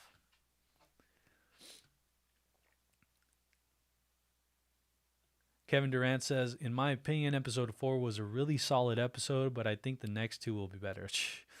It's like saying, I think this Mercedes-Benz is pretty cool, but I can't wait to get my Ferrari and Lambo.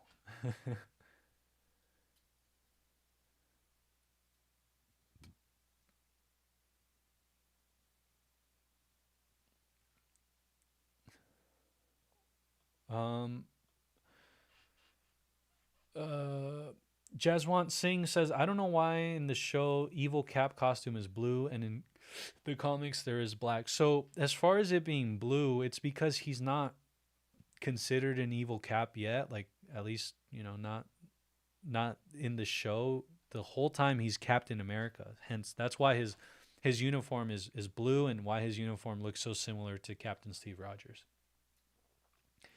And yes, Adrian, I hope it is true. Star Wars should shine, and I hope it does. On Disney Plus. Reddick said, I really liked episode 4 because the storytelling was impeccable. 5 and 6 would be a treat. Lavery Adams said, Chamberlain could have played in any era, no problem. You know what? I think Wilt Chamberlain was the wrong one to put. Once I said that, I was like, actually, I think he could play. But other players in that era that just wouldn't transition well into this one. But I actually agree. I'm not just taking it back just to try to agree. I actually agree. I think if you give Wilt Chamberlain the tools today, all that stuff, that would have been a problem. Yeah, Kevin Durant said he totally could have. Yeah. Yeah, I take back the Wilt Chamberlain part, but I don't take back the fact that some players wouldn't have assimilated well to today's game or the 90s. Just each era, right? Michael Jordan said it the best. Now we're getting into sports, but I'm going to say it. Michael Jordan said it the best. He would never call himself the best because that would be an insult to the ones that came before him. So Julius Erving or Dr. J, um, Jerry West, Wilt Chamberlain. He said he can't do that because you can't compare eras. So, but in a way, what I was trying to say was we all know though Michael Jordan is the greatest basketball player of all time. Hence, it goes back to the Marvel and Star Wars thing. Star Wars will forever hold its place as far as in the pantheon of greats as one of the hottest intellectual properties of all time. But in my head, I never thought Star Wars could ever be overtaken by anything. And lo and behold, here comes this thing called Marvel. And then you see the opposite too. You see DC, right? And you see DC, and you're like, well, automatically you think DC should have been up in that pantheon, but because of how it's been managed so far, it's not there yet, right? So it's kind of the same thing. Adrian said, I actually think the Acolyte has huge potential. I think it has huge potential, but the only thing is the one thing that is, again, it's because there's so much like negativity towards that faction of Star Wars, and I'm not necessarily that part, right? Because trust me, guys, I can't stand a certain part of YouTube that's just all about negativity and just bashing, and that's like not my thing. That I am the antithesis to that. I'm not that. So what I'm trying to say is like the only thing about the Acolyte, other than it being good, I just feel like the reception to it might end up taking a hit, and it might confuse Disney as far as like being confused as far as you're gonna have half the people saying it sucked just because they have a gripe with the whole that whole faction of Star Wars, and then you have other people that are like, dude, it's pretty freaking good, you should watch it. So Reddick said that 4-hour gang, you guys are awesome. Seriously, I you know how I know it's 4 hours? Because I'm getting tired. Lavery Adams says Star Wars has been hijacked. It has nothing to do with the era is from. Star Wars is futuristic by nature. It should never run out of style. And that's a great point. I'm just more talking about in the sense of like, think about it this way. Yes, I don't know. I'm trying to come up with a great example that would just put this all to rest. But trust me, it's not that I'm in opposition to what you guys are saying or disavow that. I'm more of the camp where I think relevance is a better word. The relevance of Star Wars can lose its traction if it doesn't course correct now. I keep saying that now. The Mandalorian and this whole thing that they're creating, this 10-year plan that they've got going, will determine everything. And it's not that it won't be popular, it's just it won't be as relevant. But I think that ties into the popularity too, because again, it goes back to just the same thing. If you ask any kid, or if you're just randomly walking down the street and you ask a kid, do you know who Rey is?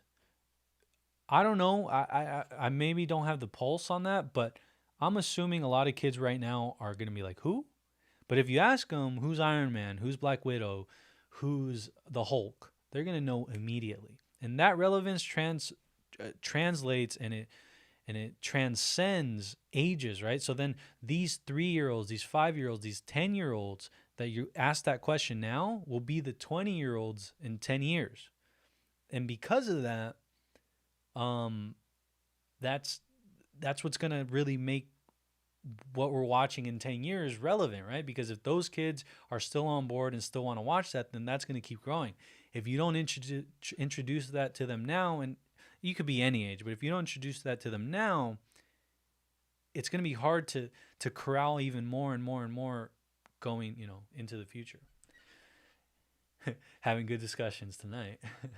Adrian said 180 subs, play that horn. Let's go, baby. Let's go.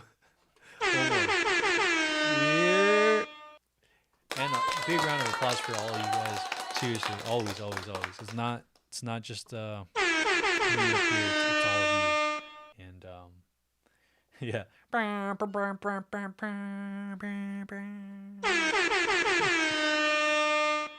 Kevin Durant said, I was a little disappointed that Zemo didn't take the serum, but watching him destroy the vials makes him a better character too. No, that was exactly why it was the best thing that he didn't take the serums, because it just his character depth just exponentially grows each freaking time we see him on the screen.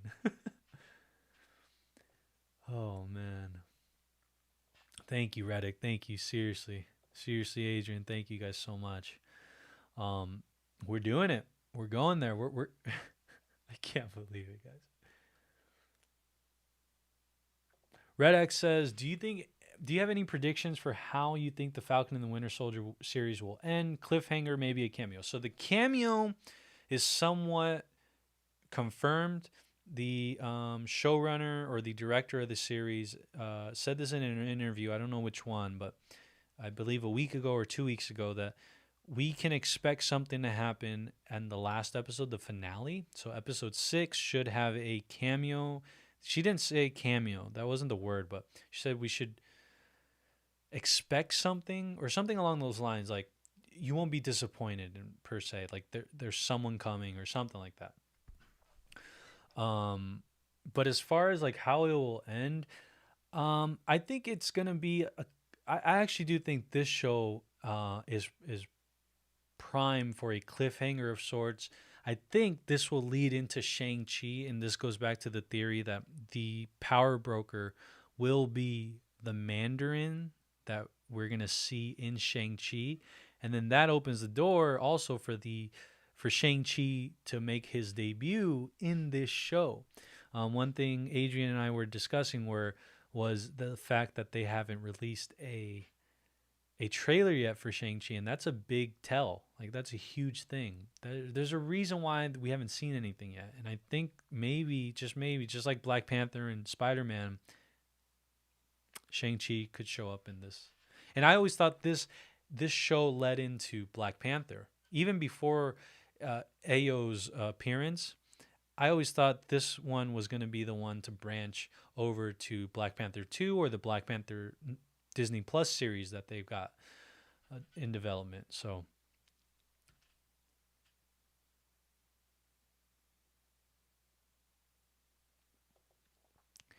Reddick said, if Gordon Ramsay was a director, Kerry Scogland, you would get a rare compliment from him. Oh, that's a good way of putting like how it's a good episode.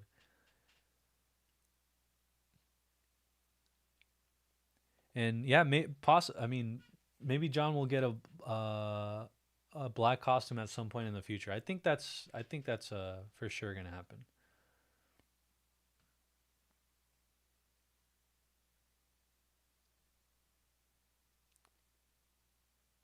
Reddick said, Star Wars is a legend, but Marvel is a constant fighter. Kind of like Rocky and Creed. That's a great example.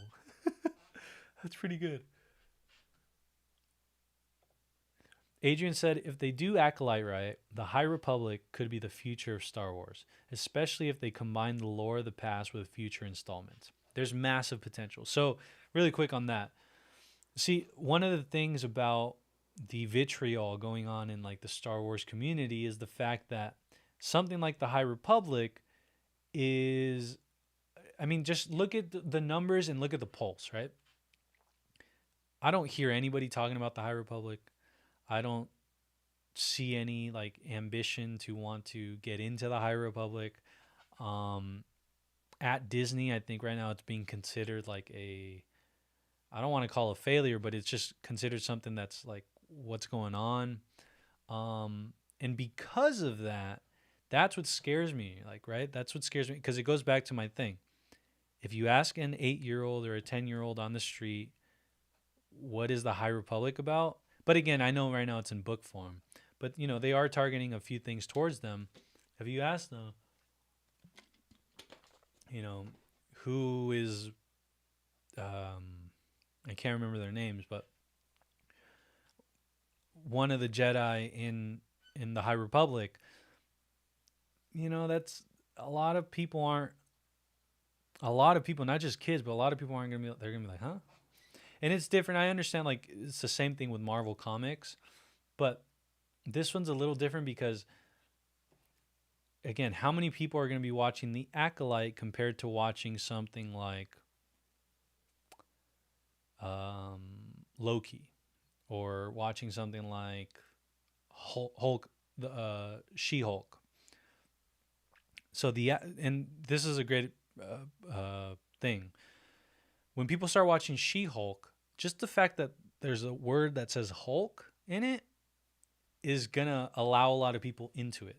A lot of people don't even know what the definition of like acolyte is, right? And then if you're not already keen to Star Wars, you're probably not gonna press on it. Versus She-Hulk, even if you're not into Marvel, you at least know Hulk, like the word Hulk. You may not even know what Hulk looks like, but you may know the word Hulk, and that's going to be an easier press. Again, that's just my opinion, but there's massive potential. I'm not denying that part. There is an insane amount of massive potential, so long as they continue to. Honestly, I think they would do their best if they would kind of Snyder cut it. What I mean by that is give the people what they want. They want they want to continue, and this isn't just because we want to dig into the past, right? This isn't just because we didn't like the sequel trilogy no, it's because we would love to see an old republic, not just a high republic. Like, to be honest, like I think they should have started with the old republic. That's where you get an insane amount of Sith and insane amount of Jedi, like Jedi and Sith galore.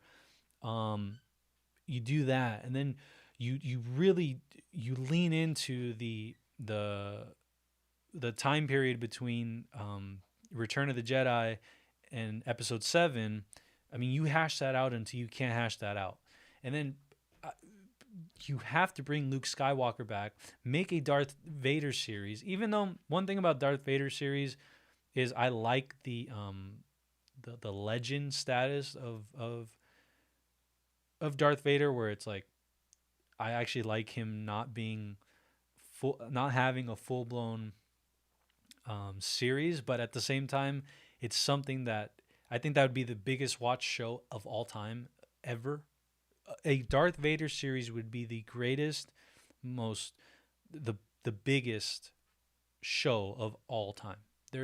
I don't think that's up for debate. You could do an Iron Man show, you could do any type of show. A Darth Vader show will be the end all be all of all shows. Like as far as popularity, as far as watch, as far as all these things. But yeah. Yeah, if the next 10 years there has to be a lot of it's weird. There has to be a lot of Rogue One content mixed with again, I love Rogue One. I think it's one of the best Star Wars properties ever. But for some reason there's like certain factions of the Star Wars community that actually don't like it. So that's what confuses me, where it's like that one I thought should have been a universal, like that's just it was good. It was great. So I'm trying to figure out that's what I'm trying to say is they need to figure out that formula. What would it get? And I know you don't have to pander to everybody, but how could you do Rogue One where you get 80% of the people to love it? What could you do to get those 20% of people that didn't like it to just be 5%? That's what I want to know. Ages that we're back to 179 now. It's all right. Yeah, if anybody wants to get us to 180 right now, we're at 179 subscribers. If any of you subscribers out there want to get us to 180, make sure to make sure to do that.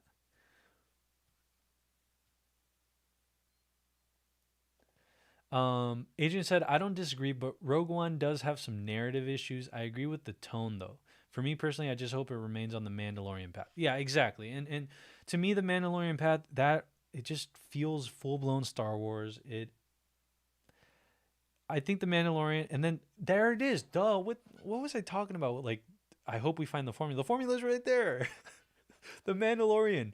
And the way you do that is you combined Grogu with the tone of Rogue One, and that's it right there. That's it.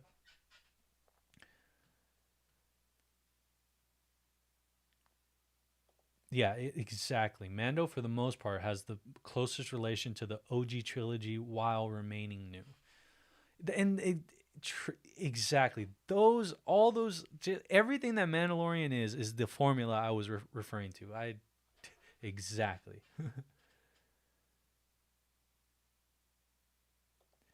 Lavery Adams said, I watched the Black Panther cartoon on Disney Plus, and if they go that route with Zemo, he will end up taking the serum or at least another version of it. Yeah, no, I think he's done. I don't think there's a serum anymore path for him. Zemo Hulk. Zemo Hulk dancing. It would break the internet. I'll tell you that.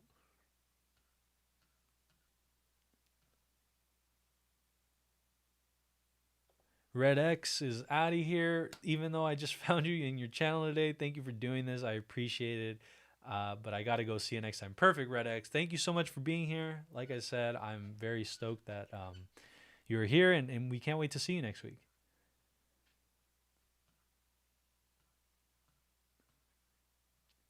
Good vibes.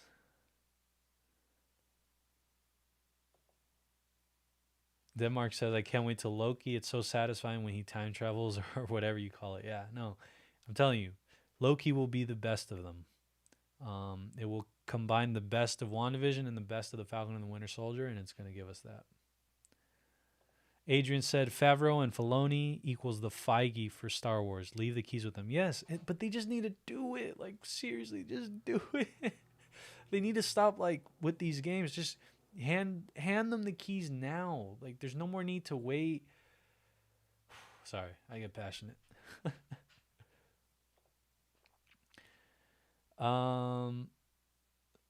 Kevin Durant said he's out. All right, Kevin, I'll catch you later. Thanks so much for being here. I can't wait to see you, and I'll have a better basketball take next time. I promise. Trust me. Yeah, all I can say is just I can't wait to see you again. Hope you come back. Lavery Adams said, I know you don't want to be from a certain crowd, but everything you said about Star Wars so far, Lucasfilm is not into that business. They are into politics, facts. Yeah, so as far as like, I mean, here's the thing. I understand there's a crowd on YouTube that just that loves to bash and just curse left and right, all these things, right? And that's just not my cup of tea. But as far as like, I'm not gonna deny what's going on over at Lucasfilm. Like, what's going on over at Lucasfilm is just it's so disappointing because they had the greatest IP on the face of the planet, right? The greatest intellectual property on the face of the planet, and they let it dwindle in value or depreciate just because they have like leadership issues. And I'm not just saying like Kathleen Kennedy is the head. I'm not saying that she's the problem or the sole problem. I'm saying that when it all trickles down, right? When authority comes down, there's no trailblazer. Like, there's nobody to rally up the troops. There's nobody to get everybody unified. Instead, I feel like there's just a bunch of pockets within that, like, the fact that company that just think differently, and they're all opposed to each other. You can see it in the work. You can see certain things happening and then certain things taken away and then certain things happening again, and then it gets retcon, retcon, canon, retcon, canon, retcon, canon. And so it's just like, man, I want to figure out a way to fix that. And the way I think we can fix that is just by continuing to be positive and just and seeing the good stuff about it, right? And instead of just continually like bashing and bashing and bashing the thing, I just think a better approach is to just to continue giving our opinion, but in a respectful manner. That's how I think. Because, and it goes back to the John Walker situation. This is actually a great segue to this last point I want to make. If you keep poking the bear isn't just going to one day be like, okay, then I'll stop chasing you. No, you keep poking the bear's going to continue to chase you and eventually eat you. So I guess what I'm saying is, instead of pissing the people off over at Lucasfilm, even though I understand they piss us off, but instead of fighting fire with fire, I think what we need to do is figure out a way to help them understand that the way they're doing it isn't necessarily the way they're going to get the most support from us, like the most monetary support. Like, for example, if they make a show that I don't really like, I'm not going to do it. I'm not going to like show my displeasure via just ranting on social media or on YouTube. The way I'm going to do it is I'm not going to buy Raylo's grandchild Funko Pop. Like, I'm not gonna buy it because I don't believe in it. Like, I don't like it. I don't all these things, right? So that's, and then once they start seeing that, that's when it really starts to like set into motion. But yeah, that's just mine.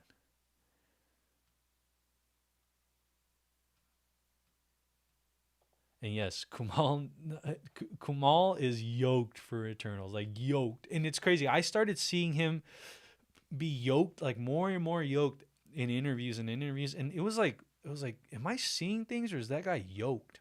And then finally he did like his whole Instagram post and Men's Health Mag or whatever, and he obviously came out and was like, okay, yeah, I'm yoked. But previous to that, it was always just shirts, button up shirts, and you could see he was just vascular as heck and buff, and I was like, am I seeing things?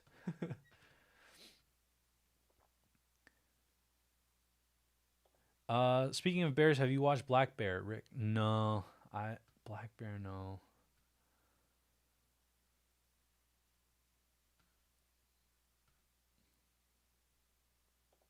Yeah, I'll check it out then.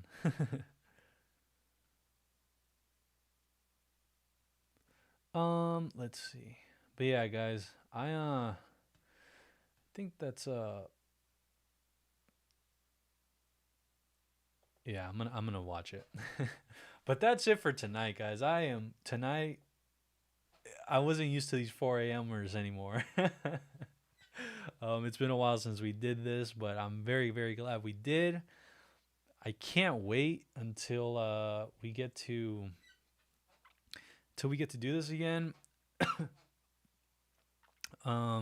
As you can tell, I'm a little tired tonight. I don't even know my outro. But I just want to say thanks to everybody that showed up. Thanks to everybody that subscribed tonight. Thanks to everybody that liked. Thanks to everybody that just simply watched and hung out, gave opinion, gave their take.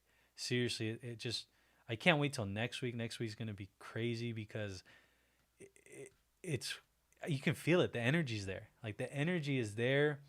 It's ripe. Like, the moment is ripe to do something like that. And yeah, so with that said, I'm going to leave you guys to the awesome intro / outro of the Filmtopian and the spring live streams.